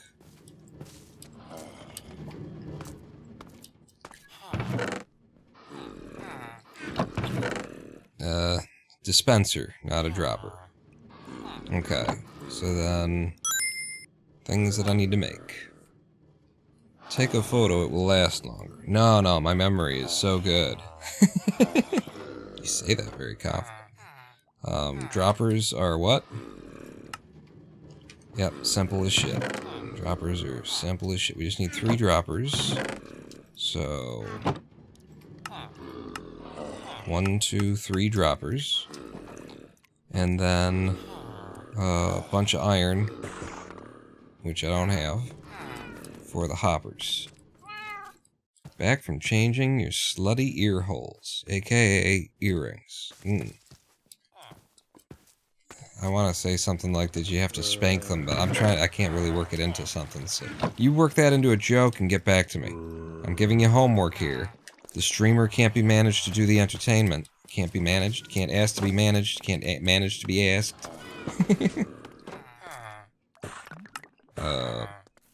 What do I have here for chests? So we need 6. Hoppers. Right, we're also going to need 2 comparators. I didn't leave any quartz over here. CEO of the Ronin Poem Company. Why would you do any work, right? I think that's why, like, how people who have been raised with a silver spoon in their mouth kind of thing, when they think about, like, the work that you have to do, like, this is where you get phrases like, you gotta spend money to make money. Because as someone who has run their own small business for 10, 12 years kind of a thing, no, like, eventually, yes, once you're successful and you're making money, then you spend money so that you get your time back, so that you can be doing other things that make money, sure. In the beginning, you spend years doing more work because you don't have money to spend on paying other people to do work that you could do, but your time is, like, less valuable than what you... So you end up, like, doing all of the fucking work. You don't spend money to make money. You work your fucking ass off to make money, and then once you've got money, you can spend some of it to reduce the amount that you work so that you can work some other way. You gotta spend time to make money. Yeah, there you go. That's how it starts, anyway. And I'm just waiting for it to kick into any other phase. But no, I think that that's, like, the idea of the spend money to make money, like, mentality.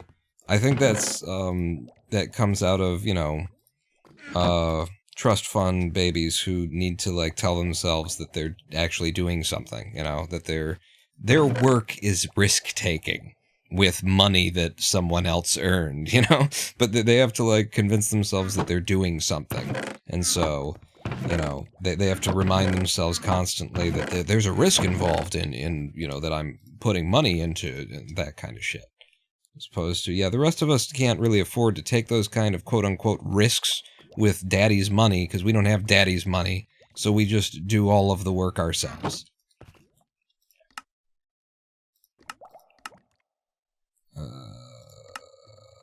Why do you refuse me? Thank you.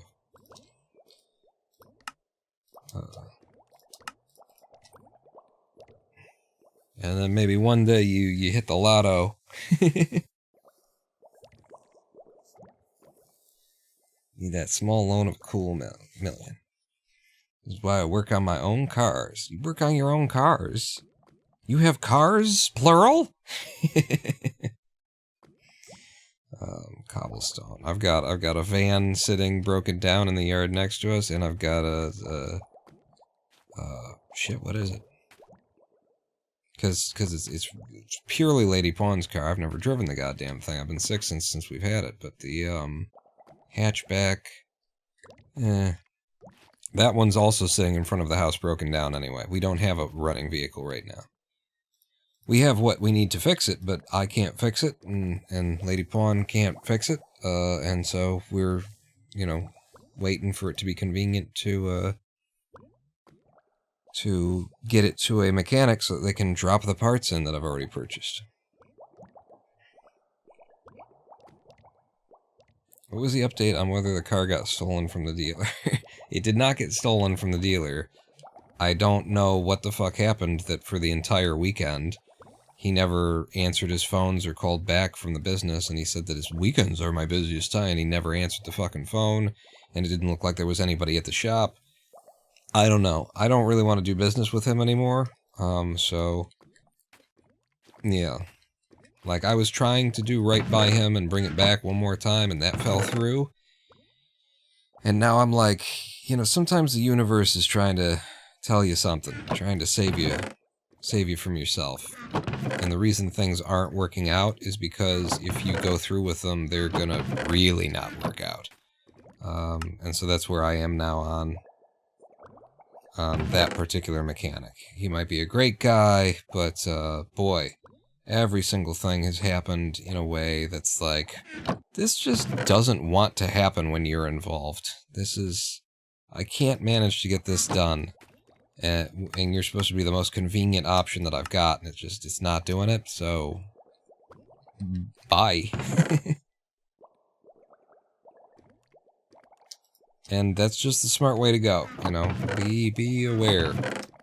You know, be aware if things aren't happening and they're just not happening and not happening, you really have to force them in order to make them happen. Step back and ask yourself, should I force this? What is going on here? Is it normal or reasonable or right that this is taking this much fucking work? Ask yourself these questions. I'm pretty sure I'll need at least 4 torches, the redstone, the hopper, the doodle-a-doo, and the deedle-dee. Oh, I need another dropper. Because the dropper needs to be a crafter. So, more cobblestone, 1 more dropper, crafting table, into a crafter. No, you've got some of this stuff, Pawn. Is already under there. Not all of it. You don't have to rebuild all of it. Oh, well, now I have. So, there you go. What can I put away? The stone and, well, you might use the stone. Nothing. You can't put nothing away. Can I sleep? Nope.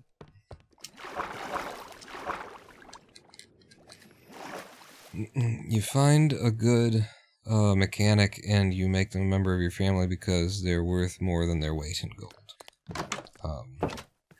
And you know, we've probably got a good one that my dad was doing business with. It's mainly Lady Pawn. Kind of wanted to just break from the things that were, you know, associated with, you know, my dad found these people, or, you know, that kind of stuff. And find our own folks. But there's another mechanic that's very nearby that probably is just the best thing we could do is that. Is just reconnect with this guy.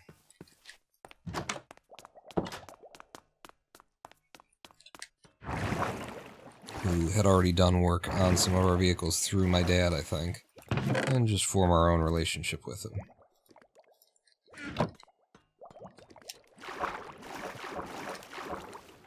Modern cars have electrical modules and wiring. Have money electrical modules and wiring than cars 30 years ago. They have, yeah, all that. They have a bunch of nonsense, is I think what you meant to say. They have a bunch of, bunch of goddamn bullshit.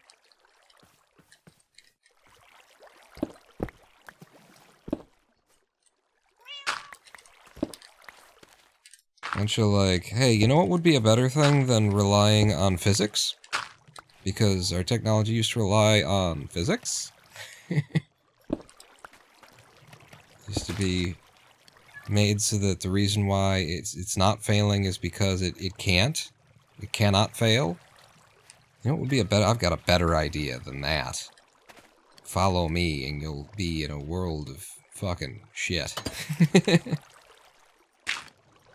World of motherfucking bullshit. What you'll find will fucking suck.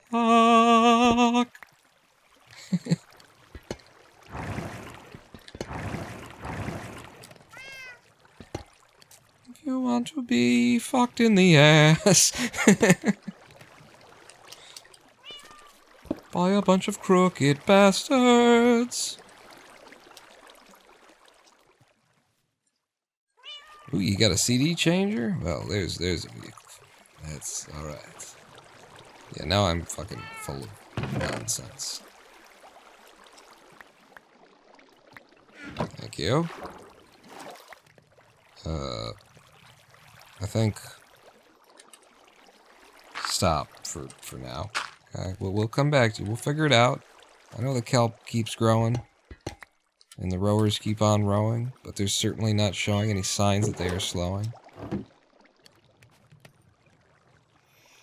Give me that. You know, we gotta break this down first. That's in the place that we want it, so I can leave that, which means this is in the place that we want it. Which means this is in the place that we want it. And this is in the place that we want it, and this needs to just... None of it's in the place that we want it. We want this on the left side, apparently, on this. So that we need this to be kitty corner to that, so we're not fighting the water column while we build all the redstone stuff. So everything's got to move. Do I have another barrel on me? Because there was another barrel involved in this at some point. If I were to empty my inventory, would a barrel just pop into my... by walking around? No? No, there wasn't a second barrel involved in this at any point along. That's right. Give me another barrel. Of laughs.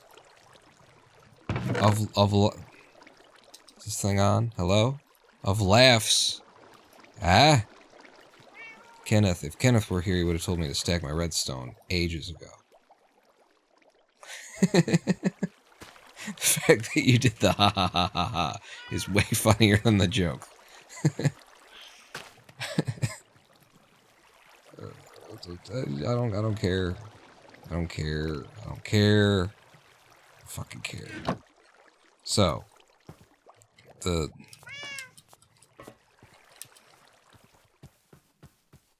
I'm gonna put them at different angles so that it's like extra double clear. Great shot, kid. That was 1 in a million. One's different than the other.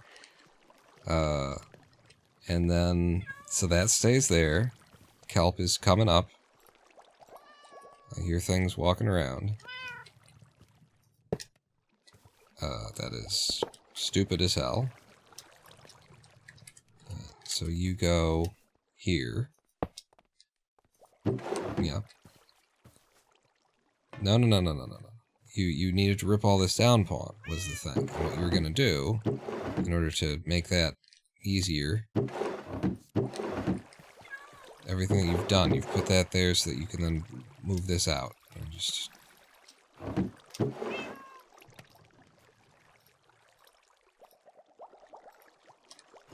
Oh shit, you're falling... You're falling... You're falling. It's... I'm just gonna break you. Yeah, we got problems. I just gotta, you know, destruction comes before creation. These two things being right next to each other are correct, but we need to switch which thing is in which place. Which means furnace go here. Dropper go somewhere else. The cooked stuff will be... And then it falls through and it ends up in the crafter, so if I can put the crafter back down... And the crafter's going to pump... Another fucking water push. Cool, thanks. No. The crafter's gonna fucking... through mama. Nope. Nope! Holy balls and shit. Can't see anything, and now the water fucking mechanics are making me dance. Cool. Thank you, Minecraft, for this experience. $1 billion game. $1 billion game. Who's in control of my movement? Not me! Not me!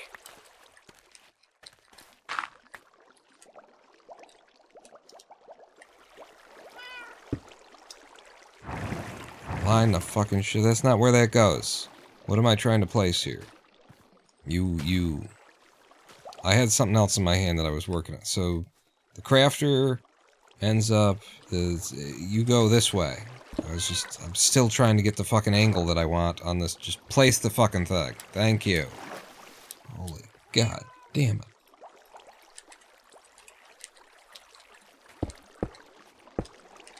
So that's the column that brings the dropper and the things, and it goes up. And then this goes here. Goes in there. And that is where the dried kelp blocks are stored. And then they get piped into here. You have the wrong thing coming through. There, that's fine. That is as I planned and anticipated and always wanted, really, when you get down to it.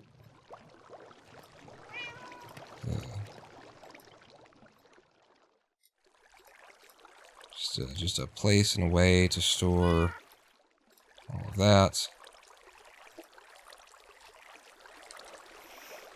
Because that is where that will be eventually. And then you go here. We now have the physical... What breaks you? Nothing? Cool.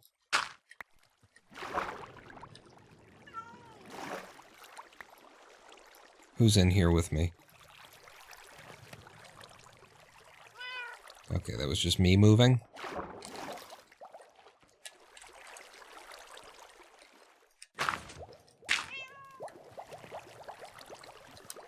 Okay. Maybe. There's a bunch of shit there.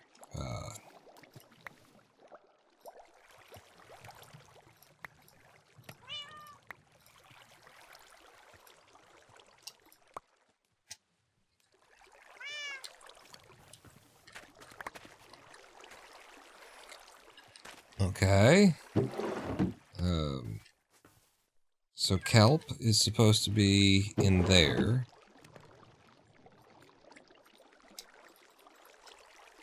Yeah. So I can put kelp in here.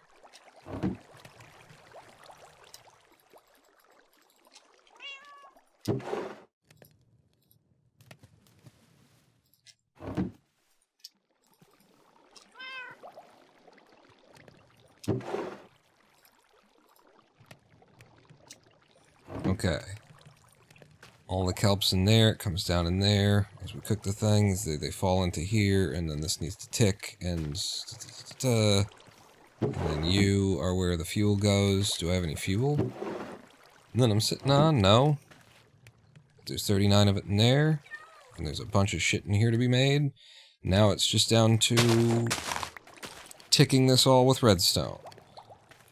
So, and we were going to do that with a redstone ladder.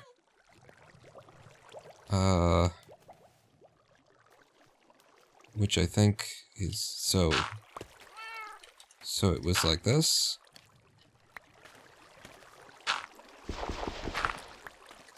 And redstone torch there.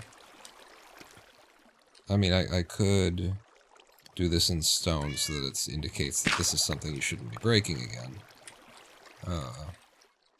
So, redstone torch there. I'd like to fill this. Redstone torch here. Alternates. Redstone torch here. Alternates? It might be the other way round. But I'm not sure. Let's do the... Steel birthing zombie baby helpers? Zombie baby helpers. I don't have room for words like that right now.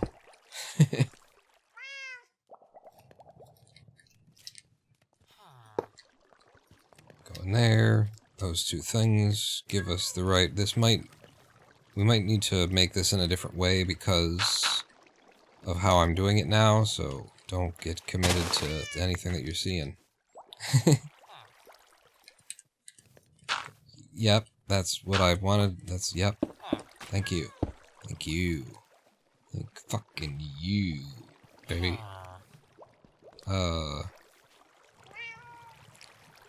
So my idea was to do this way.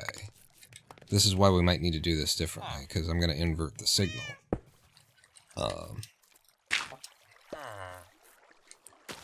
And to invert the signal, yeah, I'm just going to break this and deal with it that way. That's going to be way easier. So invert the signal. 1, let's make it stone. We put under there.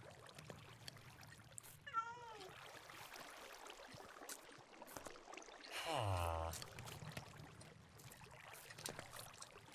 think I might need another redstone torch over here, which means I'm breaking one of them. But I think I might need that one. And then you put this here, and that like that, and then that might do all of the things. And then the comparator goes back in, we switch it into subtraction mode, and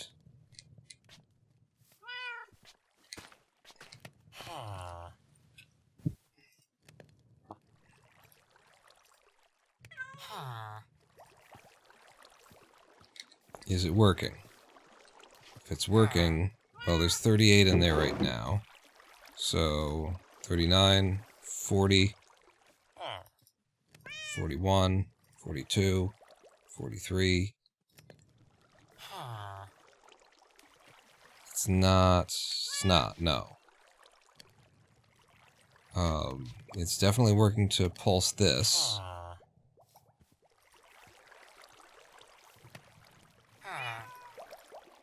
But I'm not seeing my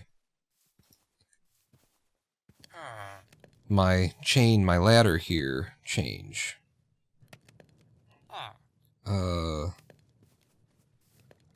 Which would be, this ladder needs to come back by 1. I'm not sure if it'll still work, but it needs to come back by 1. Clock topper? No. No, it's just that this signal is being pumped out here, and what I need to do is take that signal up like this, and it needs to go from there to there to there to there, and I was trying to take it from there to there to there to there. So it just needs to come one toward me, I think. I just don't know if that's still gonna, like, pulse it the way that we need it to, but that's where I need to test. So you go there. Yep, see? Now it's inverting that signal. And then here.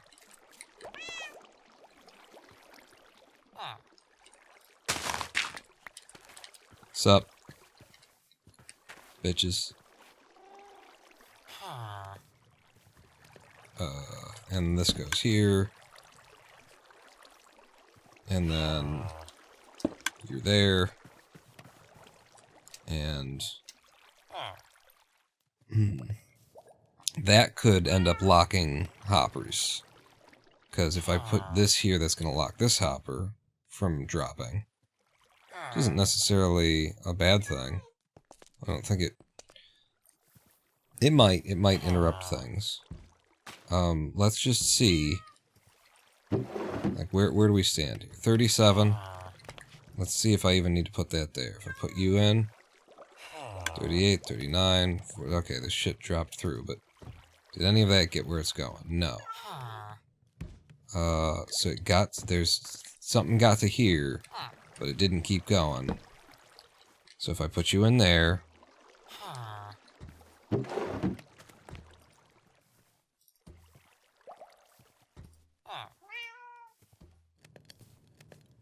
Now we're increasing it. Now it's going all the way. But when this is on, or this block is charged, like I'm feeling like we're gonna be locking hoppers here.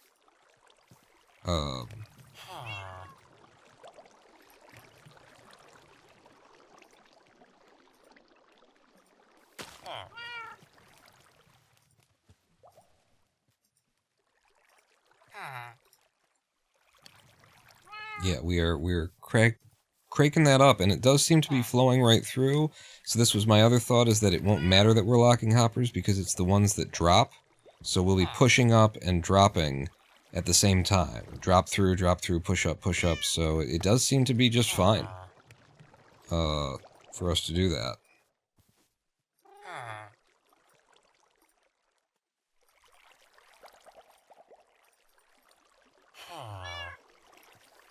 So let me just clear all this out. But I think we've made a system that works. And that achieves everything that we wanted it to achieve. Which would be that there's kelp in here. Feeding in. We can access the kelp. Yeah. We are losing kelp right now, though. Because I haven't been collecting it yet. We need to, pipe that back up and all that. The kelp that I just collected went... There it is. Yep. Okay, keep going with this, though. Let's...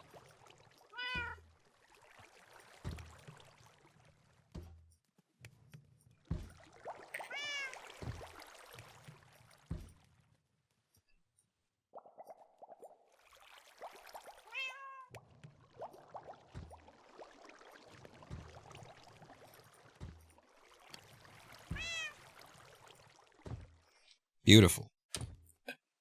And we've backed up into this hopper. And so now, let's put some shit in this hopper that has no chance of ever finding its way into that hopper. And we can block our hoppers on their,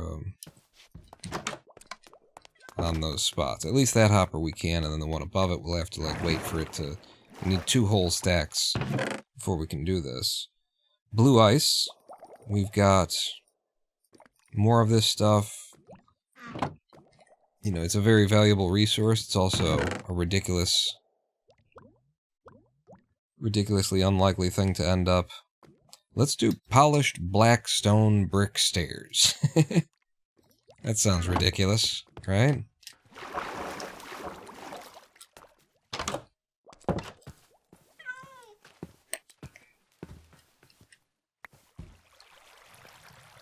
Well, actually, it would only work for one of them. It would only ever work for one of them, then you needed different 4 ridiculous things.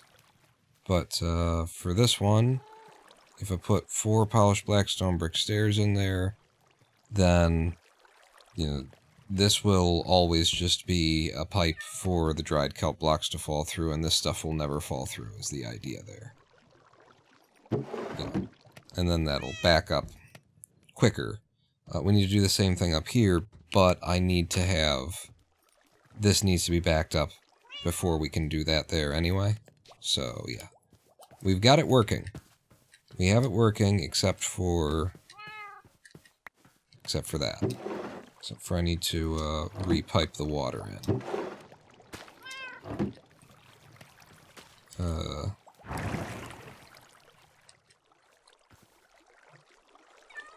Which means...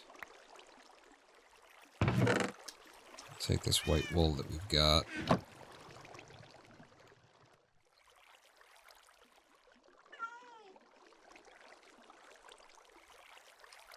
Give me my money back. I want my money back, you bitch. It's a waste of the wool, but it's fine. It's what this is for. So you need to... Do I have one more hopper? You have many more hoppers, because you made shit, like... You didn't remember that you don't need all that shit. You know what I really like right now is that I'm not going up the same amount each time. That's one of my favorites. There we go. So then the water needs to go up to there. I need to be able to block that off. Let's get yet more white wool.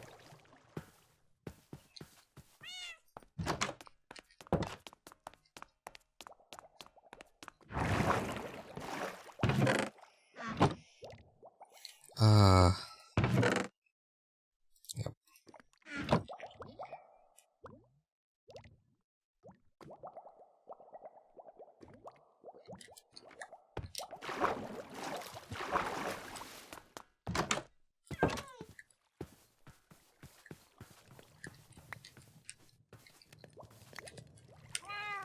White wool goes here.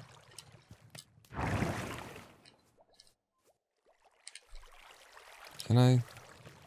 I'm not gonna... Well, maybe if you do this, maybe you can get a jump that will allow you to... Alright, well, that's another way to go. Fine.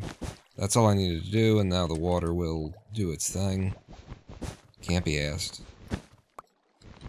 Just can't be asked. Really? Put it all the way down there, and now I'm stuck here too, huh? Not stuck here because I've got water. It's not where I needed to place it, but I did place it. Okay, no, that's a hopper space. It's fine. Alright, so now the water just needs to come all the way back up there. But we also need to figure out how we're going to seal this in on this side. And...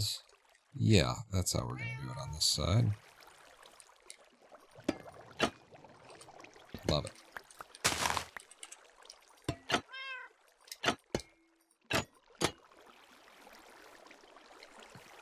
And that should do that.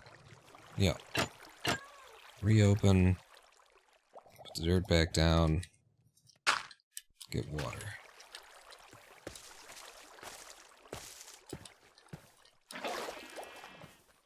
Guess we've got kelp right here, but then I have to... I think I'll just place the water block by block. Slow and consistent. By the time I make a new block in order to put the kelp down, bring it back up, break that kelp, put it in, get another one. It's just be constant in your efforts, and you'll get there. Is the other way of going about that. When I do graphic design, I very rarely use the select tool. The you know, a tool that selects an open area kind of thing. I rarely use that for doing any sort of Photoshop cutting work. I just go immediately to outlining it by hand. Just cutting it out with splines and lines and that kind of a thing. Because it has been my experience in many years of doing it that it is you're just wasting your goddamn time. Is that enough? Did I get it all the way up there? Yeah. That you're probably never going to get a good, clean, perfect selection out of the select tool. Like, you can, but it's just unlikely. Well, now I know for sure whether I do or not. I did, yep. Really want to come up here to find out, but I have.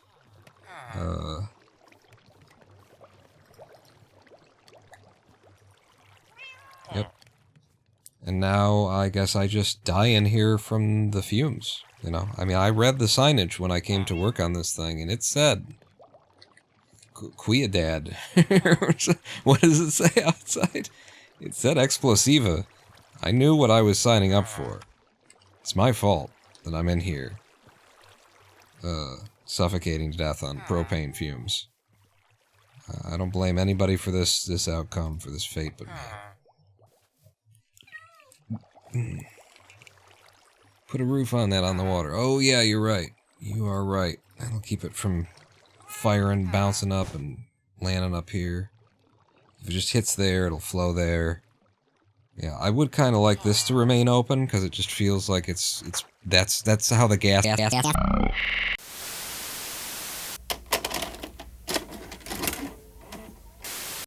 And then I'll start recording again. Okay. We're back. Yeah, so...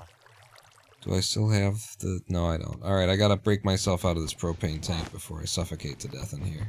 From the fumes. So, there we go. And there we go. And now it's working. Full. Goddamn Twitch with it won't. It won't actually... It moves the chat, and sometimes it only moves it halfway up. I guess maybe it's because I'm, you know, zoomed a little on the chat. I'm zoomed on everything in my browser. I don't sit right against the screens, so... alright, so we can now backfill.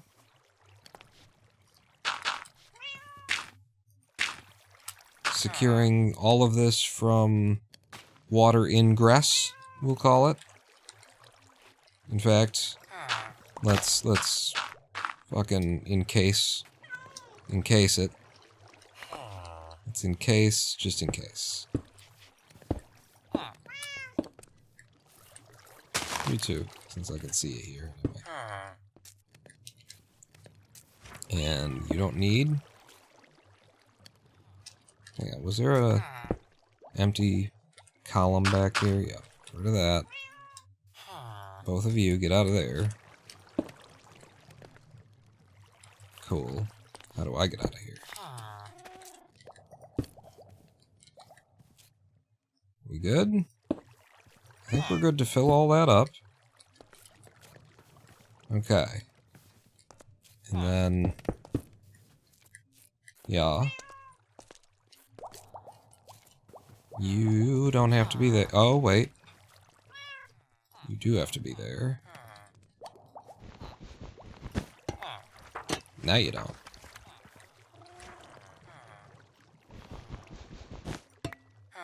That's... Oh, good. It actually went the right way. There we go. There we go. Alright. Propane tower is fucking working, and I love the way it looks on the interior, too. I love all that shit that's going on in there. Cool.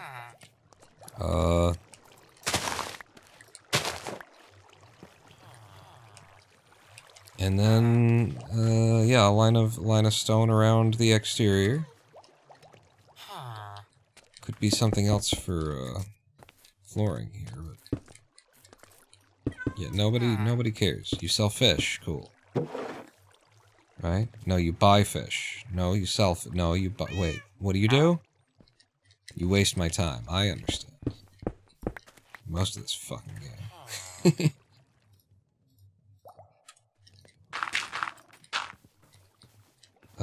So, all the way around on the exterior, on every side. All around the mulberry bush. The... What is it that chases the weasel? Hmm?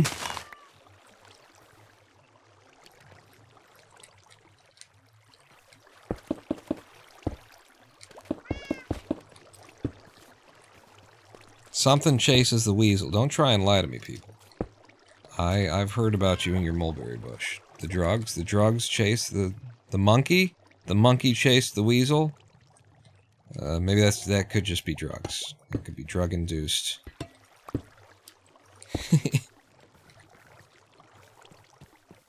All around the mulberry bush, the monkey chased the weasel. Holy shit, what are we teaching our kids? Pop goes my brain cells.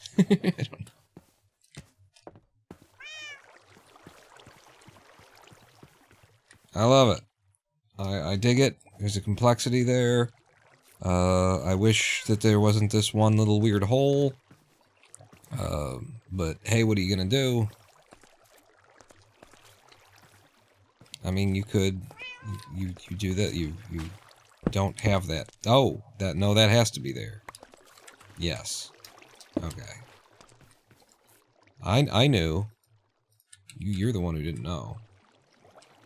Me? I'm a guy who knew. It's fine, cause we're gonna do something to seal it up. We need...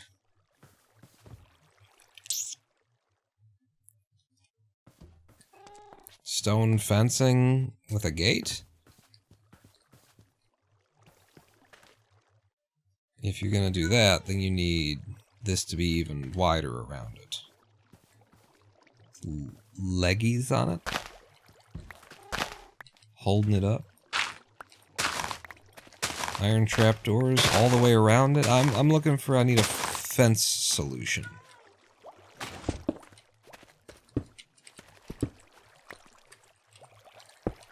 You know what? I don't hate that these two things are part of each other, because they are. So this is like the courtyard for the propane tank. Know how propane tanks have a courtyard? No, it's all one energy unit.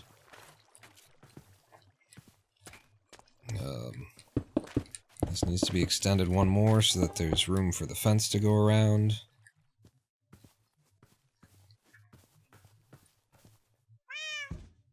I might stop here, though, and then have the fence, and then you can only access it from this side, and yeah. Yeah. What if it was glass? What if it was, glass door set up?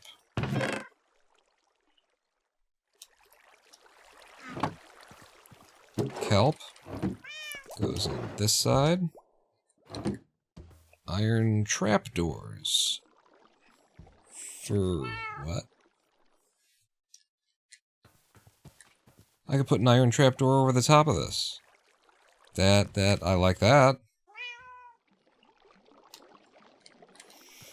Yeah, that'll blend. Oh yeah, you blend. What's that? What's that quote from? Huh? What's that quote from? Oh yeah, you blend. Hmm? You have 12 seconds.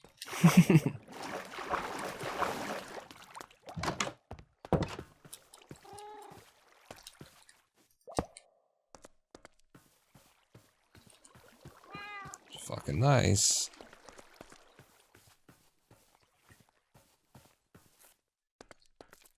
It's coming together. Terminator? Oh yeah, you blend. It is from, that's time is up. It is from My Cousin Vinny. And of course I'm saying it with, my male voice. But it is, shit, what's her name? It's his girlfriend.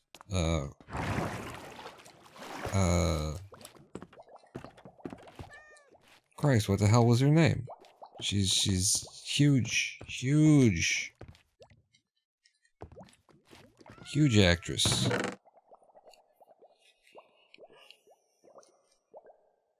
far as I'm concerned. Marissa Tomei, thank you. Marissa Tomei. It was her line. When they first arrived in the town, at the very beginning of the movie, they arrive in the southern town, they're wearing leather, they're from New York, driving in from New York, and she's standing, she steps out of the car, and she's got her little, camera with the cardboard camera where you roll the film, through manually clicking kind of thing that you do when you're on vacation, or that kind of deal. And he's like, hey, could you put the camera away? I don't want to look like, tourists around here. And she steps back on one leg and kicks her hip out and says, oh yeah, you blend. Something along those lines. That's the general setup. You're making us look like tourists. Put fences on the corners like it's holding the tank up. Fences.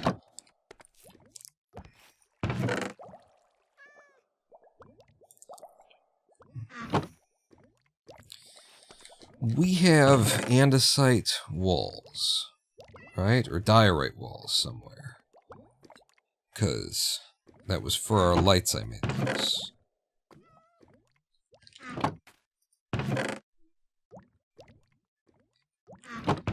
Unless I used them all up.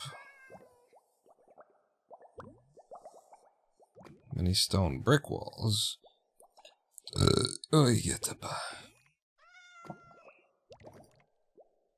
Well, they're probably around here somewhere.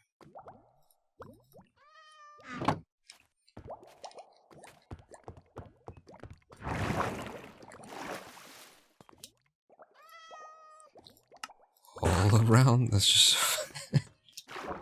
all around the mulberry bush, the monkey chased the weasel.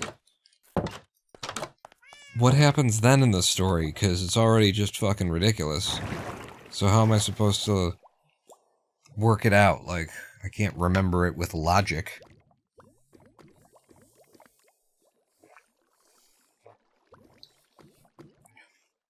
When they stopped, all around the mulberry bush, the monkey chased the weasel. When they stopped, the monkey got his dick out. Pop goes the hymen.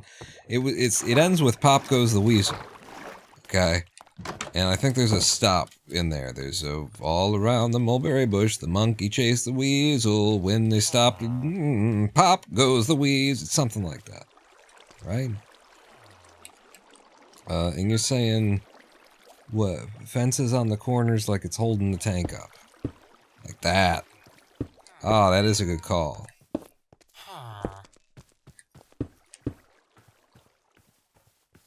Yup. Yup and yup. There's some fucking yup, though. Yup. That makes me feel like I don't even need the... Like, to put walls around it.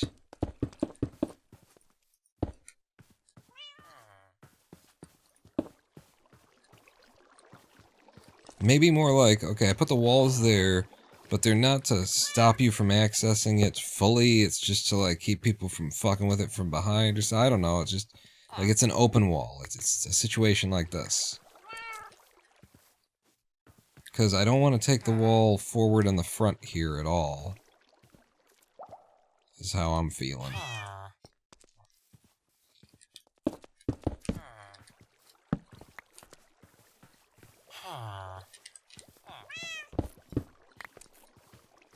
So yeah, I think it would just be like that. Maybe. Make sure you don't back into it with your truck. Yeah, something like that. But it's not like we're trying to keep people away from the propane tank, because we know that it's secure and also it's well labeled. You know? Peligro, gas explosivo. I think it might be done then. Like, if we're happy with this, and I think I'm pretty goddamn happy with that. I think 5.5 hours in, we've made ourselves a tampon. I mean, like a frostbitten penis. Propane tank with a cock ring. That's how it got frostbite. You know, reduced circulation and just not thinking about it.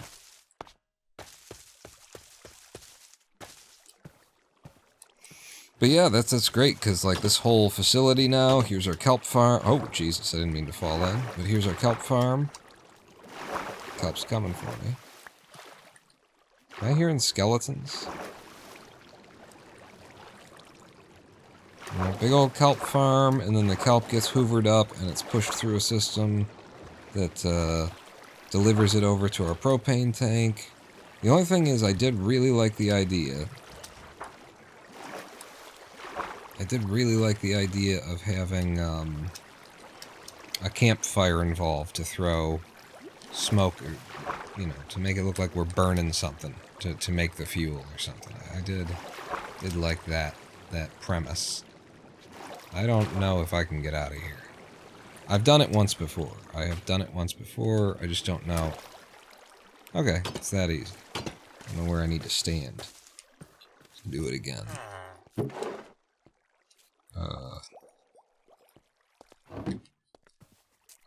So 2 more.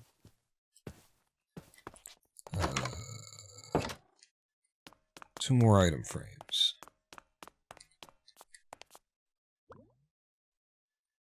That's why you don't have outdoor sex in a blizzard. It seems, I would think that the penis would be the last thing to get cold. Seems like it's more dangerous for one of the participants than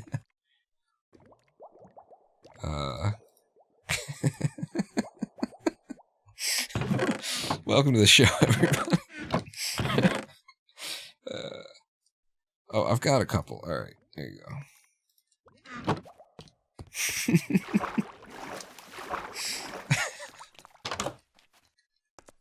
The balls are getting cold first. Yeah, although that just makes you more potent, right? That's, you know what? You don't want to delay your death. gets in the way of accessing it. And I can't put it on this side, so maybe you put it like there and there. Aha.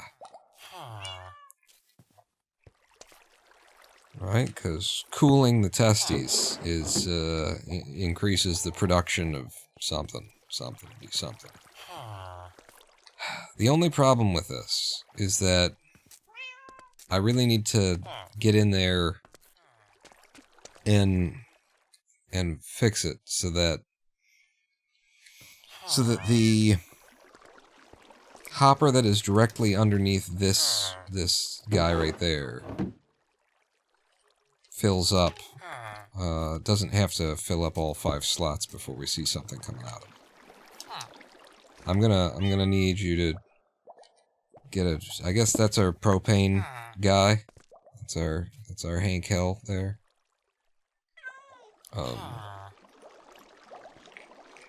Take one out.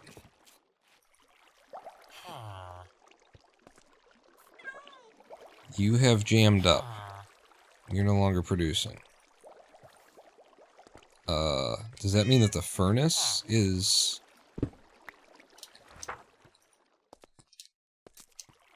Wait, no, this is the furnace. So, you're no longer producing because you're not dropping through. Why aren't you dropping through? This might be our, you know, redstone power problems and stuff like that. You're not dropping through. Which means that this... Yeah, I can break this. This hopper is locked. How or what would lock that hopper? It would be the... There's a redstone torch underneath here that apparently is locking that hopper. Diagonal transmission. Like, the redstone torch is making this block charged, and then this block is locking the hopper? Something. So, we have a problem.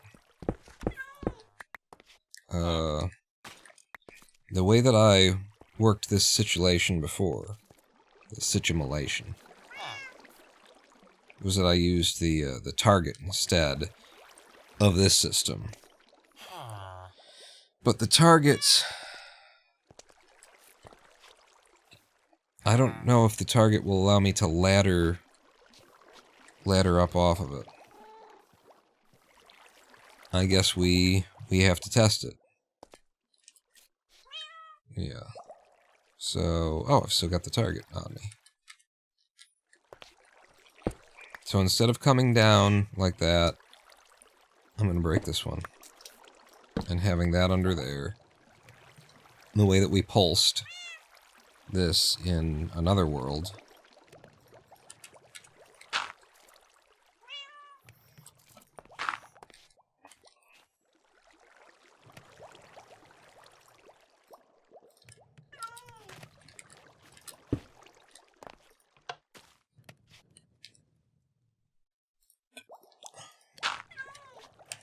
Is we bring the redstone in.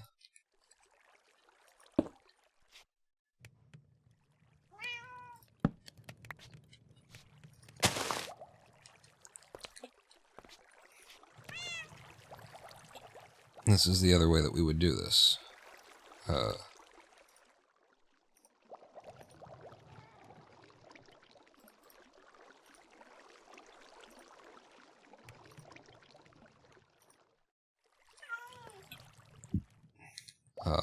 Now the question is, yeah, it's all in there, so it's not pulsing. Obviously, it wouldn't pulse through that block. That's not good. I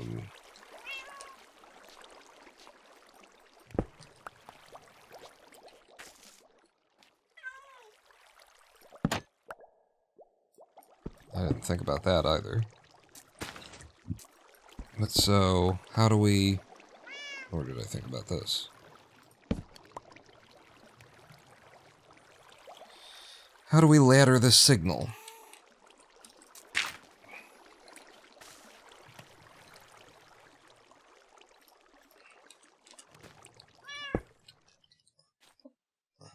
Take you out of there. 16 of you have dropped through.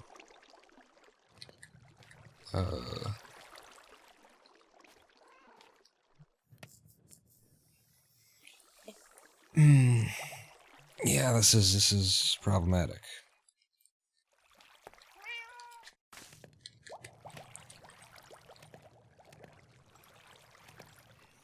What I can do, theory, lock you back off. Okay, and then when I place something here, it's just like that.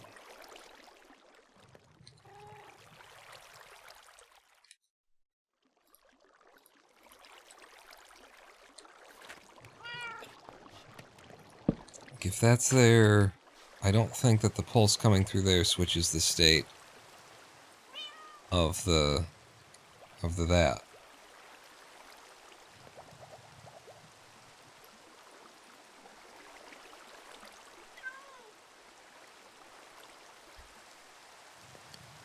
It did. I think it did change the state. I put it in there just to see what would happen. And look at it bubbling, and then I put one in.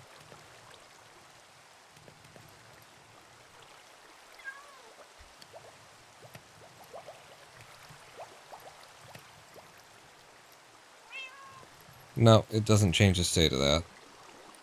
Which is, I didn't think it would. But it should... It should at least pulse this. If I take that down out of there. Next one that falls through.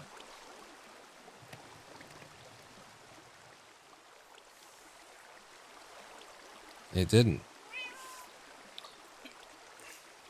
The target is supposed to put out a redstone signal in all directions when it gets hit with redstone itself.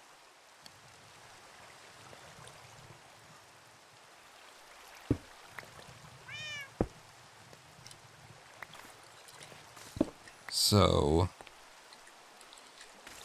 that's kind of fucking with me. That it didn't pulse outward.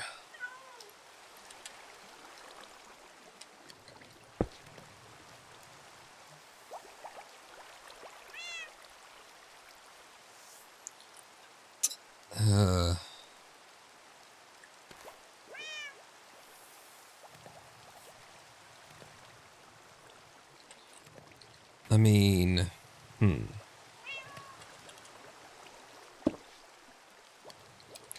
What about if I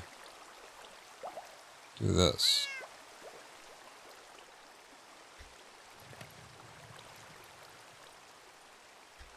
It could be one of those things where it's pulsing too fast for me to see it.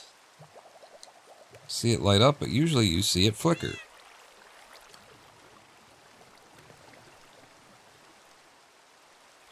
Shit.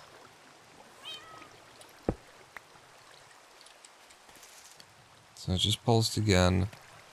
We just need to ladder a signal up here when the target gets hit. The target should be putting out a redstone signal. Like if I put a lamp next to that, it would turn the lamp on when it gets hit.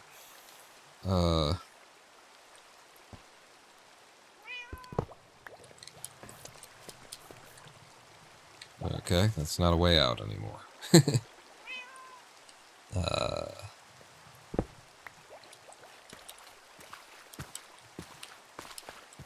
me go sleep. To the test world to test redstone. That's not a bad idea. Figure out why or how, what the fuck. Sleep. But then the other thing I was going to do was actually grab a lamp. I have one, yeah. But that's a redstone lamp. What I really need is... Well... What I really need is a copper bulb.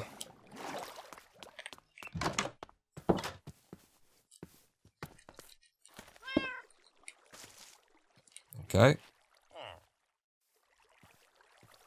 Wait for it. Wait for it. See?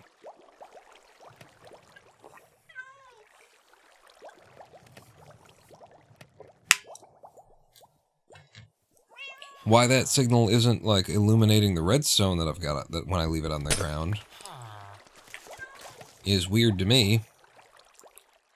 But maybe it is doing the thing and we're just not seeing it because reasons. So if it were lighting that up, then how do you even, brah? How do you even?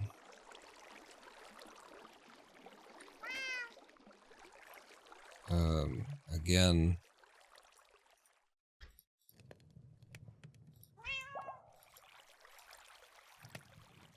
Still just 5 in there.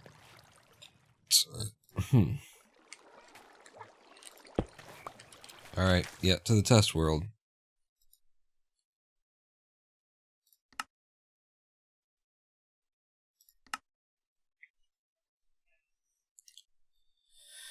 Figure out how to make the system work. With a target. So, give me a target. Give me droppers. And 1, 2, 3. Redstone ladders. That's what we need to figure out how to make a redstone ladder coming off of this. So give me, I've already got that. Give me you as well, I guess. And so, in fact, this would probably be easier to test with like a button. Because you gotta hit that. You gotta hit that, you know. And then let's look at a copper bulb. Yeah, it just doesn't power redstone itself coming out. So this, it's a dead end except for things that are right next to it. That's weird. I have something like that. That doesn't change anything. Okay. So that will ladder. I really didn't think that that was going to work for some reason. I didn't even try it. But yeah, if it comes into there, then that ladders that, and then I can just carry it up the way that we were doing it before, which would be like that, and then like that. And so I hit that, and that flicks all of the droppers. Simple as that. I just really didn't think that that would work like that, but yeah. If this were just a stone, it would work like that. So I don't know why I didn't. Yep. You know, it doesn't need to be a target for it to do this. So, sure. Does that fit in the space, though? Does that still work for us? Like you. It also doesn't disturb anything. Where's my stone?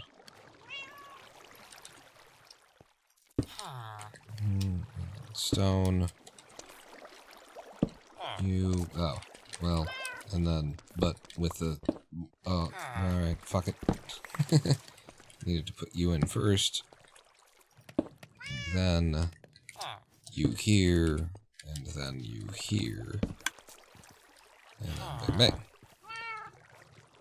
And this guy will flit up and down when it's being fired, but, you know, that's just part of the fun, I guess. Oh no, it will always be open until it's being fired if I put that there. Alright, well then there's kind of just no need to put that there. So the inverting is now sort of going the other direction on the thing, but whatever. Now that we figured that out, you are so close to death and you don't even know. Let me break this so that I can get access to the stuff that's in here. In fact, I'm going all the way down because there's a bunch of it in there. How close are you? I got enough time to put it back together? So then, you go there. You go there. And what have we got in there right now? Well, we're full. Okay. We've got 6 in here, though. So...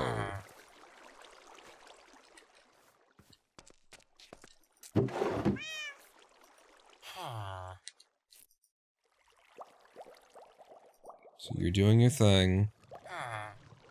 But I expected something to pop up here, jump up, and it didn't. You're so close. You have no idea how many times I have saved your life today. No idea how many times. By simply choosing to not end it. Fuck off! You're standing on the spot that I need to be getting at.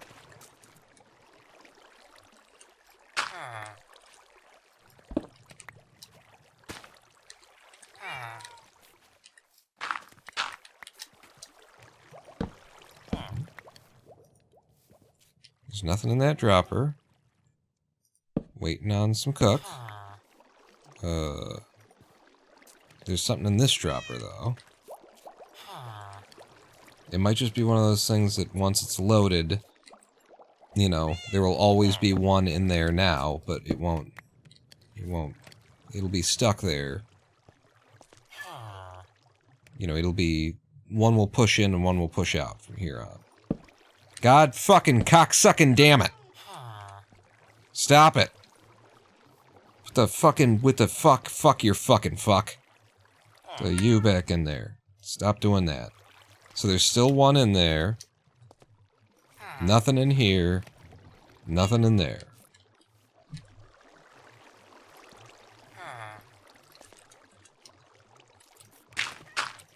It looks like it's working. Let's see what we got up here. It was 5 before. It's 6 now. Now it's 31. So 32 would be next, but it depends on if one drops out first and then another one comes in. But I think that's going to work now. We just needed one in the middle bit to chain it.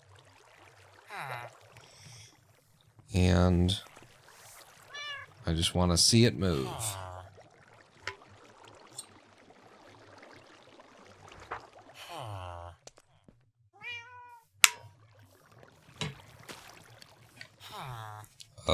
If we ever get dog tags, supply of dog tags, I am naming this fisherman Tank Wipe.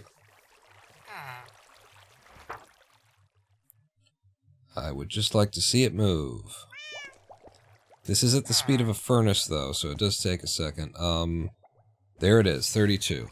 We should try replacing the furnace with the hopper. We should really try doing that. Or not a hopper, a smoker.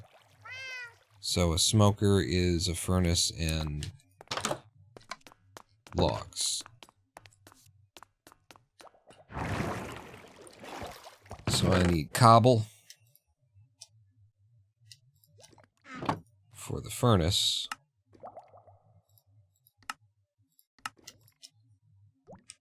And don't need cobble anymore. And a couple of logs. 4. Smoker.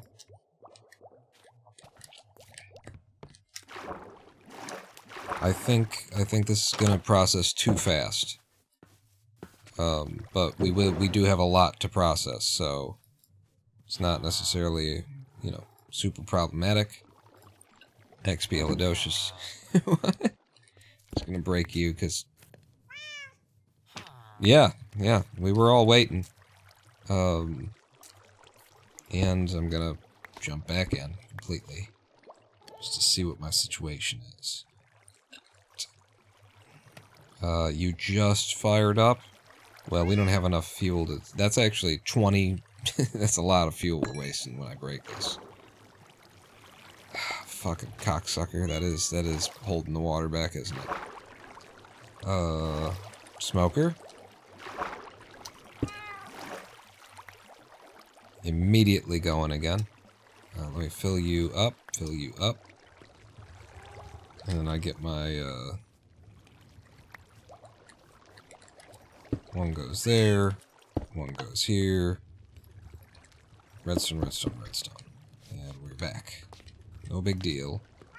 But this is gonna process a whole lot faster now. And I think it's going to probably process faster than we can get kelp. How do I ever leave?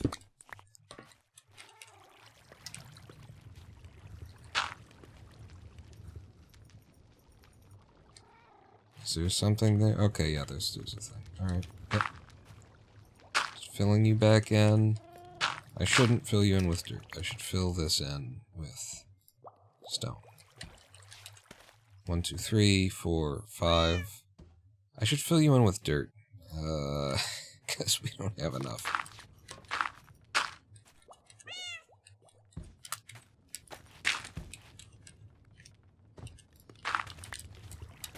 Okay, I can have one there, and then like that.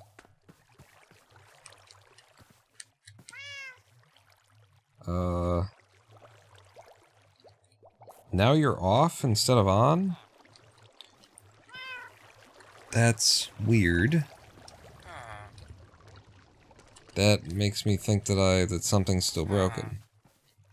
After the water flooded, but how could it be?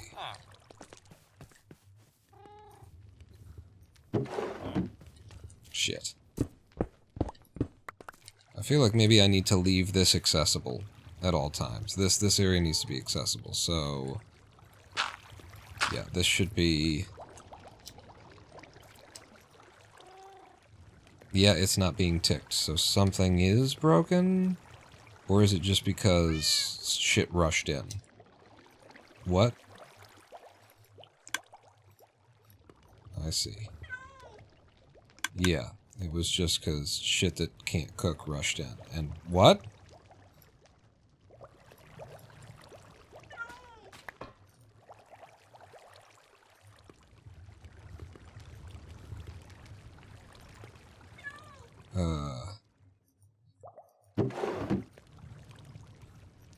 How?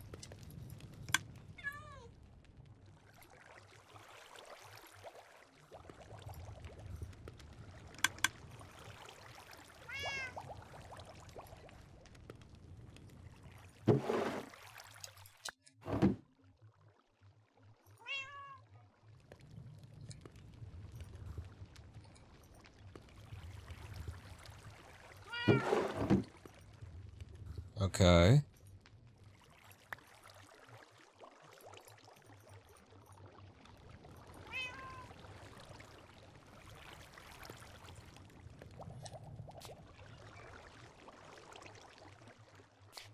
Okay, but everything is working. Are you pushing everything up? One in the middle dropper, that's what we expect to see. And then this happens a lot faster now, so we'll be able to watch it. 5, and then go up and one passed through to here. Okay. It's working. Ish. More than ish, even. It's just working. And... yeah. I need to leave this visible so that I can at least, like, see that part of things working. I like it. I like it. Whole bunch of fucking dried kelp blocks somehow ended up in there. Whatever. Put you in here. 34. And then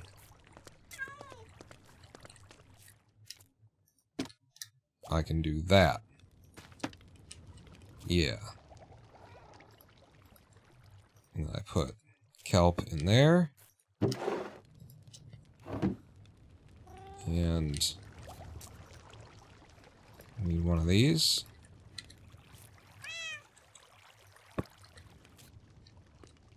That doesn't really look like what it is, but it's there, and it tells me what's supposed to be up there and what's supposed to be in here. And we now have access so that if this ever backs up, we can, I can, you know, do this backfilling system. I can't use the same thing twice, though, so that's something to bear in mind there, buddy. So what would be another incredibly unusual thing that I could have 4 of and just keep near that chest so that when it does back up, because it will back up before we run out of kelp.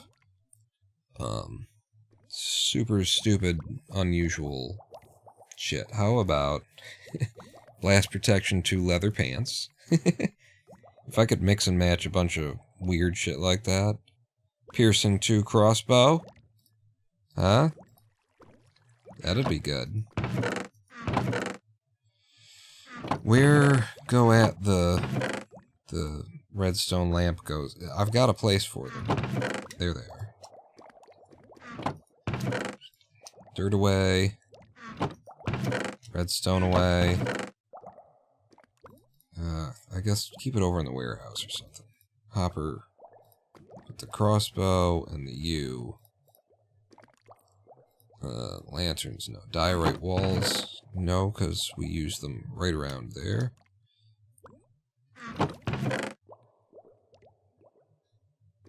Leather protection 2 pants.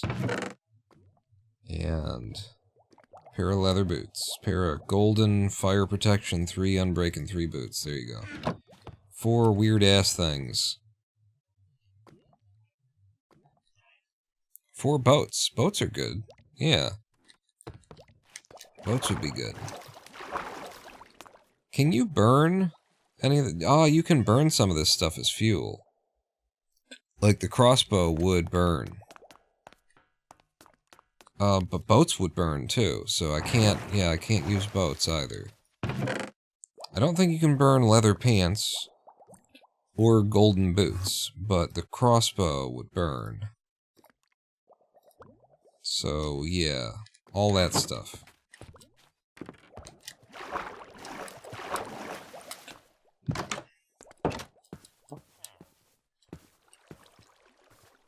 It could be used as fuel, is what I'm saying.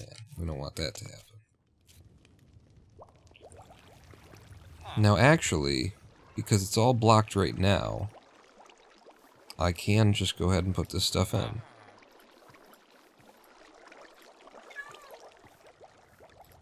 Meltdown boots. They could be cooked, but they can't be used as fuel. That's the only concern.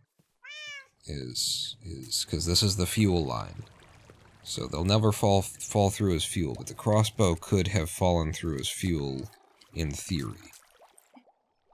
And some just passed through there. Beautiful. Beautiful. It should be stacking up quick. Now that we've switched it out for a smoker. We should actually end up burning through the kelp. See? We're rushing through the kelp that we've got right now. So that's the next thing. Is that eventually we get to the point where the kelp can't keep up with the smoker. But whatever, for now, our propane tower is working. It's beautiful. I would like to put something over this. Just to prevent water from getting in.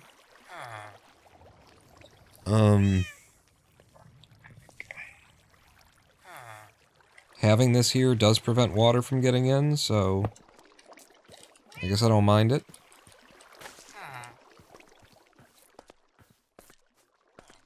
And otherwise we're all good. Otherwise we are all good. Okay, that's that. The propane tower is complete. I love it. It's in a great place, too. And it really does look the part.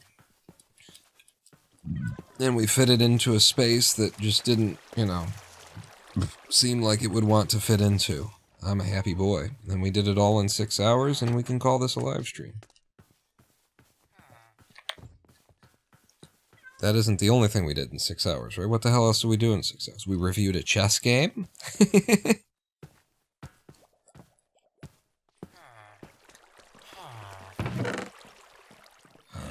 Doing very nice on the iron block stuff. We have achieved overflow of some of the random stuff, which is cool. What else did we do today? Oh yeah, the trees. We got our acacia farm going. I'm just gonna go ahead and move all this up, because, you know. If I just pull it out and then drop it back in, that's probably the fastest way, right?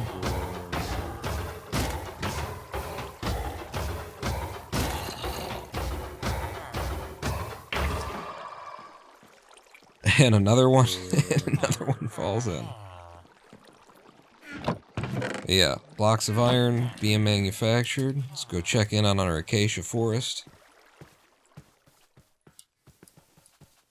This is really nice. This is, you know, it's been for, you know, I haven't been going at this. Did I not replant after we cut it down and I never replanted? So where did I put my acacia saplings?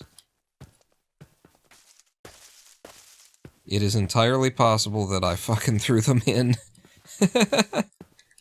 into the composter. I remember I threw at least spruce saplings I threw into the composter, and I don't remember setting the acacias aside in a special place like I... I would have remembered if I would have, like, set my acacia saplings down somewhere. Right? Yeah. So, did I just throw the saplings in, too? I mean... I wouldn't have just thrown saplings in a chest out here, but I might have put them in the chest next to the propane tank.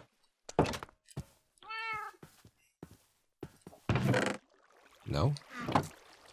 I think my best bet, my best guess at this point then, is that I put the acacias, we also did some farming, is that I put the acacia saplings in here, thinking that they were crap saplings, and that I had already, you know, done because that I had already replanted the acacias. So we're hour 142, we still don't have acacia, but at hour 136 we did. For a brief instant, we knew what it was like to have acacia. I'm just looking in case any of these leaves are actually acacia leaves. Those are acacia leaves. This is an acacia tree. No. Yes? Because, you know, the idea is if any of the acacia leaves got stuck to some other piece of wood, then even after I cut them, they would still be here. And then if we break them with a Fortune 3 tool... In fact, let's hit it with the Lady Pawn here.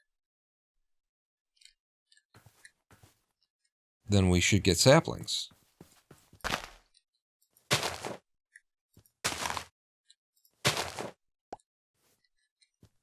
Acacia. We're back in the acacia, everybody. It was a momentary loss. We're okay. It's gonna be fine. Give the okay to cheat and give yourself some saplings. Nope, we didn't have to cheat. I would never. Unless I wanted to. No, I wouldn't. I'm not in this hardcore seed anyway.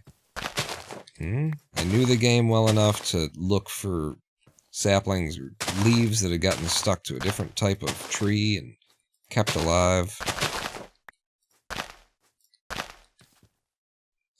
5 acacias. Is this all acacia? Yeah, wasn't it?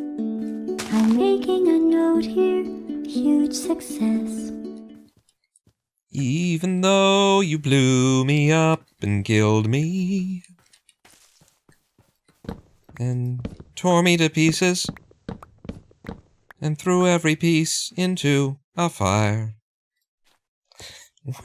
What is it? When, as it burned, I cried because I was so happy for you.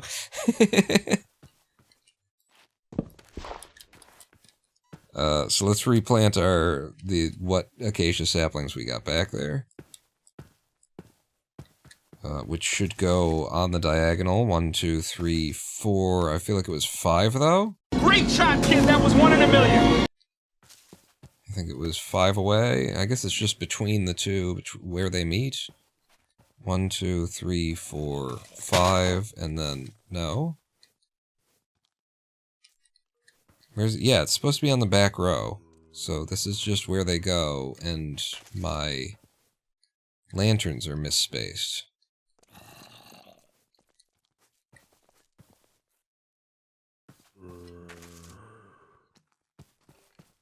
Is that how we're feeling?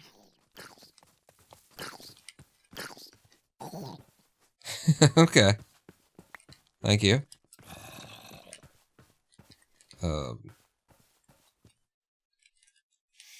It was supposed to be 7. I'm just not sure if I started these here or 1, 2, 3, 4, 5, 6, 7. But it's 7 between, right? It's 7 between and it's 8 and it's something like that. And so, yeah, that needs to move over by 1. 1, 2, 3, 4, 5, 6, 7. And then with its space, 1, 2, 3, 4, 5, 6, 7, and the space, you're there. Yeah, I think that's right. And then this shit just be fuck Joe. Shit to be fuck Joe. So you're on this line, but then you're supposed to be on this line also. I think. Nope, you're not supposed to be on this line. You're supposed to be there. I'm very confused. If there's 7 between them, then there should be a middle. For fuck's sake.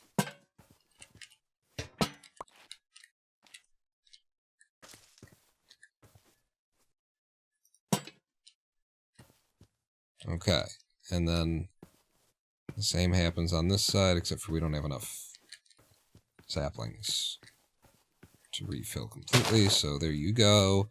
And then we'll regrow these trees and cut them all down again and get saplings. End of the live stream, sort of wrap up, victory lap, make sure that we're set so we don't have to fuck with acacias at the beginning of the next stream. That's what I'm feeling. The meaning of life, the universe, and everything, 100 hours. We've been over all of those multiple times.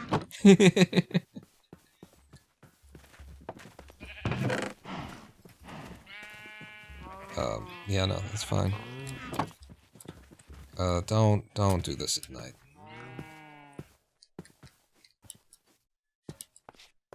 There's no use crying over every mistake. You just keep on trying till you run out of cake. And the science gets done and you make a neat gun for the people who are still alive. Aperture science. We do what we must because we can. It's so good. Do it, pawn, do it, pawn, do it, pawn, do it, pawn, do it, pawn, do it, pawn, do it, pawn, do it, pawn, do it, pawn, do it, pawn, do it, pawn, do it, pawn, do it,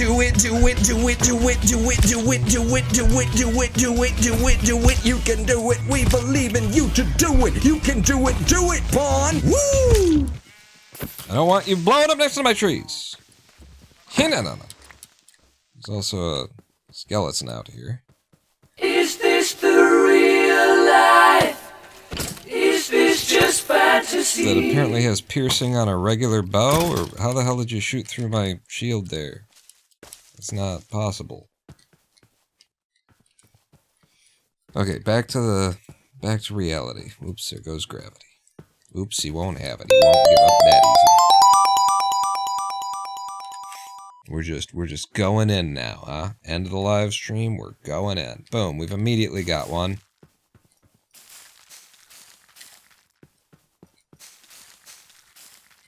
Mm-hmm. Acacias are very, nice. Oh, Jesus. Acacias are very nice about... Should I be putting flowers next to these? Do flowers... Can you get bees hives on acacia trees? I feel like the answer to that is no. But acacias are very forgiving, very nice about how many saplings they give, is what I was trying to say. I kept interrupting myself. They give many, much sapling. Yes, I want that. I also want the saplings when they start falling.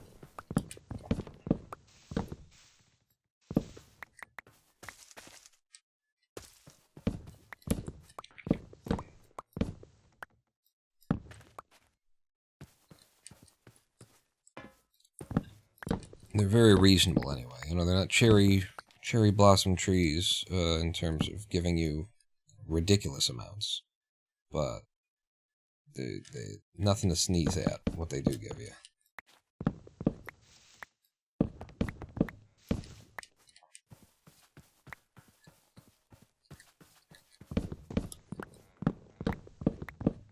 Many much moosin.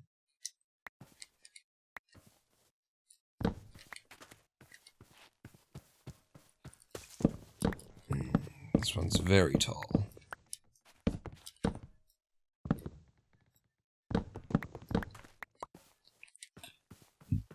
Okay. Oh, you're hiding?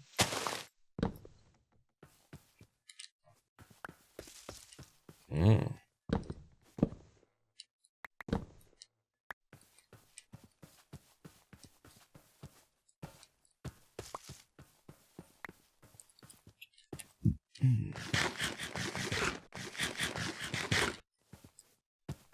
Okay, I'm gonna go drop some crap off, come back, pick up the saplings, plant the trees, and then shut this bitch down, yo.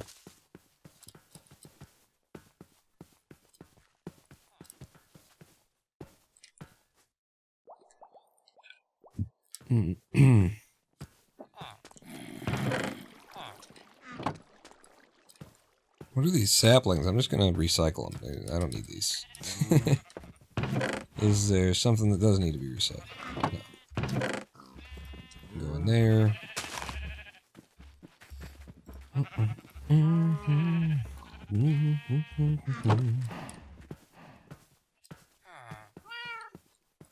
Meow.